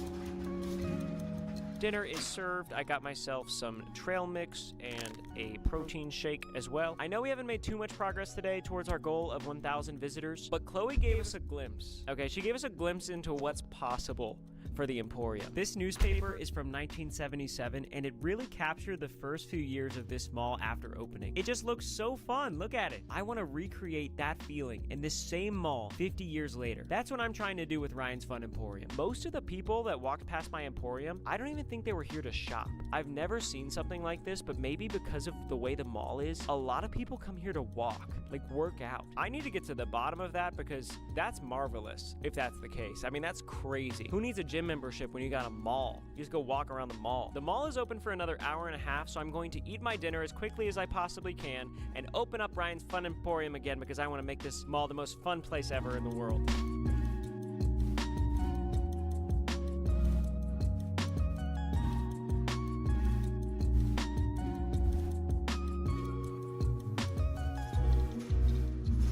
The mall is officially closed, and I'm still here.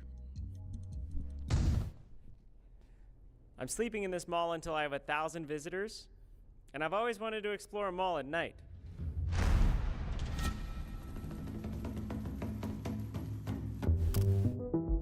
Not gonna lie, I'm a little scared to walk around this mall at night. Staying overnight in a mall has been a fantasy since I was a little kid, but now that I'm doing it as an adult, I'm a lot more scared than I expected. And there's a cotton candy machine beckoning me to eat processed sugar just before bed.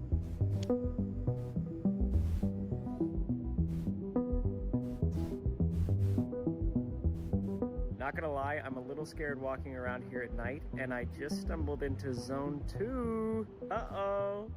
I'm in a part of the mall I've never been before.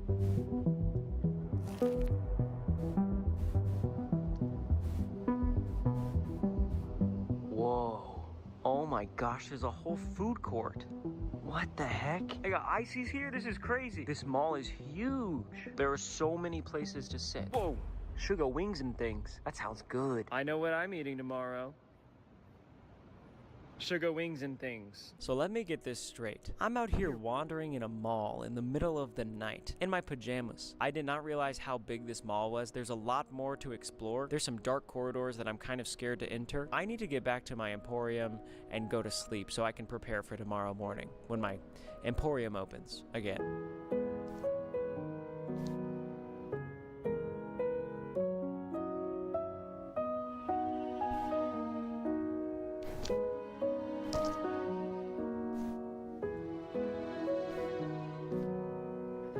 Well, that was scary and cool, but I'm back at the shop and you must be wondering, Ryan, are you really sleeping in your Emporium?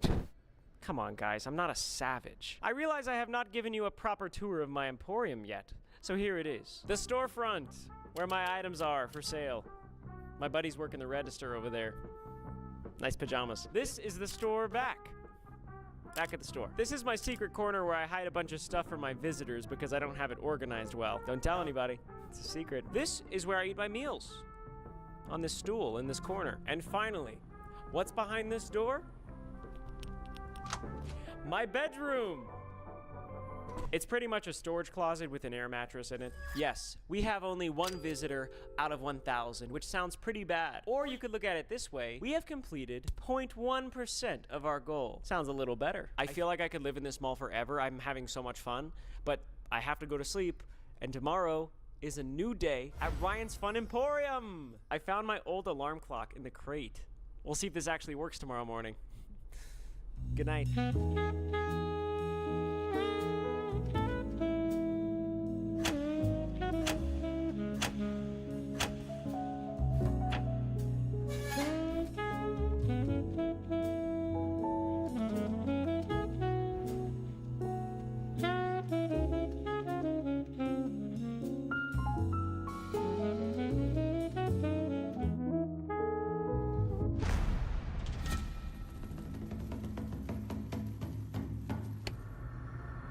Good morning.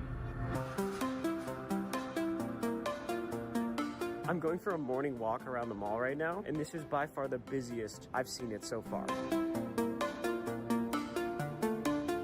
I'm not gonna lie to you guys. I found myself getting a little competitive. I mean, that's just the nature of this environment. It's super cool.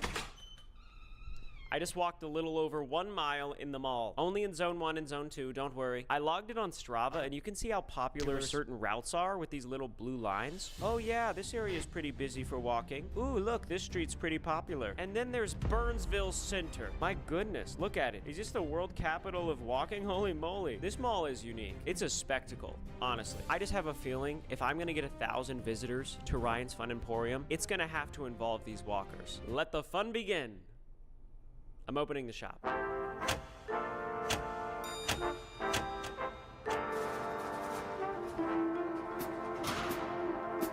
The Emporium is officially open. Today I listed some more of my stuff. The Up movie, it's like one of my favorite movies. My favorite sunglasses. My old Pokemon cards. Dash from The Incredibles from a Happy Meal. He has trouble standing up. I added way more items on top of that, and I even updated the prices on all of our items from yesterday, and I have a feeling that these changes are gonna drive some serious traffic.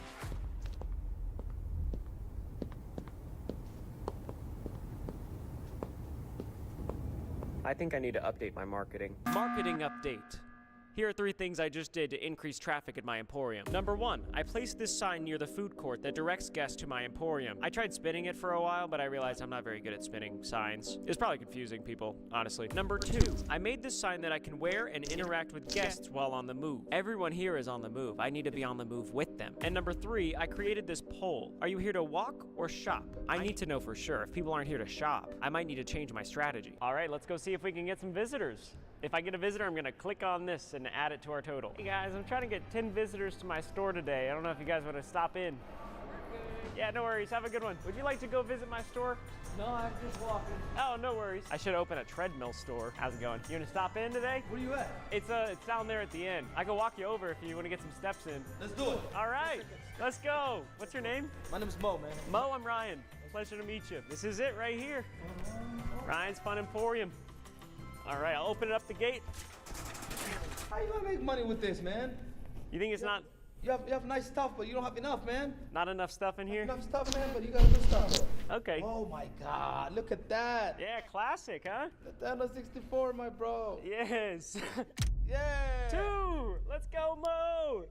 Thank you, bro. Congratulations on your store. I hope everything goes well for you, Ryan. Do well. I pray for you, man. You'll be good, man. Thank you, Mo. Appreciate you, brother. I think Mo's positive energy got the ball rolling because we started getting visitors left and right. Yay! You're my 3rd visitor. Yeah, Ryan's Fun Emporium. $100? This is a scam. Oh, that's a scam? 100? You guys have any advice, or? Go to school, stay in school, don't do nothing bad. No, not in general. I'm talking about for the store. Yeah, get some more storage. Get some more store inventory. 1, 2, 3, 4, 5. Yo! Thanks, guys. We made some good progress towards our goal, but your boy's hungry. Your boy needs to grab a meal. So we're at the food court. Looks really cool last night when I was exploring it. Let's check it out when it's open.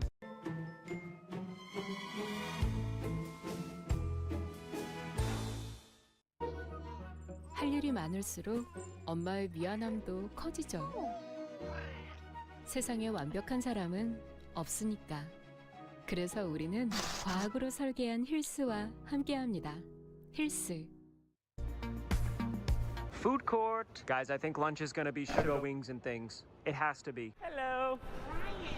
Yes. All right. What do you recommend? Like the #1 thing here is our wings, our fish, our barbecue. I'll do the 6 wings. I gotta get the mac and cheese, half rack of ribs, and that's it for me. Awesome. What was your name? My name is Willa. Willa. Awesome. Yeah, here you go. Thank you, Willa. Thank you so much. Awesome, thanks. First meal at the mall, sugar wings and things. I got wings, I got baby back ribs, I got a Kool-Aid jammer, mac and cheese. Considering I've only eaten from a vending machine so far, this looks so good. Sugar wings and things taste test. Whoa, that is so good. Willa did her thing. My goodness.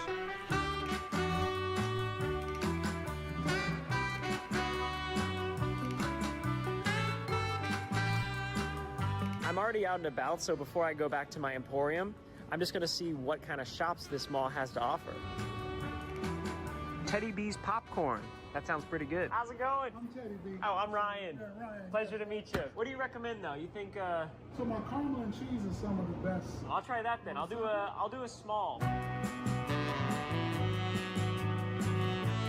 Thank you, Teddy.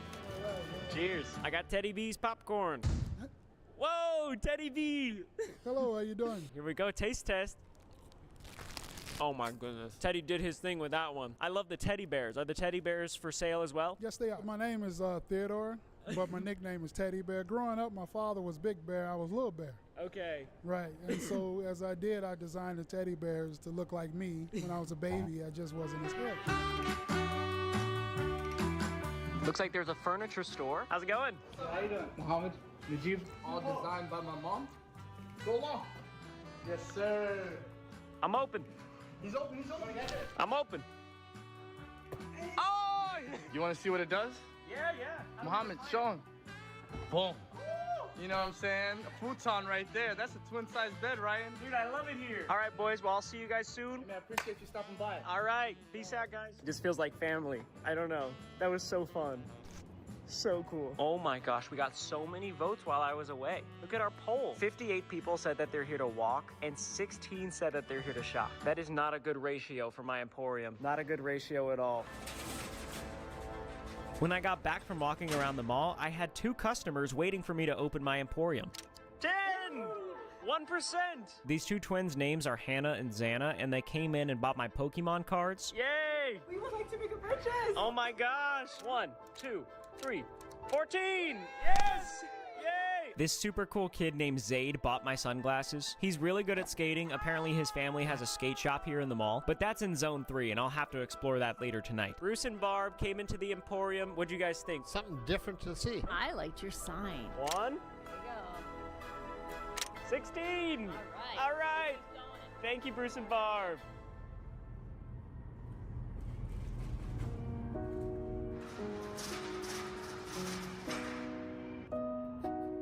Another day at the Emporium, complete. I'll be the first to say it, today was amazing. Getting lunch at Sugar Wings and things, being able to meet Teddy B, the furniture shop guys, and on top of all of that, we got so many visitors at the Emporium. And I don't know about you, but I feel like everybody was having fun in my store. I don't know. However, despite how much fun we had today, we are still only 1.6% to our goal of 1,000 visitors. At the end of the day, my goal is to bring fun to this mall. Somehow capturing the energy of that photo I saw from 1977, the grand opening, that's what I want. Considering 75% of people that come here are here to walk, I don't know. I'm gonna have to take tonight to think on this. The mall is about to close, the lights are about to shut off, and then I will explore Zone 3. Zone 3 of the mall. The time is now 9 a.m. The Burnsville Mall is officially closed. Please head to the nearest exit and have a wonderful day.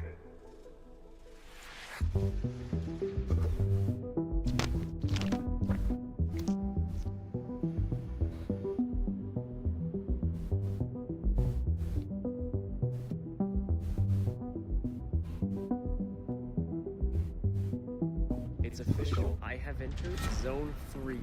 Pretty cool. I'm in that part of the mall now. There's definitely some different shops over here. It's a very different vibe. Oh, there's an arcade. I wonder if I can play any games. Let's play. My goodness, playing arcade games at night after the mall closes, so fun. But I need to explore Zone 3.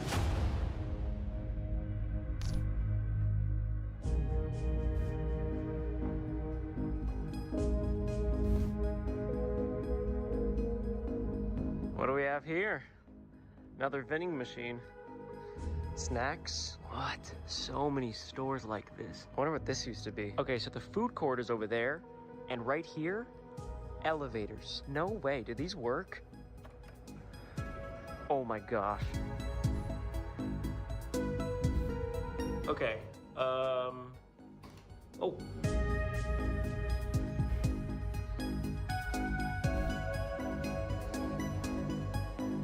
More vending machines? Whoa, what is this? Is this mini golf? Oh my gosh. Holy moly. Oh, it's a skate shop. Oh, yes. Zaid, who bought my sunglasses earlier, apparently him and his family owned this skate shop. I was curious where it was. This is so cool. They actually came back and gave me a skateboard earlier in the day, which was so nice. This might be the coolest shop in the mall. I wish I could skate. What was that?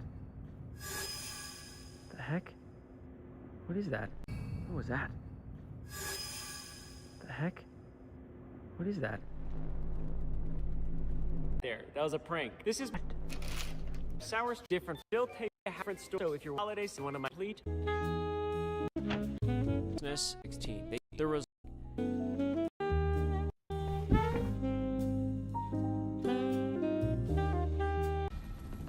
It's that time of the day.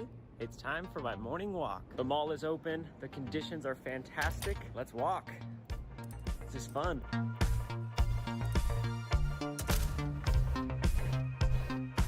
We got some more votes since last night. 68 to 19.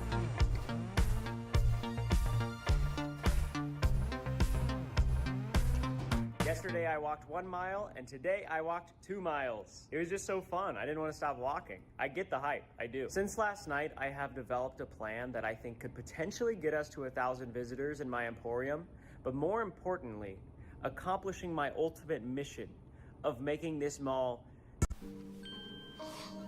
감기다 싶으면 테라플루 한 잔. super fun. I'll explain shortly. I need to get dressed and open my shop. Every item. I don't know. I want people to have fun. I know this is my old stuff, but I don't really. And I mean every item. I don't know. I want people to get more than. As we know from my poll, most visitors come to this mall to walk. Here I am with an emporium full of stuff for sale, and they're not even here to buy it. However, I will say, walking around this mall is really fun. And my goal is fun. But there are so many stores in this mall that I think are really exciting. Teddy B's popcorn, delicious. Amira furniture, so comfy. Sugar wings and things, scrumptious. So what if I organize a walkathon tomorrow at 5:30 p.m. I hand out hundreds of flyers and promote it like nothing this mall has ever seen. But I also collaborate with the vendors so that when we walk by their store, they hand out free samples that are fun, effectively making it the most fun walk Burnsville Center. We might just hit 1,000. It says, I am coming to walkathon. Yes? No. I also put out a stack of flyers that they can take home. The vendors at the mall are willing to participate in the walkathon. Hey there, we have a walkathon tomorrow if you want to come walk and get some free prizes while you're at it. Sounds like a plan. All right, see you there. She said it sounds like a plan. Picture this view tomorrow at 5:30. Packed. Hey, we've got a walkathon tomorrow at the mall. Free prizes if you want to come join us on a walk. Okay. Cheers. Tomorrow? Yeah, it'll be fun. Come around, I'll stop over. All right, cheers. Have community-thon or worries. Hey, Skull. All right. I might. Perfect. All right. About custom t-shirts during the walkathon. So tomorrow at the mall, we're gonna put on a walkathon. So we're gonna sort of hand out free prizes. How many shirts could you do with this design? The walkathon is tomorrow at 5:30. So if they're ready by then, we could put on a show right here. Yeah, that'll be doable. Yes. All right. What was your name? Yuval. Yuval, I'm Ryan. Nice to meet you. All right. See you tomorrow. Thank you, Yuval. See you soon. Hey, Teddy. How's it going? I got an idea for you. So tomorrow, I want to put on a walkathon. We walk by Teddy B's. So I could buy a bunch of popcorn so that during the walk, they can eat it. Oh, sure. I'm with that. All right. Trying Teddy's butter popcorn today. Oh, my gosh. That's delicious, Teddy. Walkathon tomorrow. Nice to meet you. We're having a walkathon tomorrow, and I want to give out free prizes. So I was curious if I'd be able to like buy anything that we could then have everyone walking pick up. Yeah, what do you have in mind? Definitely would love the pink hats. I'll take all of these. I think I would personally love this one. Take it. Are you okay? That one's on me. Are you serious? Yeah, that one's on me. Oh! We're coming tomorrow. We'll see how accurate that is. We even got some stores that are in on the idea. So I would say that went really well. Now it's time to eat some lunch. Sugar Wings and Things is closed today. So I'm gonna try Manila sizzling plate. Hello, can I try the... Oh, Inferno. Let's roll.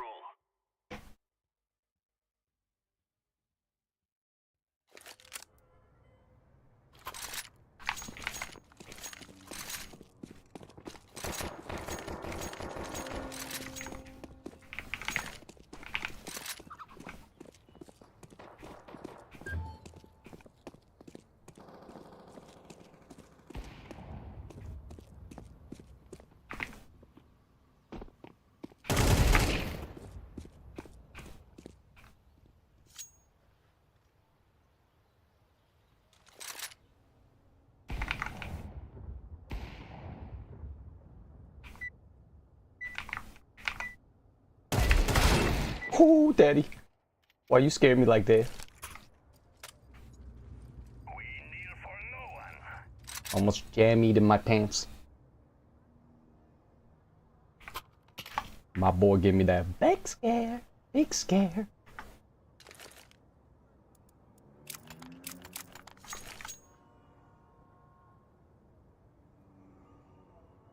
Number 2. And what was your name? Mila. Mila. Awesome. I'm doing this walkathon tomorrow, so I'm trying to get a bunch of people to come. Yeah, just walking around, you know. Yeah, but I'm excited. I heard your food is good, so thank you. This looks like it's gonna be very yummy. Let's actually go. Okay, food court meal secured. I got some chicken skewers and beef skewers with rice and some sort of roll. This is looking delicious. Will it give Sugar Wings and Things a run for its money? As of right now, it looks like I haven't made any progress towards my goal of 1,000 visitors today, and that might be true on the surface. But what we just did, walking around the mall, promoting our walkathon, that's the type of thing that is going to supercharge the amount of visitors at my emporium. Honestly, at this point, I'm kind of just looking forward to the walkathon, personally.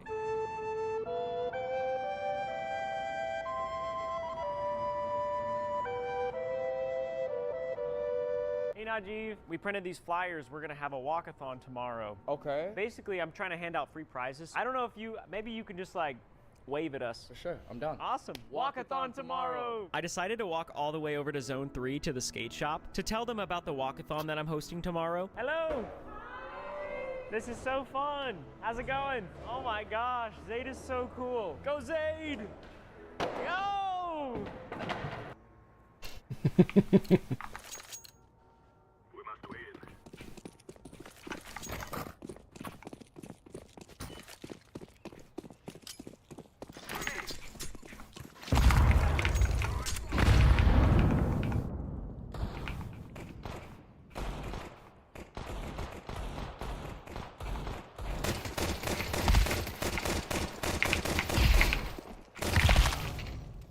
Sandbags.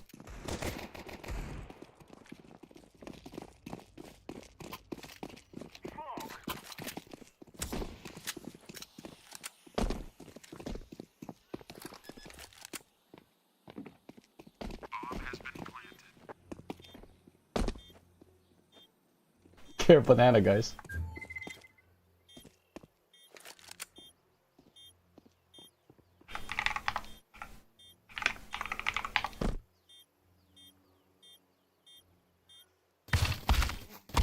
Banana.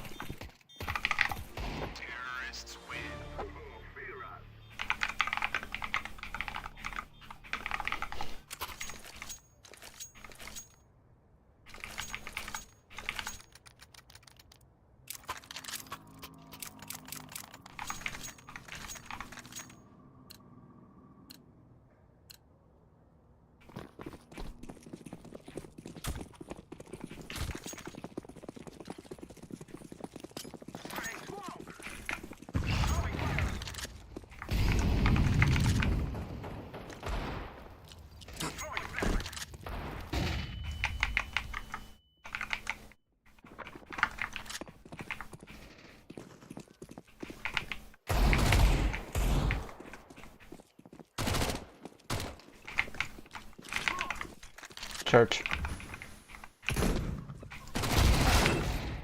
Half HP church.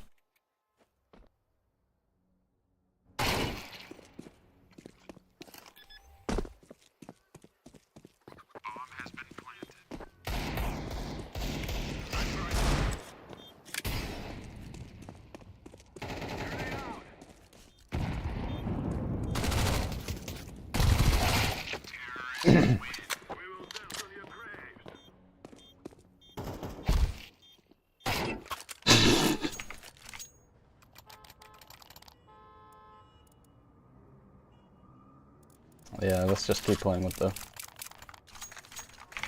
Mackie.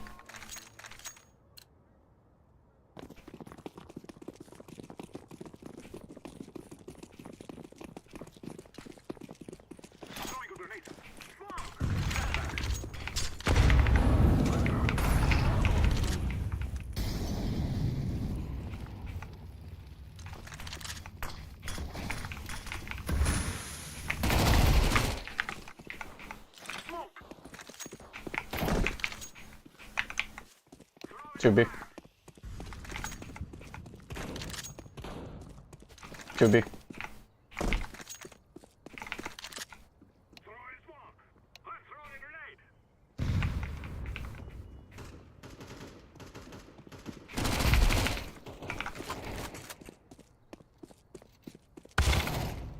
Arch. Plant the bomb, man.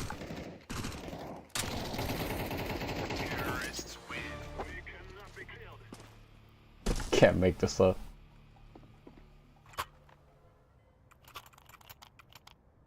$800, alright. Forgivable. 800 hours.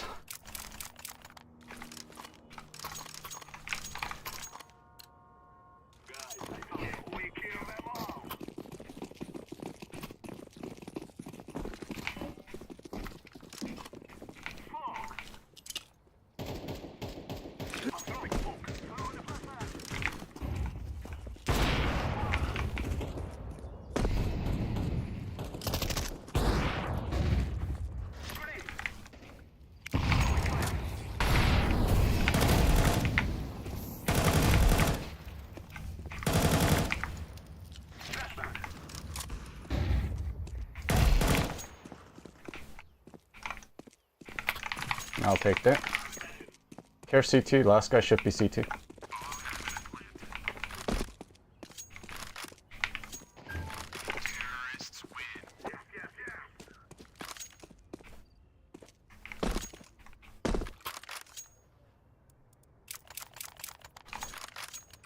Damn, are we really Rick-rolling them right now? Feels bad, man.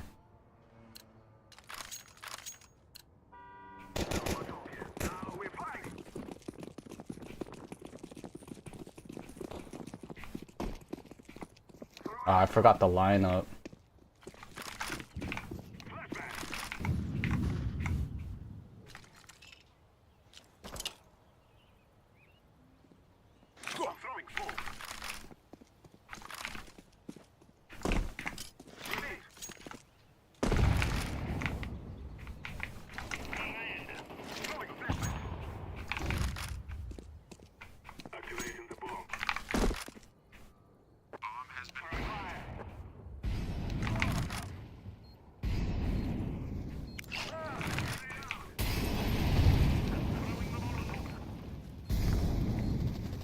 One's pushing library. Middle.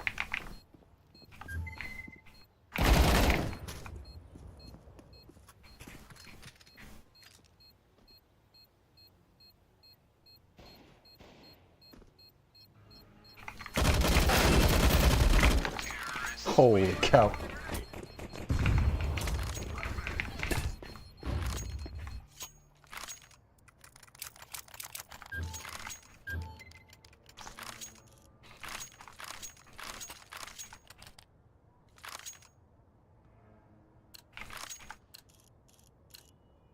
We will make them cry. Throwing a flashbang.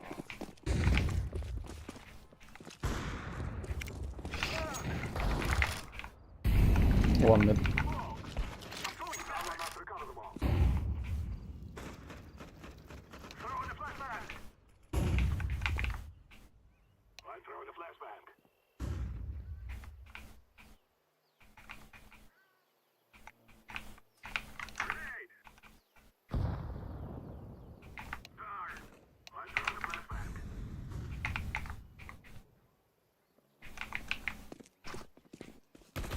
One C2.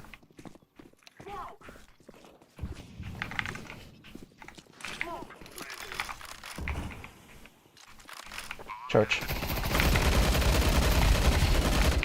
Church dead.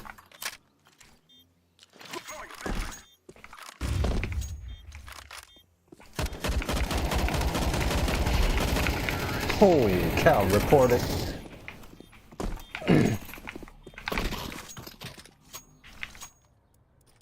Oh shoot, I would report myself too. If I'm a silver getting had by these kind of lineups, I would be reporting me too.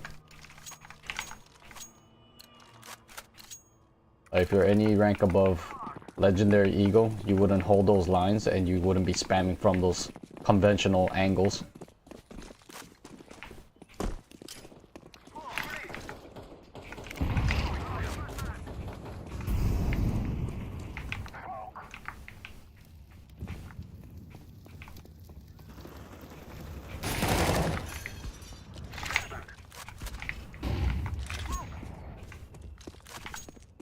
Hoppers at B.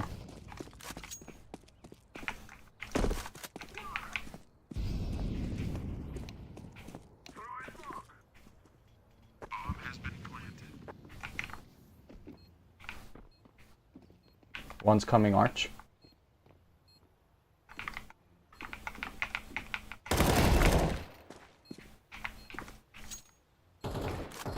One CT.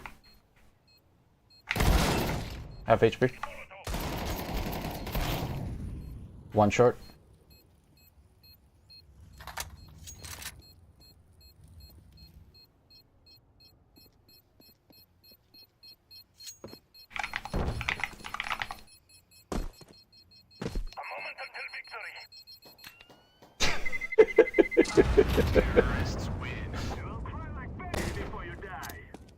Oh, this is definitely silver.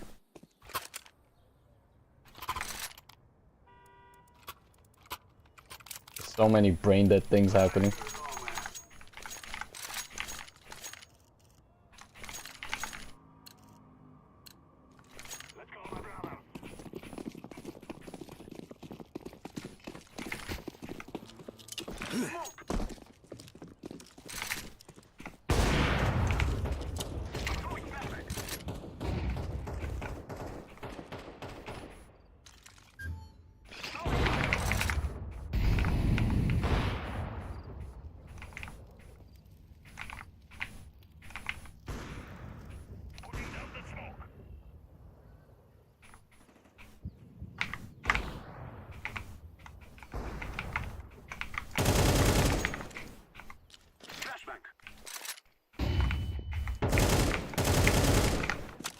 One offer at B.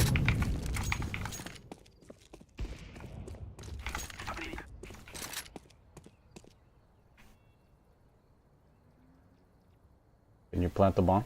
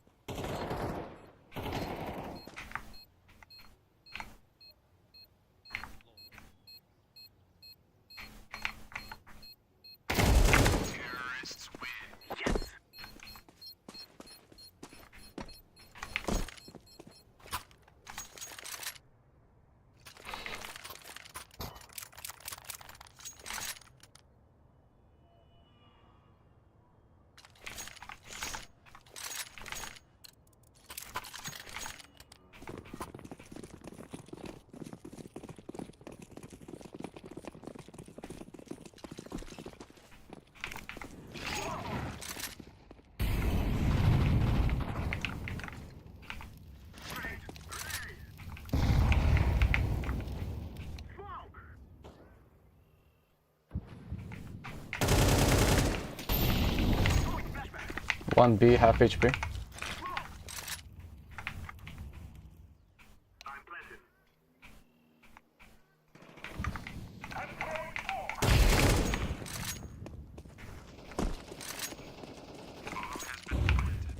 One at B.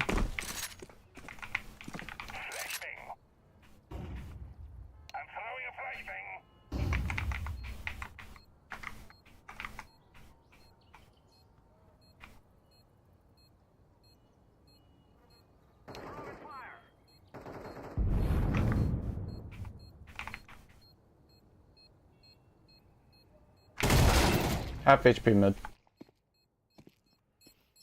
In front of Mexico.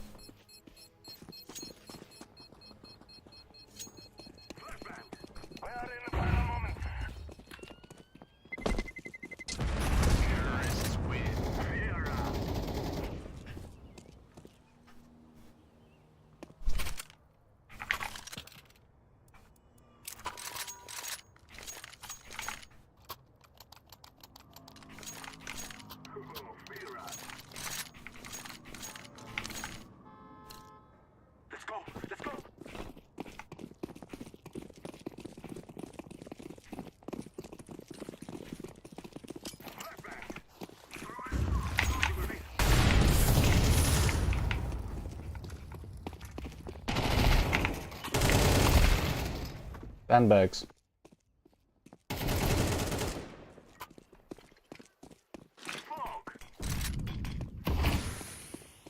Activating the bomb. Throwing smoke. Bomb has been planted.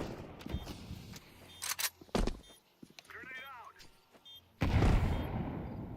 Molotov. I'm throwing fire.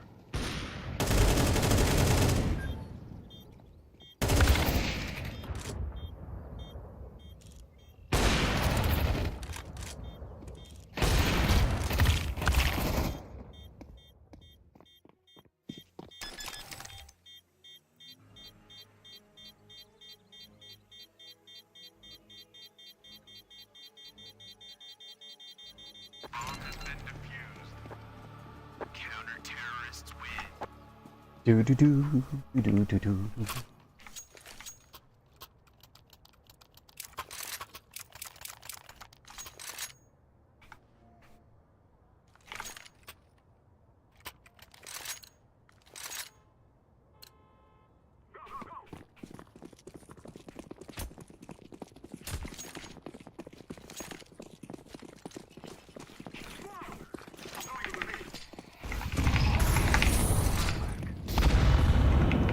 Two B. I'm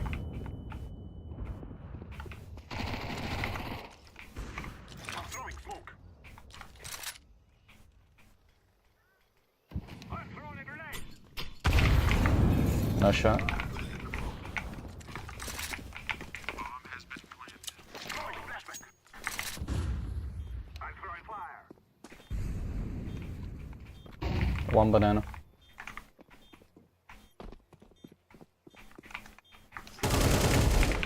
Banana dead.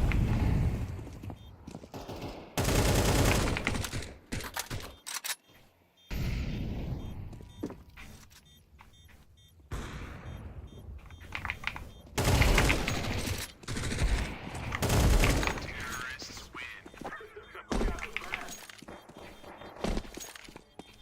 We're going to.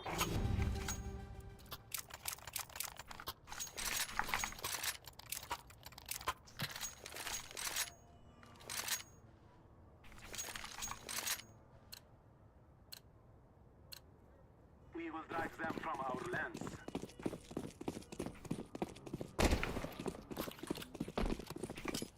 Grenade smoke. Throwing fire. Throwing the flashbang. Throwing fire.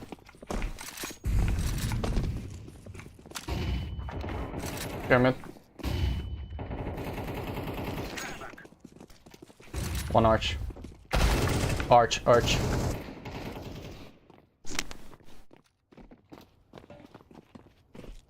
smoke. Planted. Bomb has been planted. Ooh. Boy got them wall hacks? Who peeks into mid like that? He was pre-aiming the left side, not banana. Alright, let's check out his profile. So that peek was very sus. Nice, retarded. That explains why he peeked like that. It's not because he has wall, he's just retarded.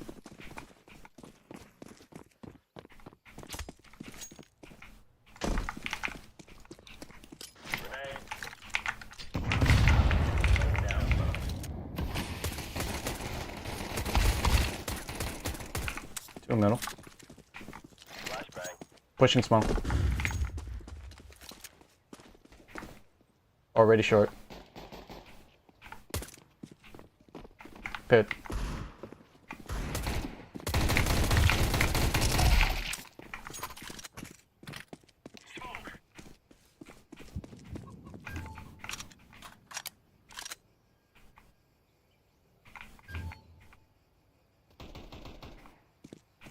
Boiler.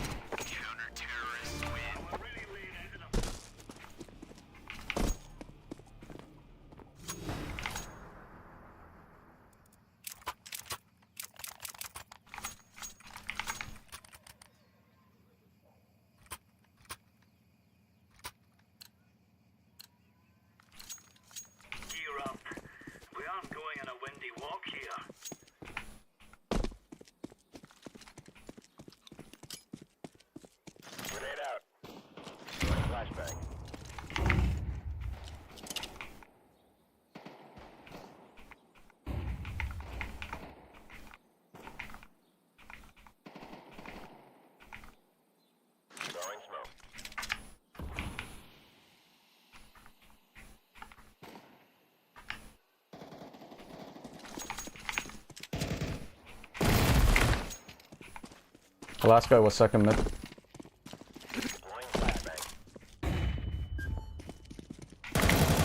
Half HP.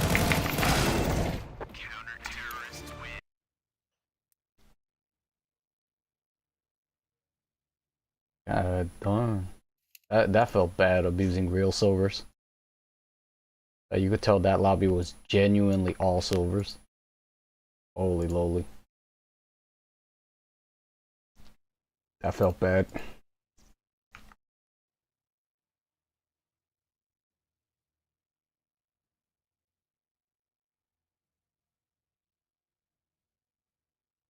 Yeah, oh man, this monkey has to be a cheater. Season 1 premiere, 11,000 elo. Season 2 premiere, best rank 8,000 elo. So it actually went down when getting higher elo became easier starting from season 2. But then season 3, 21,000 elo. Makes 0 sense.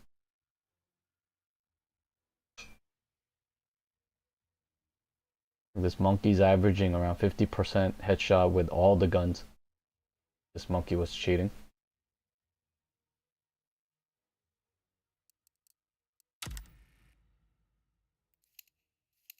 Wow, he was cheating against silvers and he still didn't do any better than me. Bro, you gotta be a special type. You special, my boy.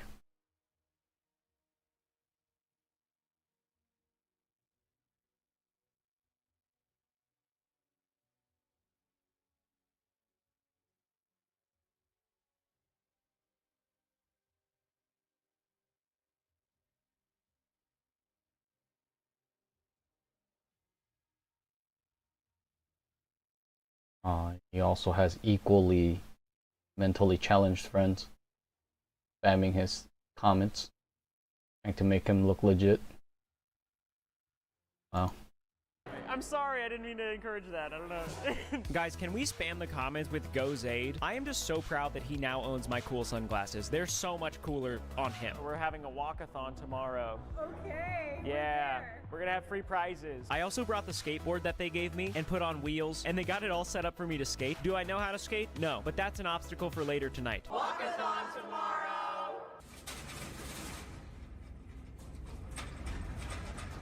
I just got so much stuff from shops all over the mall, but now I'm back at the Emporium. There's still so many items for sale that are $1. A lot of these are crazy good deals. Also, I took a look at the poll results. That's been up for a few hours. We have 8 votes for yes and 7 votes for no. The yeses are outpacing the no's. That just makes me happy. That's like a solid amount of people. 8, and I just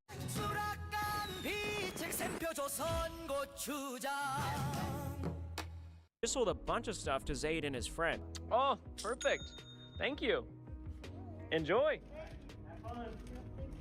I know what you're wondering. Ryan, what business do you have running an emporium anyway?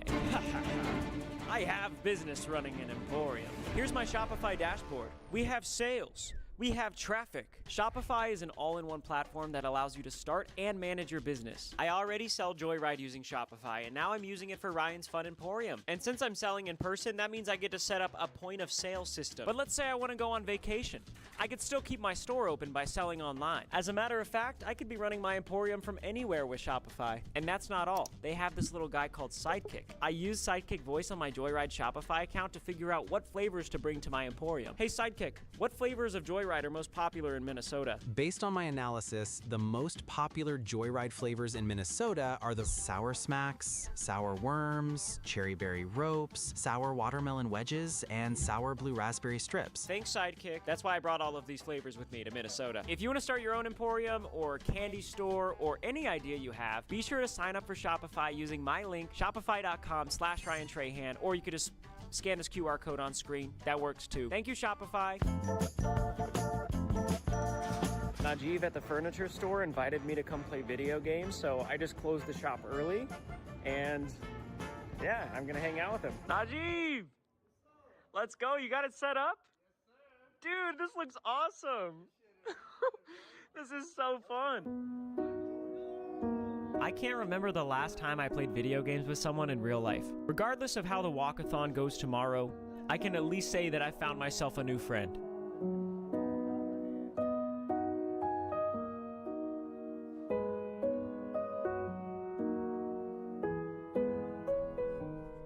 That was super fun playing video games with my friend. The mall is now closed. I don't know if you heard the rumors, but tonight is the night I venture to Zone 4.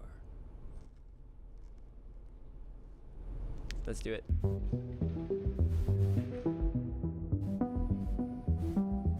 Got my cotton candy.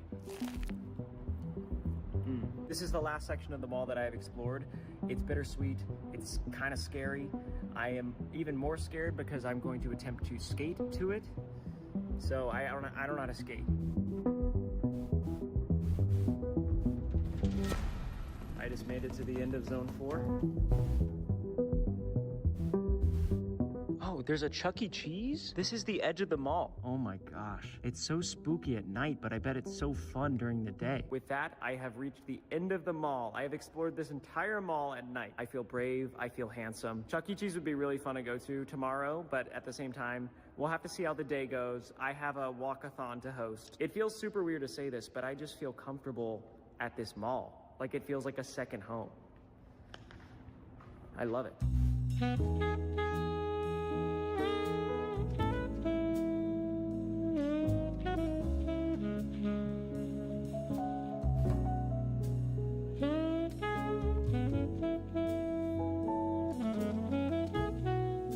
Another night at the mall. If you're wondering, no, there is no shower here at the mall. But I did pack body wipes. It's pretty gross. Good night.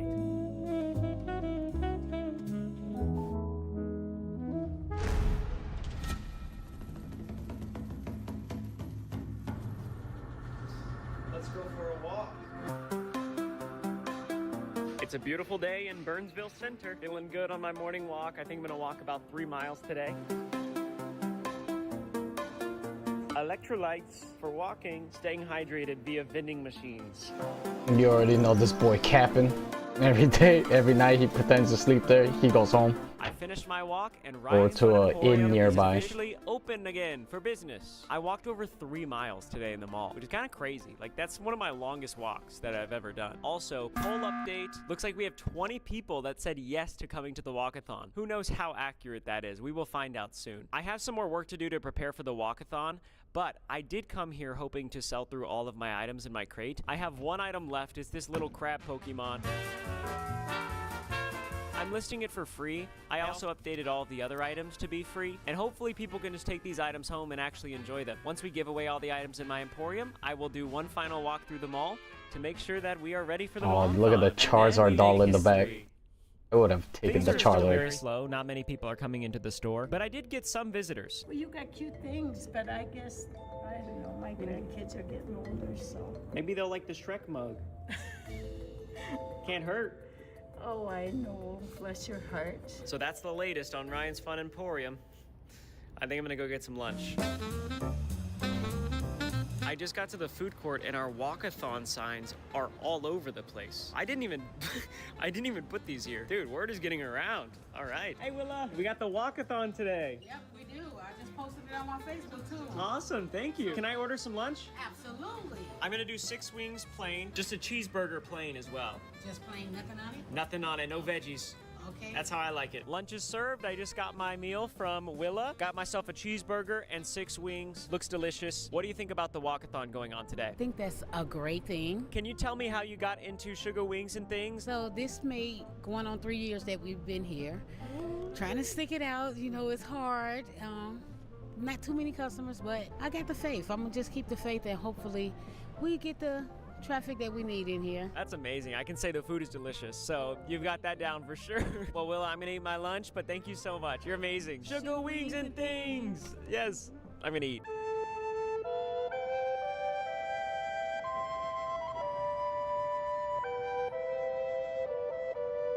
Before I go back to the Emporium, I'm gonna go check on our vendors and see if they're ready for the walkathon. First stop, Safari Store. Oh, no, wait, they have a sign up. Hey. It's good to see you. Dude, today's the day. Yuval, today's the day. Today's the day. Hey, yo.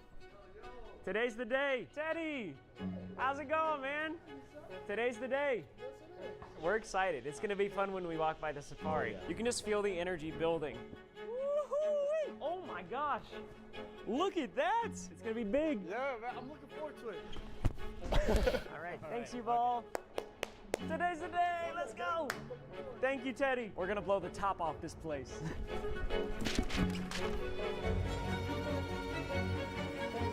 No misprint this time. Learned my lesson. I have strategically planned a route that will allow us to walk by every single store who is going to have free items out for the walkathon participants. This is going to be the coolest event Burnsville's ever seen. Scratch that, the world. This is the best day of my life. This is actually the best day of my life right now. Don't tell my wife that. Let's go!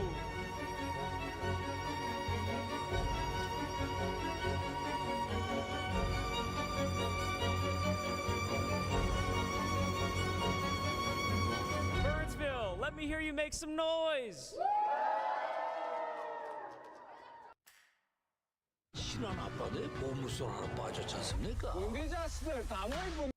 Yes, I was wanting to say that all day. That's so cool. All right, so here's the plan. We have about a 10-minute walk.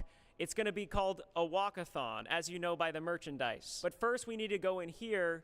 That's the starting point. So many people showed up for this walkathon. I can't believe it. My clicker could barely keep up, to be frank. But now it's time to start the walkathon. Everybody follow me!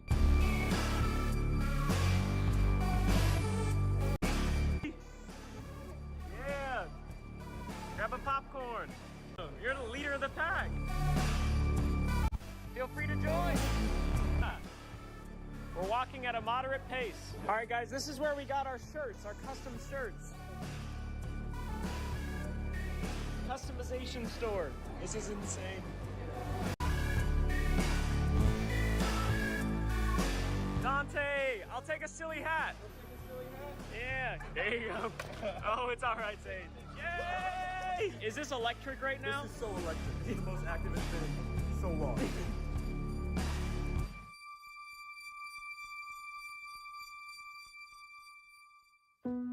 After the walkathon, I came back to my Emporium, and all my old stuff was gone. I filled up the crate with all my new stuff that I got from the mall, and decided it was time to go home.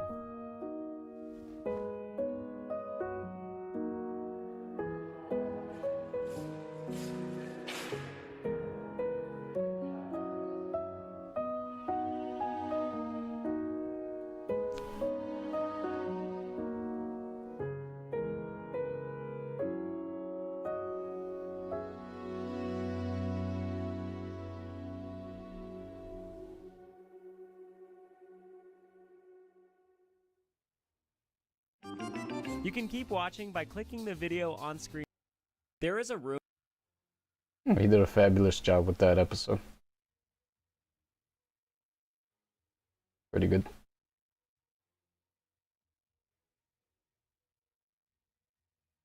Jim Pat's going to what?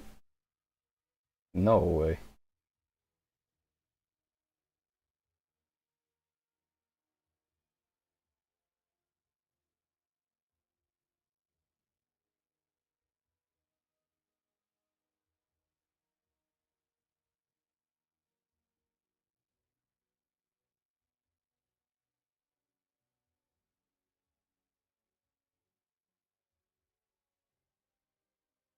Ain't no way. Pull 2 fates from 3 pulls. Get out of here. If you have the Armory Pass in CS2 and decide to use 4 of your stars to redeem a skin from the Sportenfield collection, the chances of you getting the best item, the M4A1S Fade, is 1 in 781. Almost twice as rare as unboxing a rare special item from a case. This guy on Twitter, though, not only did he get lucky and redeem one of these, but 8 stars later, he gets a second one. Like, this is insane luck.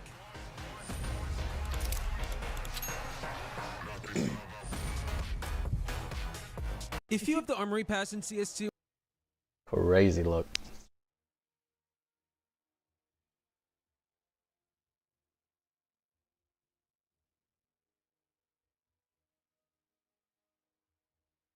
Well, that is true. Even I had a hard time getting the Glock in Factory New. I think I spent well over a few hundred stars. Still haven't gotten that Axos or whatever it's called. Factory New. To push up to play behind the smoke. However, G2 are XQ, so he's going to position himself behind this box where he cannot be spotted. This is not a common position that teams are clearing because they're worried about ramping corner.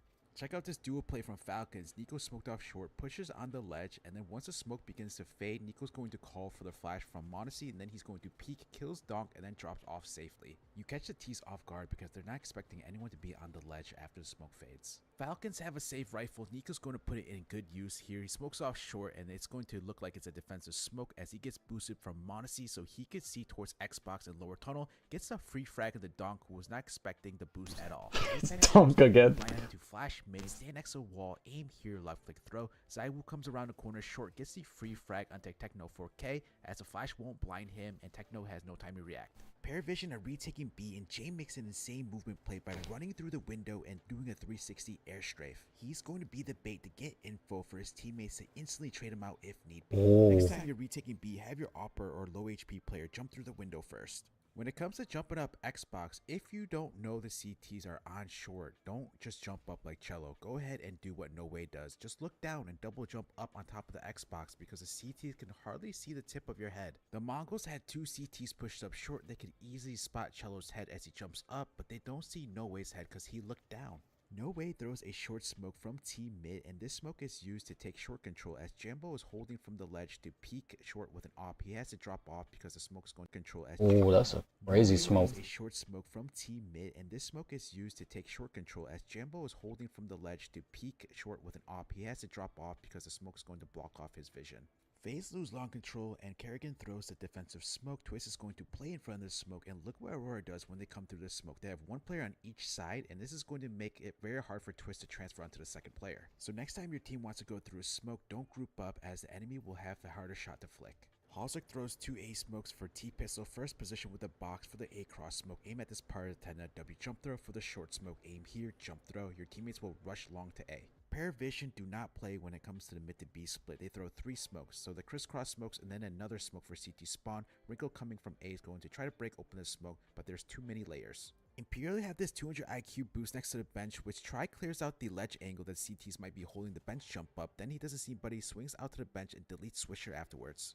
Imperial has this insane CT setup ramp that involves this nade combo. Skulls is going to Molotov ramp. He throws a deep ramp smoke. HE nade gets close. Once the Molotov ends, Cello from jungle is going to flash him in. Then Skulls is going to clear out any T's inside ramp. Gets close to the smoke. And then Cello is going to throw a HE nade that's going to break open that bottom ramp smoke. However, Skulls does not find anybody. Yabby solo takes ramp using this nade set. First he Molotovs and HE nades ramp, gets close, and he's going to throw this smoke once the Molotov ends, and then he's actually going to push through his own ramp smoke where he's going to jump on top of the pot here, waits for the smoke to fade, but he actually spots Nerds jumping and kills him and then falls back after. Nerds had no clue what was coming. JT smokes ramp coming out of spawn, stand next to the half wall, aim at this part of the window, then jump throw. Imma defends A perfectly this round with the use of these nades. First he stops a plant, spots a pal. Imma smokes ramp coming out of spawn, stand next to the half wall, aim at this part of the window, then jump throw. JT smokes ramp coming out of spawn, stand next to the half wall, aim at this part of the window. Oh, interesting. Imma defends A perfectly this round with the use of these nades. First he stops a plant, spots a palace player, throws the HE nade towards him, taking him down to 70 HP, throws a smoke off this right wall, flashes over. The smoke gives him full cover for him to sneak out towards triple, where he backstabs one player, and then he's going to come out and get another player. Doesn't get the last, but beautiful 3. Mid-round, Alex pushes inside palace, and he's going to hold this insane off angle, being on top of the sofa, which is going to land these 2 kills, and it's a very hard angle for the T's to clear out. Check out Team Liquid's Mirage CT setup that involves Elige Molotoving box. Then he's going to jump on the window ledge to avoid the window smoke to spot top mid. Directs his attention to underpass while Ultimate watches his top mid. The T's are going to entry up from underpass. He body blocks the window smoke, gets 1 frag before falling back. Thank you to today's sponsor, Skinsbucky, a Counter-Strike skin. Position yourself inside this corner, aim here without moving your mouse, make your way into the corner of Moto, then you're going to run forward and left click throw the HE nade and Molotov. Apex can hear that the Molotov's burning, going to run forward, aim here without moving your mouse, make Inferno. When Moto is smoked off, first position yourself inside this corner, aim here without moving your mouse, make your way into the corner of Moto, then you're going to run forward and left click throw the HE nade and Molotov. Apex can hear that the Molotov's burning one of the T's, so he knows that that T is jumping on top of the box here, and he's going to take him out. A site Inferno is one of the hardest sites to retake, but if you know these nades, it's going to make it so much easier. Flamesy shows the most insane banana half wall smoke. He's going to stand behind half wall, aim at this part of the roof, left click throw. The smoke is going to land inside the roof and it's going to extend all the way down. This is a smoke I covered 10 months ago that one of my Chinese viewers sent me from Billy, so that's insane that this smoke was used at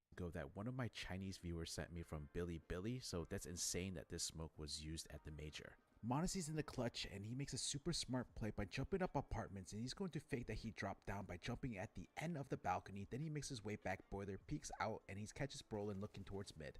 I'm going to show you a flash that Na'Vi abuses when they take banana control on the CT side. This flash lands behind logs, so Makaze pushing down won't get blind, and any T's that are hiding towards logs or Brum are going to get full white. This log flash is paired up with a banana flash thrown from the dark pillar. Twist smokes mid banana from long, jump on top of the wood, stand behind the wall, aim at this line of the dark pillar. Twist smokes mid banana from long, jump on top of the wood, stand behind the wall, aim at this line of the pipe, then jump throw. This smoke delays the T's banana control. 3D Max pull off their signature bottom banana boost, jump. Twist smokes mid banana from long, jump on top of the wood, stand behind the wall, aim at this line of the pipe, then jump throw. This smoke delays the T's banana control. 3D Max pull off their signature bottom banana boost. It's a triple boost to see over the smoke so you can see towards car, however body falls off. This is a free frag if you're able to pull this boost off. Nav shows the best flash for apartments. He's going to throw it off this wall. The flash lands to the right. It's going to blind any oppers holding that corner here. 910 decides to stay and shoot and gets punished. The other apartment flash you need to know comes from Maddie's, who throws it off this wall as he rushes apartments. It won't blind him as it lands. Flash you need to know comes from Maddie's, who throws it off this wall as he rushes apartments. It won't blind him as it lands behind him. Ooh, that's a good one. Either forced to look away or look into the flash and get full blind. This is how I gotta learn that one. Apartment window. He jumps on top of the balcony, then he jumps through the left window in case any CT offers holding this window. 3D Max make their way into B site. Brokey from spawn has the CT smoke break lineup that's only going to break partial smoke, so Twist can peek the plant safely without being fully exposed. Monacy goes to peek outside super fast by using the run boost off the truck. He gets there super quick even before the CT Molotov lands. Try this run boost next time you want to peek yard. Another fast yard peek Monacy uses is getting run boosted off blue so he can get top of this blue box where he does his signature move to jump to spot if any CTs are garage. Jumping gets him info safely before peeking. Shiro shows the best position to hold lower if the T's make their way through secret. So he's playing on top silo and Falcons come out double doors. None of the three players will check his position. He ends up getting a nice 3k. Smart move from Donk on T-Pistol, getting close to the door, and he's already pre-firing and aiming towards top hut, so once that door is open, he doesn't have to flick. Spinks has this HE nade that's going to punish any CTs that are going to peek door from the site side after molotoving top hut. This nade does 40 HP to Twist. And then there's the top hut molotov. Let's see it from Twist's POV, who jumps down from silo, flashes before he does so to peek door, and he gets naded down to 60. FlameZ shows a vac wallbang inside main. He's going to shoot the top of the ceiling here, and he's going to take up Jacob, who was playing behind the generator top main. Rob's defending ramp gets a 2k before being traded out. Look what happens next. Zywoo rotates in late, so he's just gonna go for these wallbangs with the op and gets a frag onto Jacob and gets another one here. This is a wallbang that a lot of oppers are using right now. Kicksan shows the best cave molotov, first position with this part of the wood, stand up, aim at this square, then run forward and left click throw. This molotov will cover both sides, even top of the box. Alexi from Cheetah is going to peek lane and door. First he breaks open the T's Cheetah smoke, then he's going to throw a flash off this wall that lands towards shelf, and it lands behind the wall so he doesn't get blind as he peeks. Heavy Guy shows a new flash lineup for the B pillar. First also he does smoke, then he's going to throw a flash off this wall that lands towards shelf, and it lands breaks open the T's Cheetah smoke, then he's going to throw a flash off this wall that lands towards shelf, and it lands behind the wall so he doesn't get blind as he peeks. Heavy Guy shows a new flash lineup for the B pillar. First position and aim as shown without move your mouse. Make your way next to the door, then you're going to W jump throw. Flash lands behind the pillar so it won't blind your teammates. Exertion's in a 1v1 duel with Tanier, and look at what he does next. He throws an HE nade off this window and it's going to bounce and take out Tanier. This is one of the most insane trick shots I've ever seen. Kobe! FaZe show a new overpass long A where Kerrigan and Brokey self-boost themselves, and Brokey gets boosted on top of Kerrigan to see over the wall for a fountain, and then he could also spot over the long wall. He misses a shot onto ZywOo, which ZywOo hears the sound of the bullets and is looking for the boost. This is a free kill every time if you could land the shot. While this is happening, Kerrigan's going to be watching long. Mouse is coming this round limited on rifles. They're going to put Exertion into a good position to get that opening frag where they're going to double boost onto Sandbags here where he see over the wall for outside monster. He does not see anybody, and this is an angle position that T's are not pre-clearing as they come down the stairs, and we've got Linvision using the same boost that's going to lead to them to get this frag. Another boost that Mouse showed off at the major is this 2-player boost outside monster to spot towards heaven. 200 IQ bait and switch setup inside water by Mouse. Exertion is inside the cubby. He's going to bait his teammate who's jiggle peeking short. Once that teammate takes contact, Exertion is going to swing out and he gets a 2K. Jay makes a smart play here by smoking off banana where his teammate is inside divider, pushes inside toilet, gets a frag, and then falls back. The reason why this play works out is because T's, when they hear the banana smoke, is not expecting CTs to go aggressive. James is going to bait the Mouse players to peek him inside toilets by smoking to the right of him to make it sound like that nobody's there because they smoked it defensively.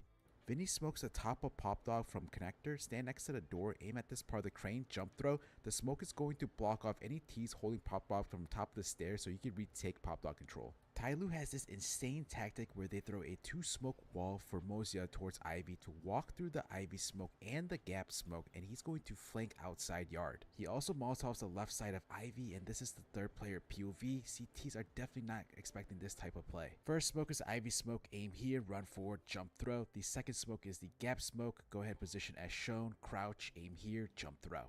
3Max have a trick play where they use this brown hall smoke thrown from Maka. They have 2 players rushing up ramp, and once the team Molotov end, Body is going to push up and gets boosted so he could see over the smoke to kill any T's that are towards Pop Dog. Passion UA used a Molotov and 2 HE nades towards Ivy thrown at the beginning of the round to punish any CTs that try to go towards Hell. Lake was going to go and push up through, but he gets owned. That's it for 50 new CS2 tricks from the Starlight of Budapest Major. If this helped you, hit like, subscribe for more pro level CS2 breakdowns, and click here for more major tips and tricks. See you over there. G마켓 옥션에서 3, 삼성카드로 4, 사면 5% 추가 적립. 일상에서 월 최대 66,000원 빅포인트 적립. 쇼핑의 프로 G마켓 삼성카드.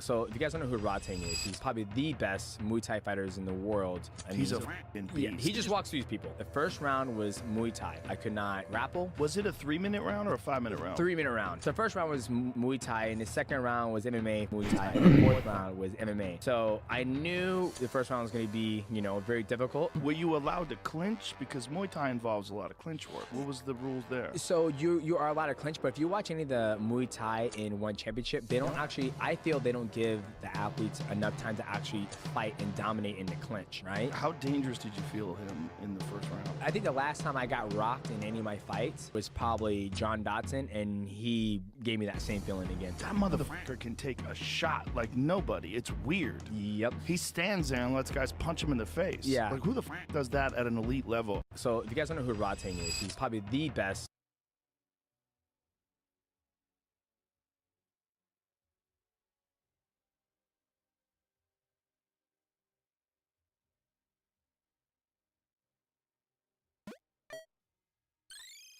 Run, Mirage is the best map? You're wrong. You're objectively wrong. Guys, go rush B, go rush B. Oh, what the f. Guys, go rush B.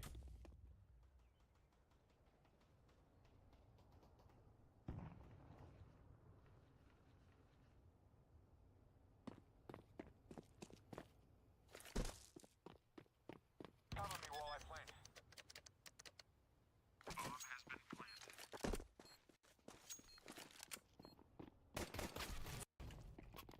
before the round. That would have been impressive if you said it before the round. Oh my god, yeah, they have matching profile pictures. Are they like a clan? How did none of my teammates hit him? That's crazy. Okay, let me check one thing real quick. Face it level 10. Face it level 7. Face it level 10. Chad, I wouldn't feel so bad about this level 10. Face it. Okay, let me check one thing real quick. Face it level 10. Face it level 7. Face it level 10. Chad, I wouldn't feel so bad about destroying these guys. Do we do it?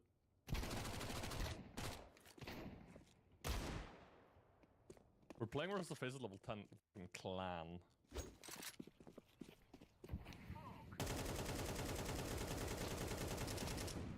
I fucking bet you I didn't hit him a single... It is though, it's not deep now. I'm willing to bet you I didn't even fucking hit him, even once. He's literally not even shooting at me. Behind you, banan, bro.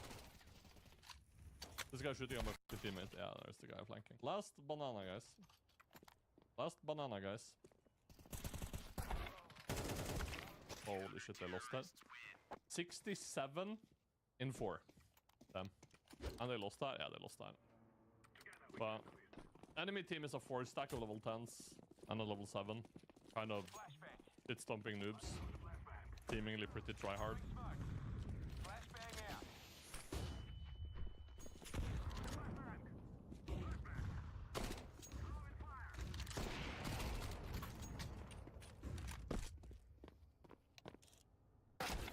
Oh my god. He's actually full holding it. That's crazy. Oh my fucking god, such an idiot. What happened? Bro, they're tryharding. It's insane. I think my team might be too shit. Let's roll.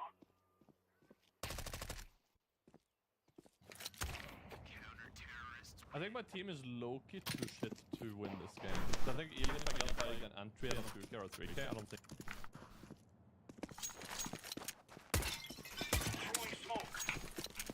Deploying flashbang.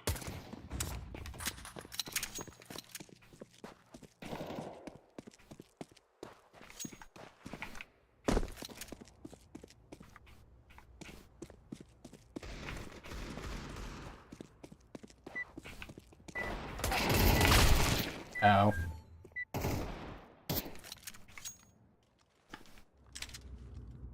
Oh, my ass. Destroying my ass.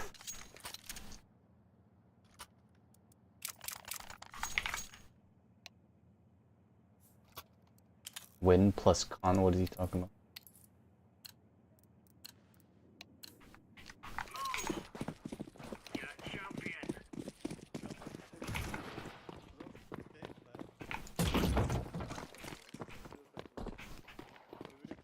Way around. Deploying flashbang. Throwing a grenade.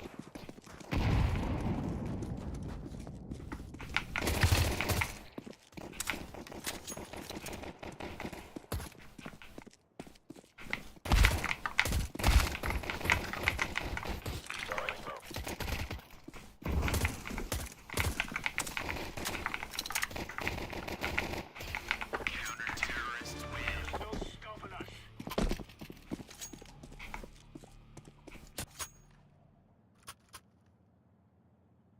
Option didn't change.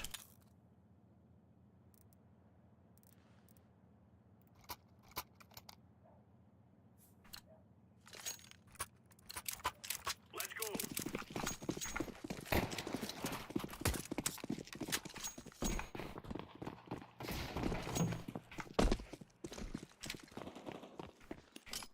Grenade. Flashbang.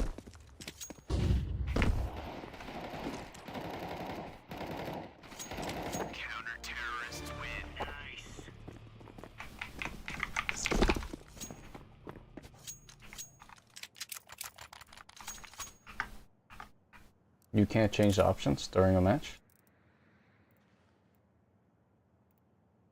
Discard changes. Let's make this brightest rain. Incendiary. Flashbang. Grenade out. Molotov. Throwing flashbang. Laying down smoke. Grenade out.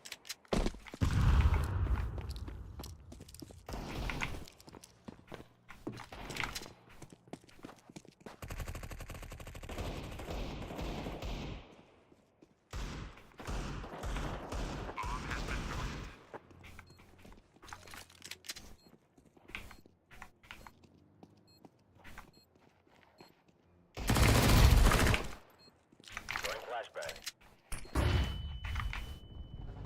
Holy moly.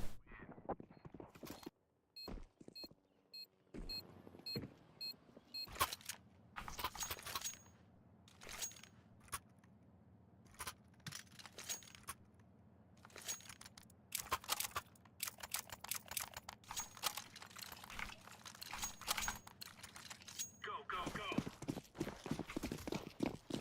Throwing fire. Deploying flashbang. Fire in the hole. Smoke.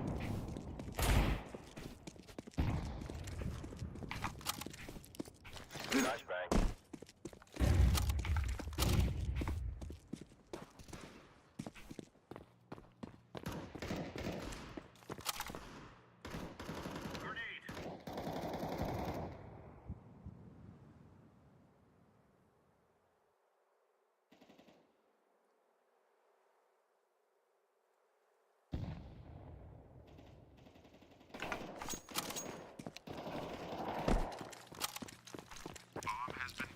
Throwing flashbang.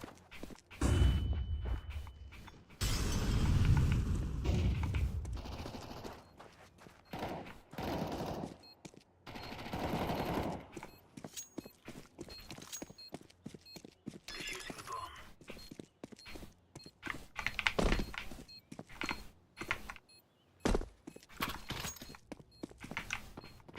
Bomb has been defused. Counter-terrorists win. That's the way we do it.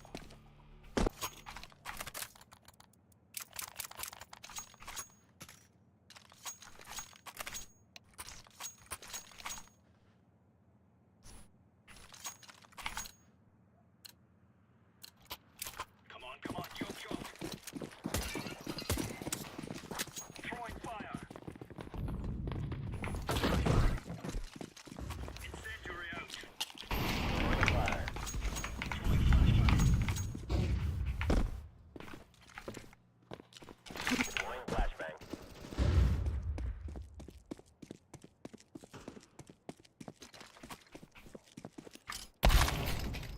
Oh, he's holding it.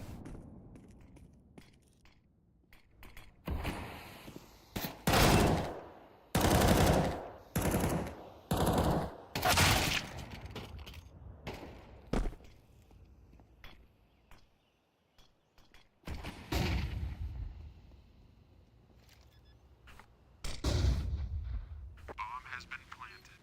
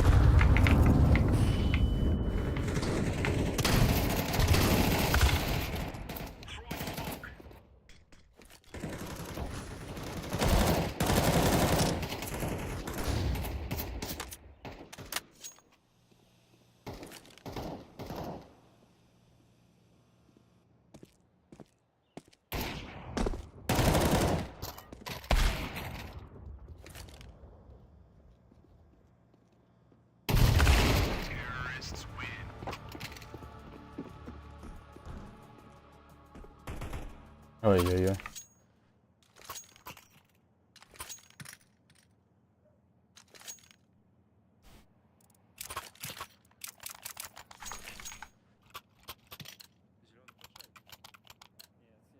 Grab your gear, let's go.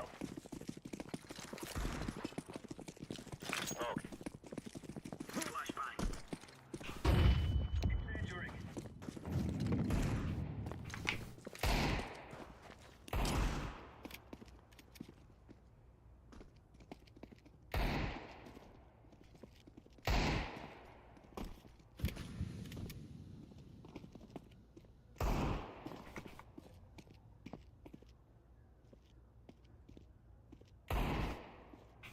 Throwing a grenade.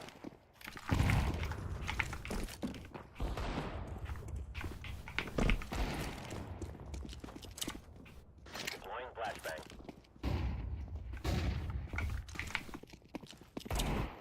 Flashbang.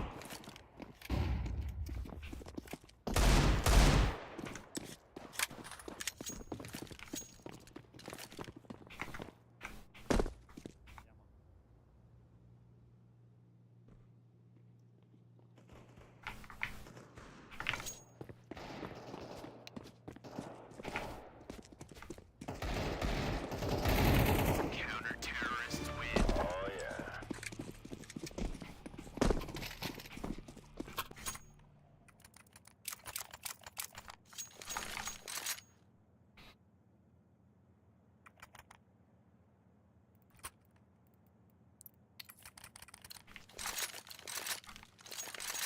Let's move out. Throwing fire. Deploying flashbang. Smoke. Laying down smoke. Throwing a grenade. Throwing flashbang.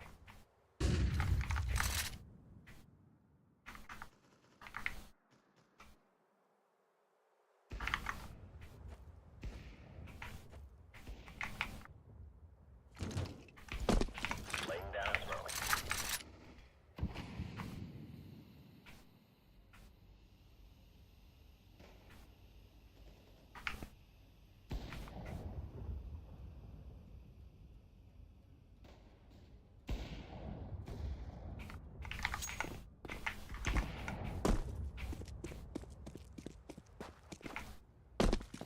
Throwing flashbang.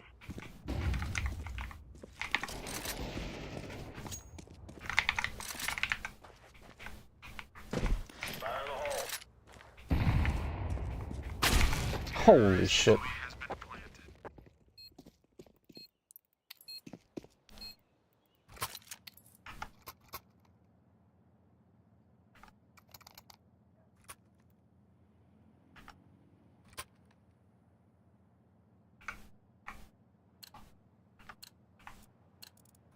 Flight lines. We're on. Throwing smoke. Grenade out. Flashbang. Grenade out. Throwing smoke. Throwing flashbang.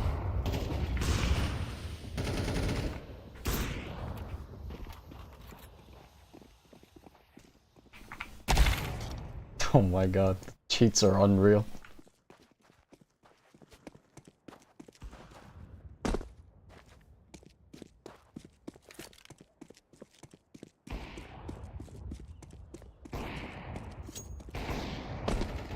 Counter-terrorists win.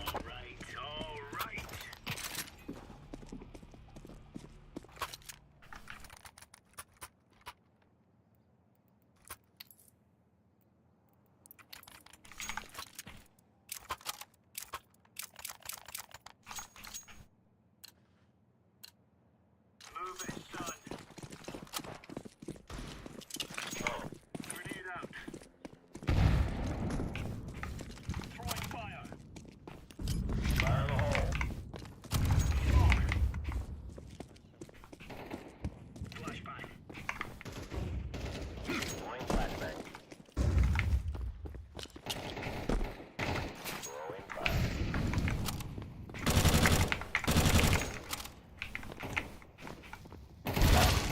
God damn, bro.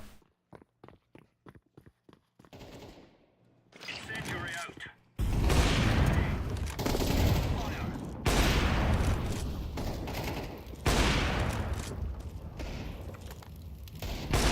Counter-terrorists win. There you go. And this boy's cheating his ass too.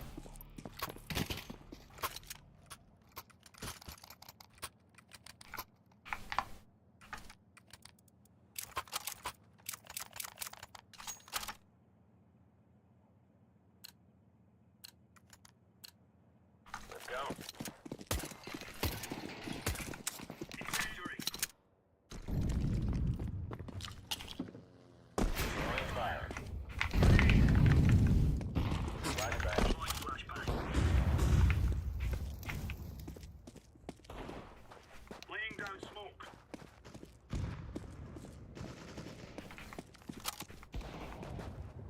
Grenade out.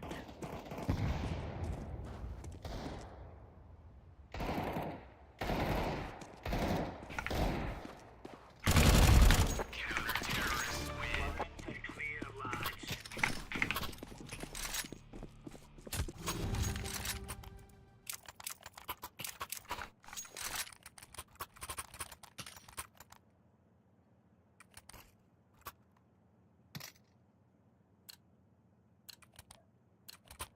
Let's go.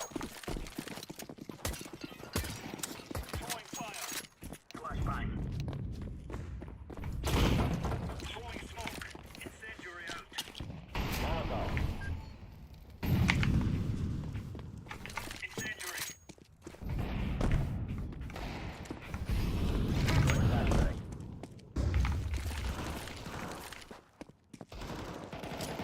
Grenade.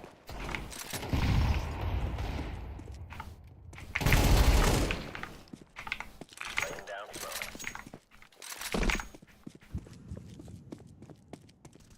Counter-terrorists win. We're getting stuck right into them.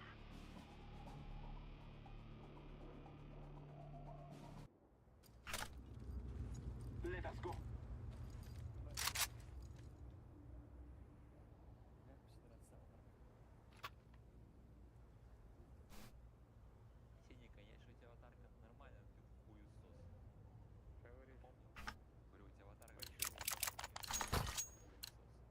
Let's go, my brother.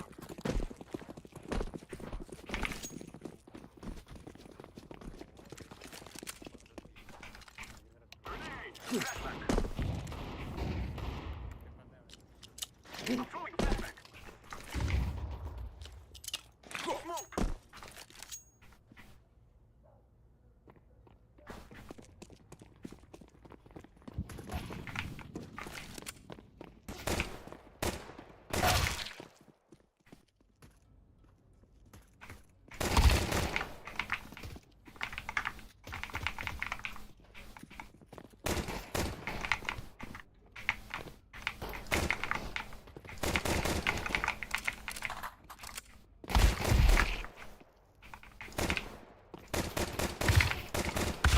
Counter-terrorists win.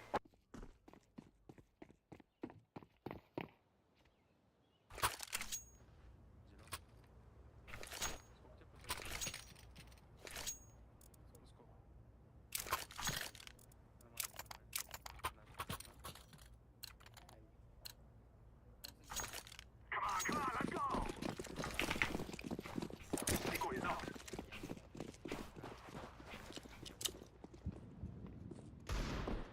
Throwing flashback.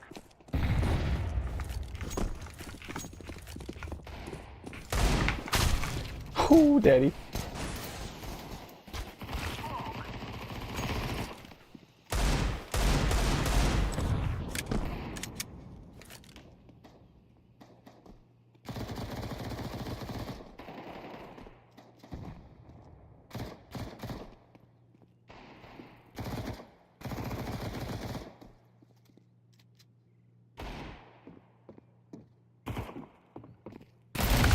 Counter-terrorists win.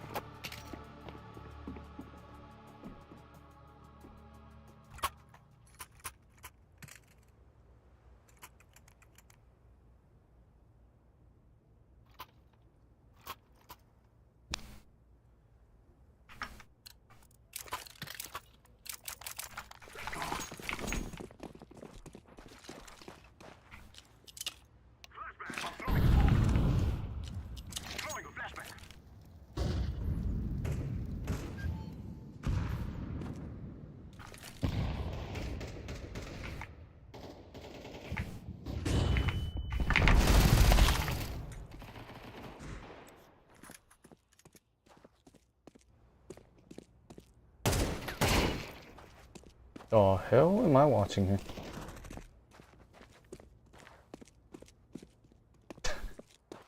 Everybody that I watch, they play so retarded. They get the result done. Ooh, Kobe.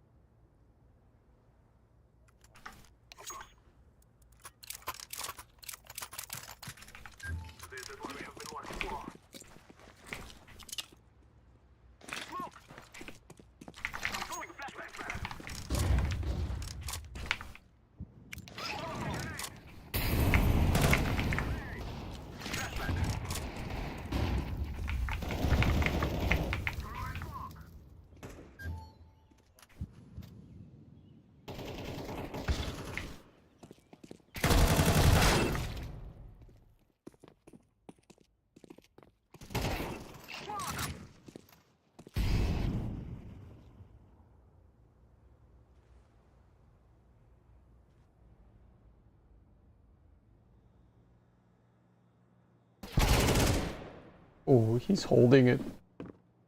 Best player.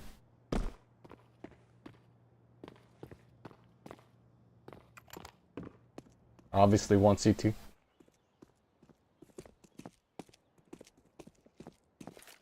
Wow. They just let CT go. That's crazy. Oh, daddy.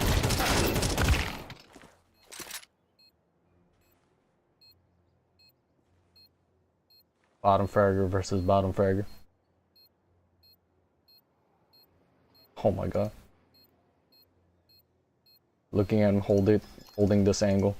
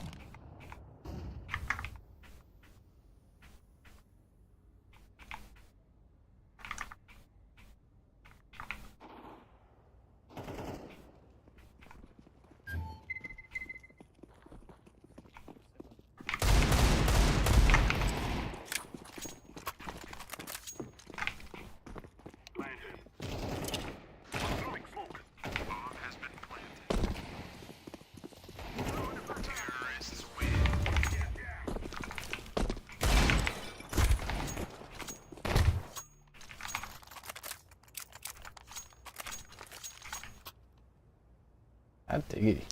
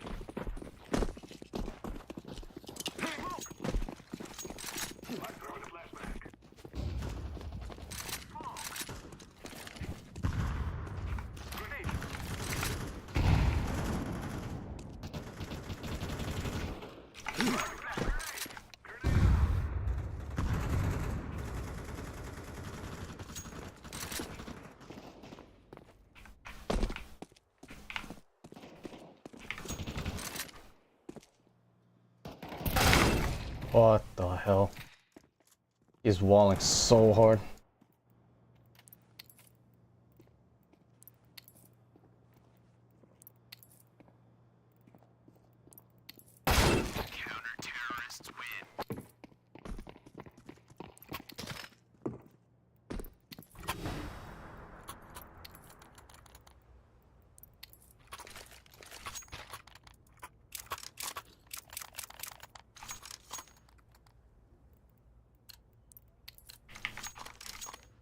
We shall rule today.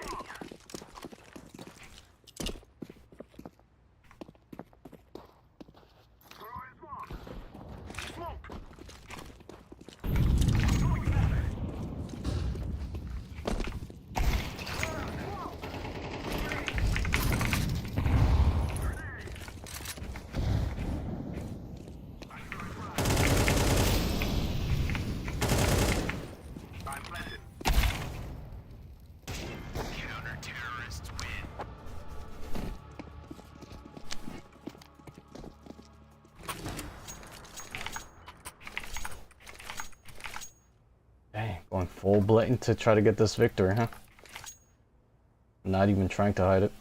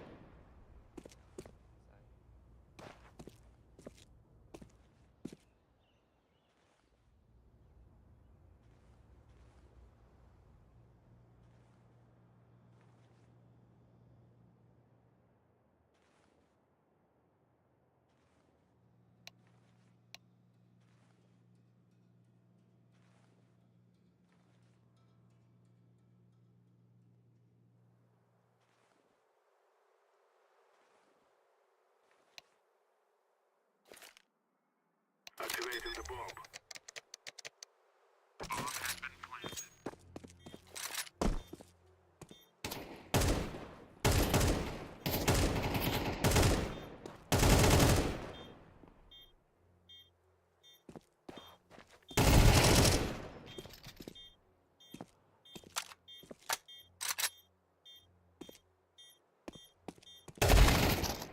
What a retard.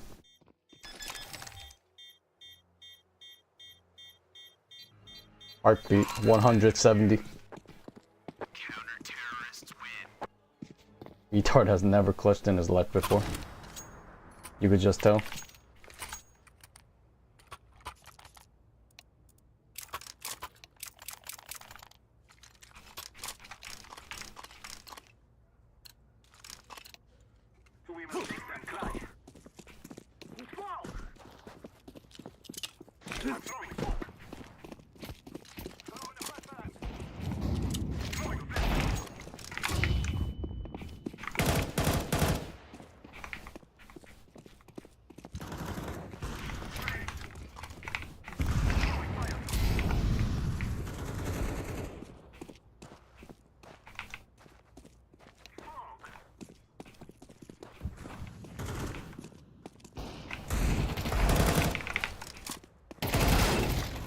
Holy hot thing.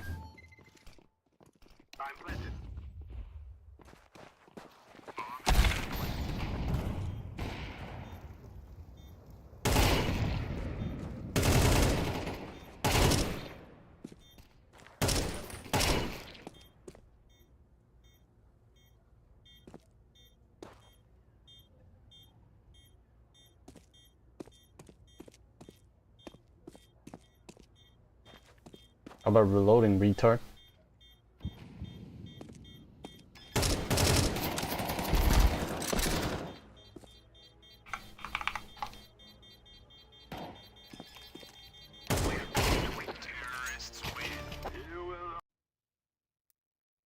Holy shit.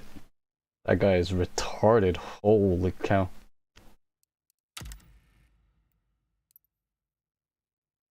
He couldn't kill that? Are you retarded? I mean, I can't be mad. Team 1 against a cheater. I have a feeling 2 of the teammates were cheating too. Like, this kid's got the crispiest aim I've seen in a while. From a pugger. I don't think he's cheating.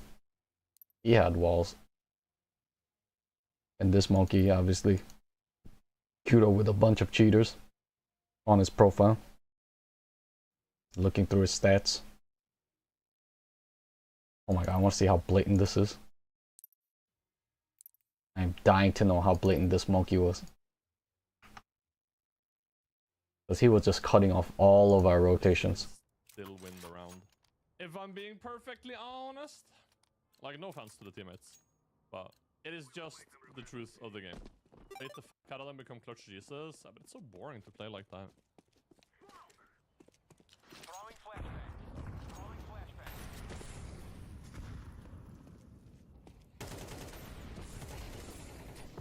Kurva. He fucking missed his molly, slammed it into the wall, and that's why it's just destroying me. Oh, stop typing. You're 4 stacking in comp. Worst fucking players I ever saw. Bro, you're 4 stacking with matching PFPs in comp, bro.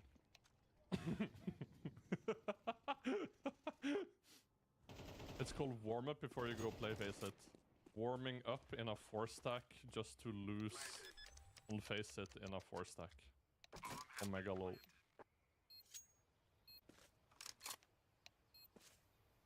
No clue how to play? I'm sorry. I'm sorry, but what? Are we being for real right now? Bro, you're a nobody. Okay. Okay, chat. Okay. Thank you, bro.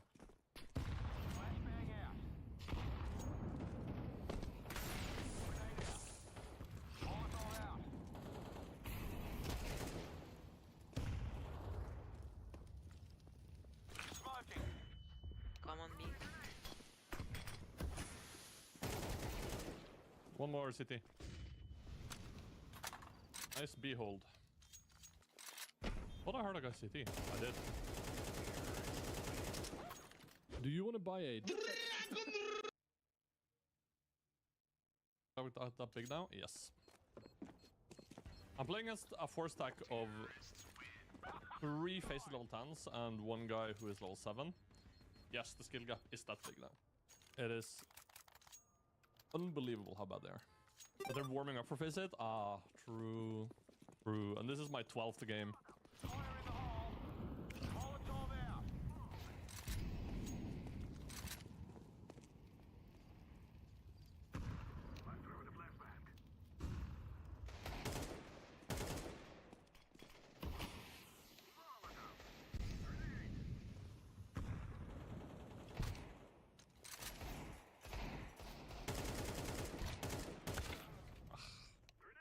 Weak.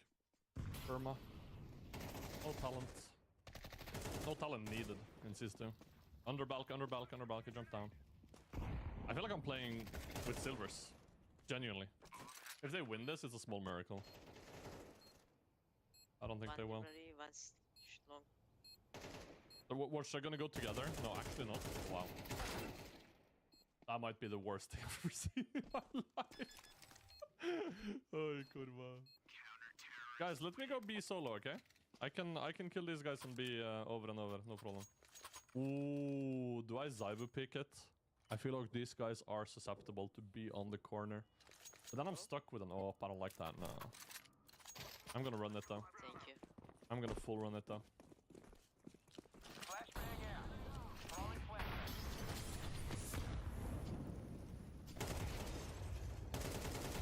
Two dead on B, guys, come.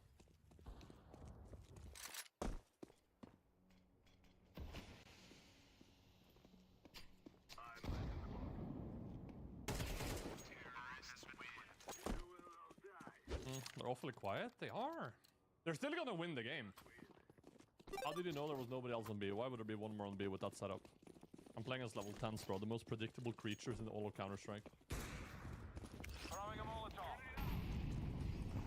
Guys, don't go B, please. Don't go B. I kill them if I'm alone. With guys, hello?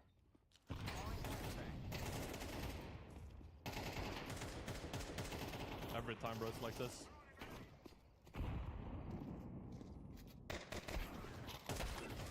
Every time it's like this, bro. Guys, listen to me. Let me go alone. I kill them. If you guys come with me, it's much harder, okay? Just let me go alone. Let me go alone. Okay? Is this okay?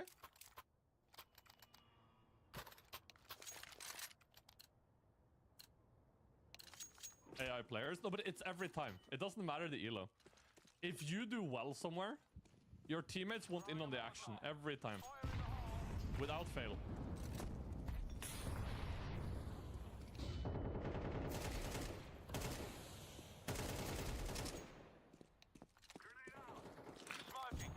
Did that on B, guys.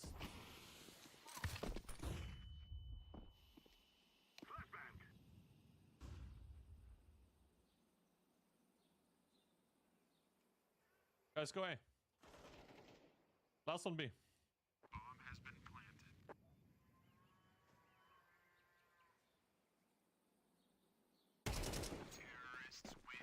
So... Dad, why is this clan losing to one guy? Oh, they're so mad. I love it. This is warm-up.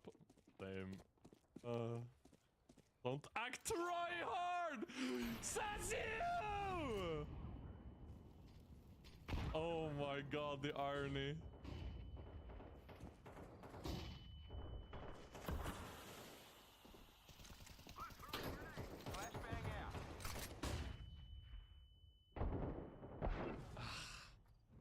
Good support nades. Battle of egos? Yeah, it's what it is.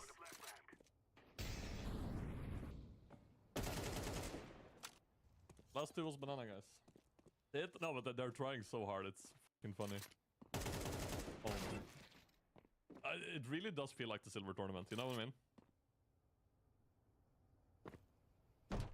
Which is crazy because I'm playing a 4-stack of stats. Or 3 level 10s. I don't want to misrepresent it. Does level 10 come with mental disabilities? Yes. Very much so.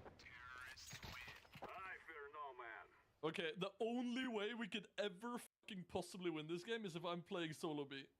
After pistol round. This is the only way we can humanly win this. Listen guys, play 3B in pistol, I play A. After pistol round, I play solo B, okay? I play alone B after pistol. It's the only way we can possibly fucking win this game. And I need to go fucking huge solo B. I need to go absolutely fucking nuclear. Which I probably can't. Because these guys have like... Guys, what... Is this thing on? Testing, 1, 2, 1, 2, 1, 2.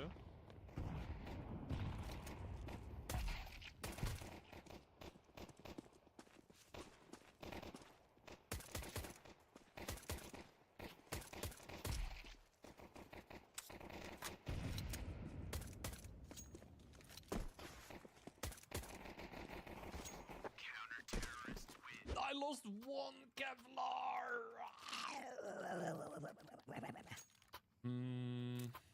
Okay, I need to money farm. Okay, guys, I go B.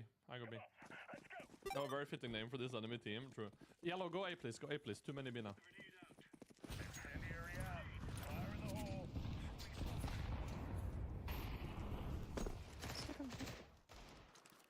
Blue brother, come here, come here. We have banana, bro. Why are you hiding? Okay, go A then. Go A.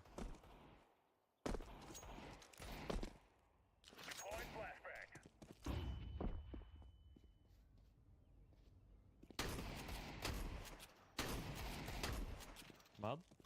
Thank you for the money farm. Blue brother, go A! You're on the wrong bomb site, bro! What the f is my... How do I have 2 A players alive and they lose A site? What's going on?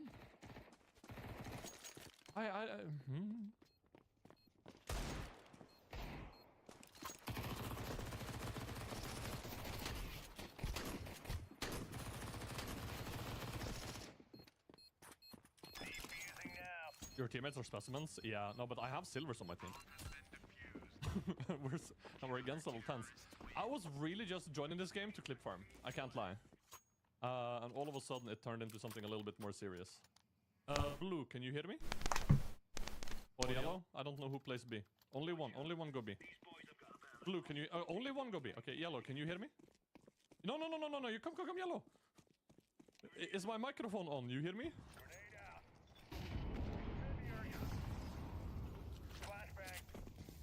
Oh, bro. Oh, but you guys are something else.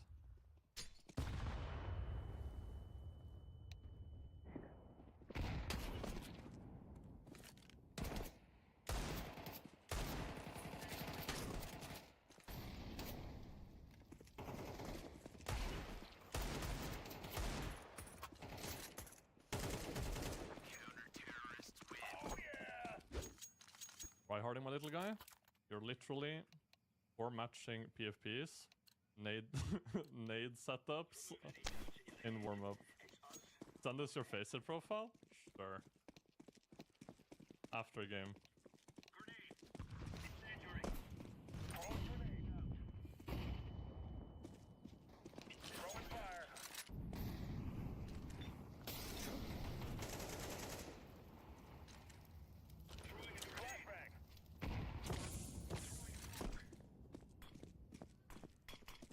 Smoke is so shit. Unreal.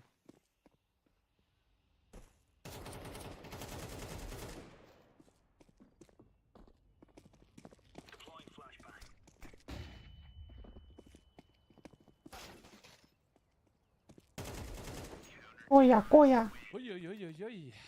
Puka. No Faceit with the Stimac? Yeah. Just people like you look it up. Now I now have the 3rd different B player. Okay, just leave B.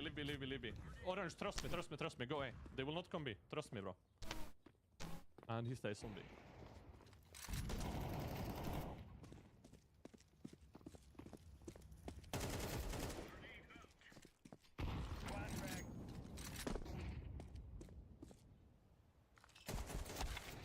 Yellow.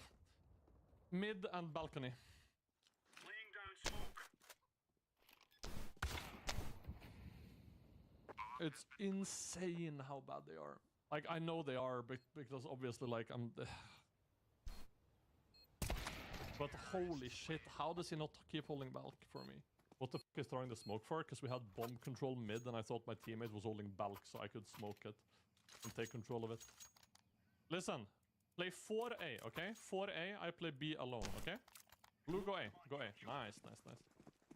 Okay, surely this time they do well, right? Green, go A. Wrong side, bro. And they have already been entered.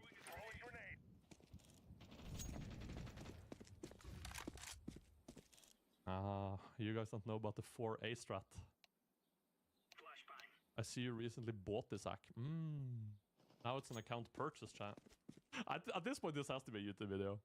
I never thought I was gonna make like a video of me just fucking around in comp, but at this point, I feel like we have to. Plans changed. Right now, we have a bunch of silvers beating a Faceit level 10 stack. Didn't buy it at all. I've had this since I made it last year. Hey, if you're watching this on YouTube, and you're enjoying this 4-stack getting humbled a little bit, subscribe.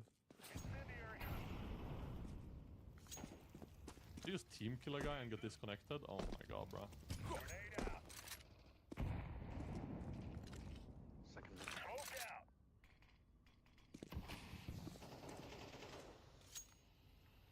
That is crazy.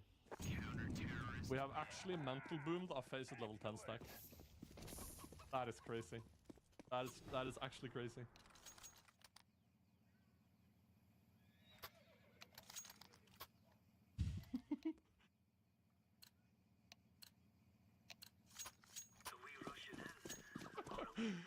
orange. I can still play solo B. It's okay. Throwing fire. Grenade out. Throwing a grenade.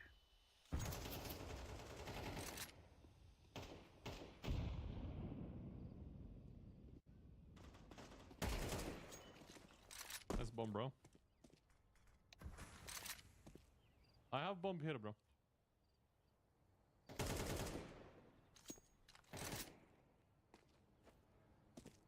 What's this read? Ah, good one. Ah, I did not think he would do that. Ah, obvious bot account? Nope. You're just coping. Get more obvious. A link after game. Let's go, fellas. Hold on. I think you gotta drop the link on W. I think so too. Grenade out. Throwing flashbang. Throwing fire. Throwing grenade. Mad. Guys, he's in CT spawn. They're playing 4A. And they can't hold long. Like, I know they're bad. But surely there are levels to it, right? Rep 99, he thinks like my Steam account has 99 reps on it, which is just random. Terrorists win. Okay, guys, listen to me. I need you guys to play 4A. The only thing I need is that you hold long so they can't run around me to rush me B from city spawn, guys. This is problem. Like they do this round. You know what I mean? I play CS for a living. That's gonna piss them off. That's gonna piss them off.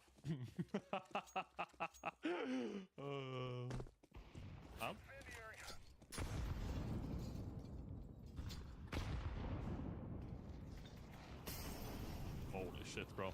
And they're saying I'm tryharding. Do you guys see this shit?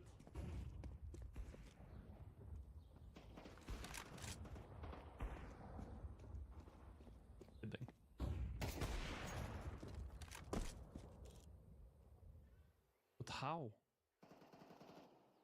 I just told them I need them to hold CT.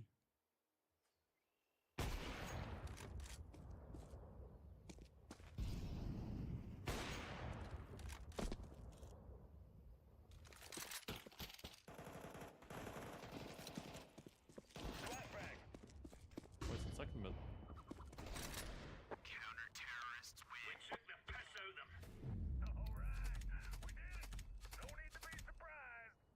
Easy peasy. Easy peasy. Hey, I didn't think I was gonna have a tuber in comp, but here we are. Here we are. Look at you, Roshi. So toxic in comp, man. What's up with that, bro? You're playing in comp in a 4-stack with level 10s, shitting on gold Novas and calling it warm-up. What's up with that, bro? It's a really bad look for you guys. Who's warming up? You said you were! You should tell Blondie to reel it back in, because this shit was painful to play against. He is... You're throwing your own teammate under the bus? Roshi, you were talking mad shit too, bro. Yeah, there you are, Blondie. Well, Blondie, Roshi, you guys enjoy your Face It Day. And I'll probably see you guys around, yeah? Have fun on Face It, bro.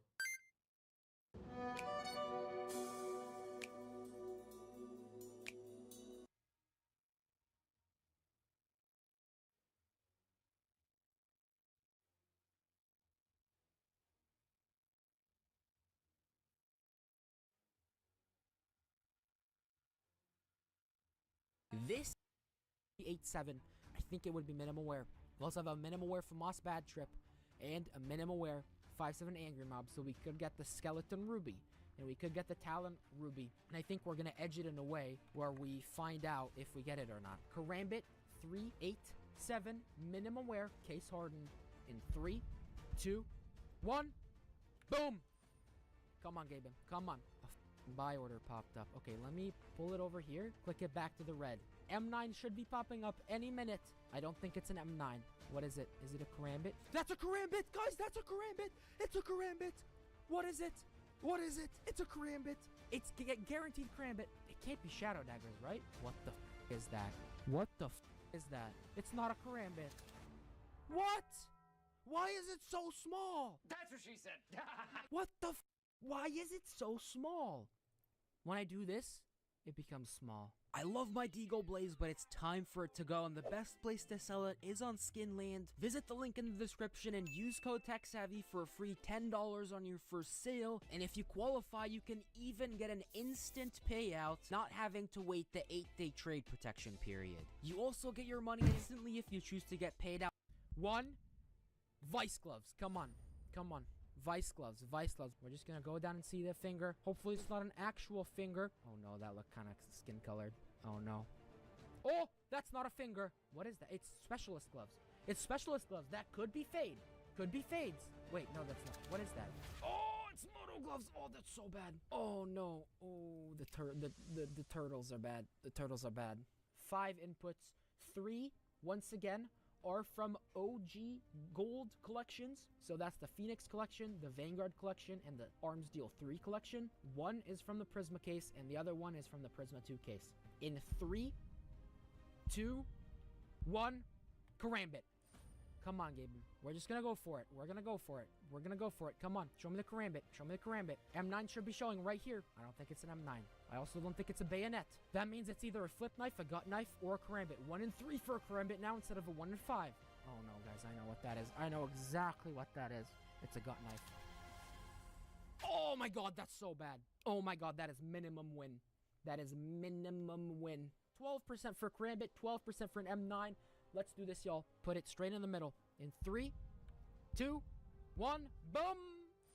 I didn't see what it is. That was the perfect size. Let's confirm that the fucking buy order, man. So, okay, so we won't know what it is because now it's small. Let's confirm that the star is low. Please, low star. Please, low star. Low star! Let's go. I don't know where things are gonna pop up now because it's gonna be small. Okay, guys, call me crazy.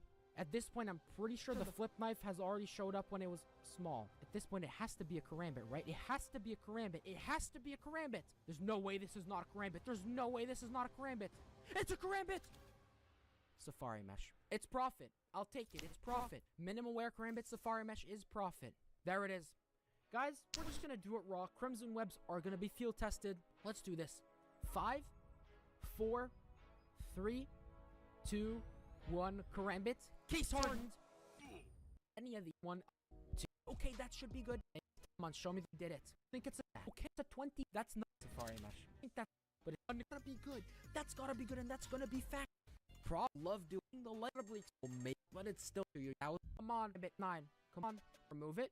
Knife, and we're gonna see a Karambit in 3, 2, 1. Karambit! Yes! 3, 2, 1. Boom! All right, we're just gonna wear gloves in case this point. I don't think it could still be. I really. Oh no, it's not a Karambit. There's a tip. What skeleton? I forgot that I put in a Fever Collection skin. That's bad. Even though it's a skeleton, that's terrible. This it's done. It's fine. Good zoom for no reason. Has to be Karambit, right? At this point, it has to. It's a Karambit. It's an Urban Mask. It's a Talon Damascus Steel. A snotty.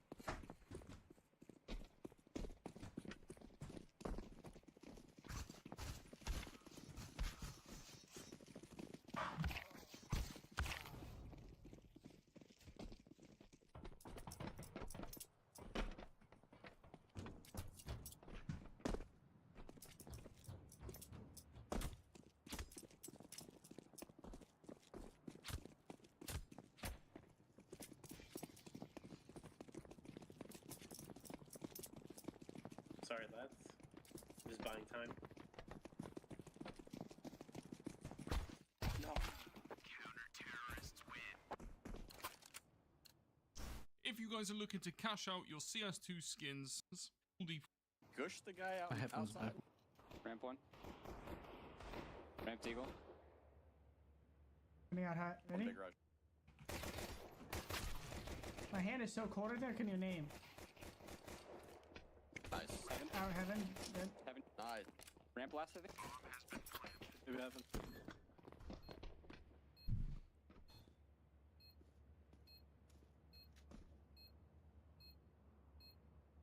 Russian doll. No bad, no bad. Nice. I did K. I gitched him. What? One more mini, one in top of.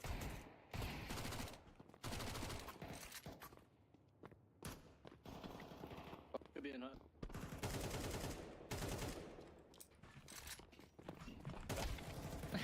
Bro, insane. I died there.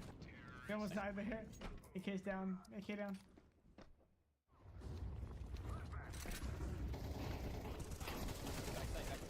Backside, backside. Molly Raptor. Looking hot. Bombs down on set. He's a shotgun, dude. In lobby. I watch heaven. Oh, he's out screen right yet.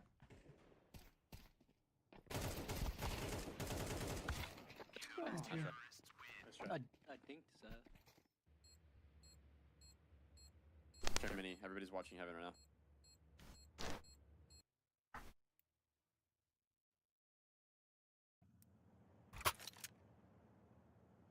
Let's have at it, mates. Kill them all.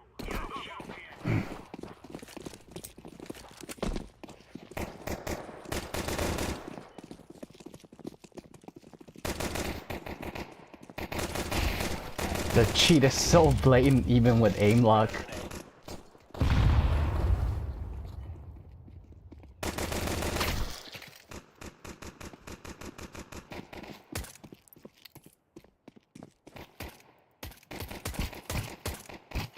Throwing smoke.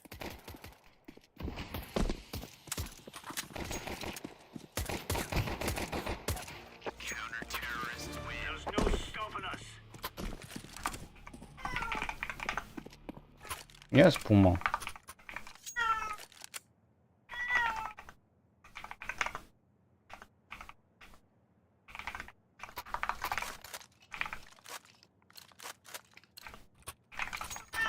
Let's go in. Move in.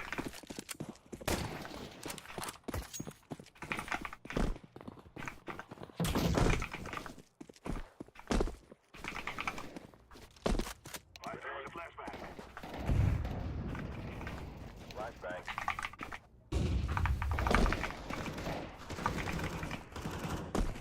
Counter-terrorists win. Nice.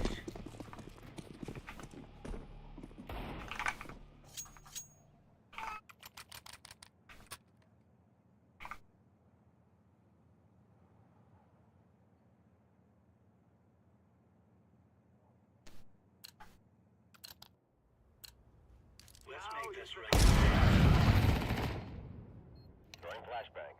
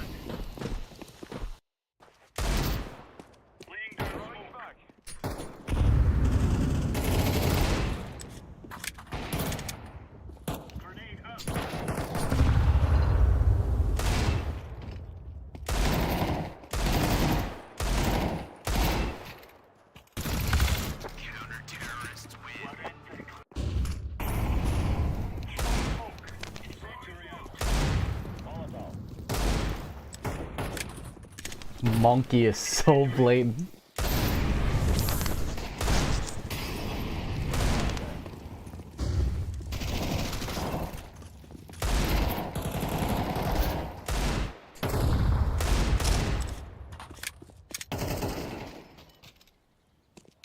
Look at it pre-aiming at CT through the wall at me.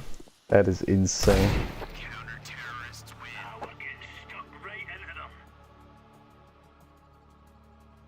Question now is he cheating? Let's see. No. Ordinary reaction.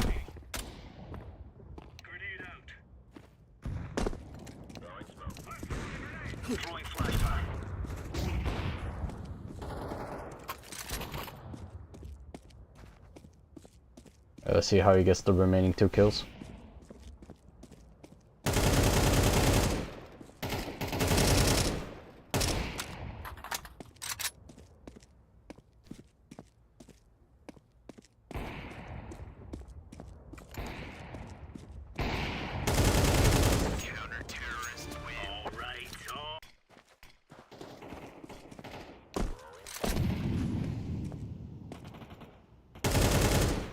Oof.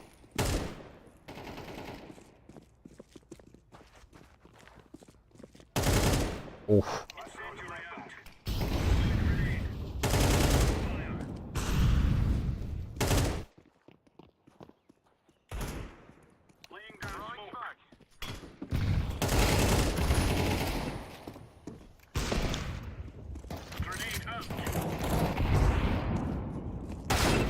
Oh.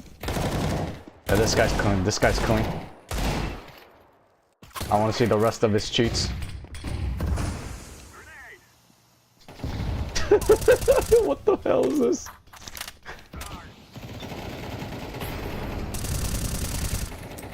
Yeah, I'm definitely putting up this ID.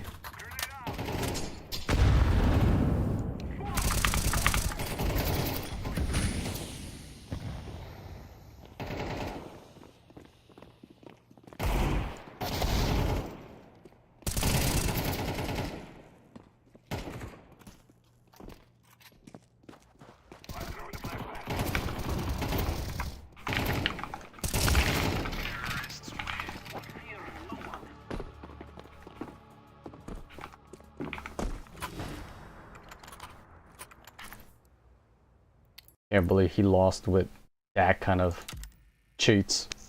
That's crazy.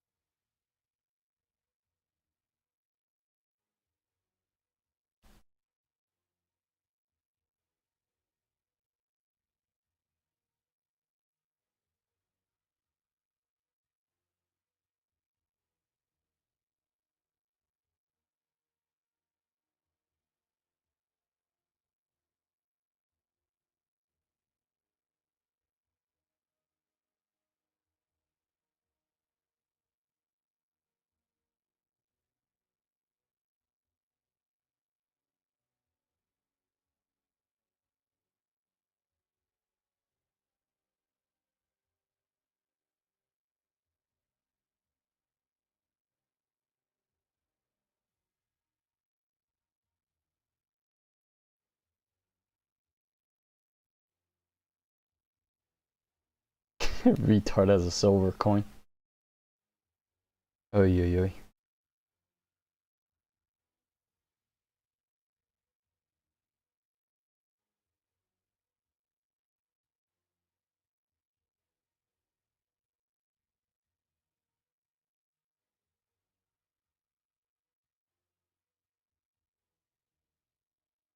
Alright.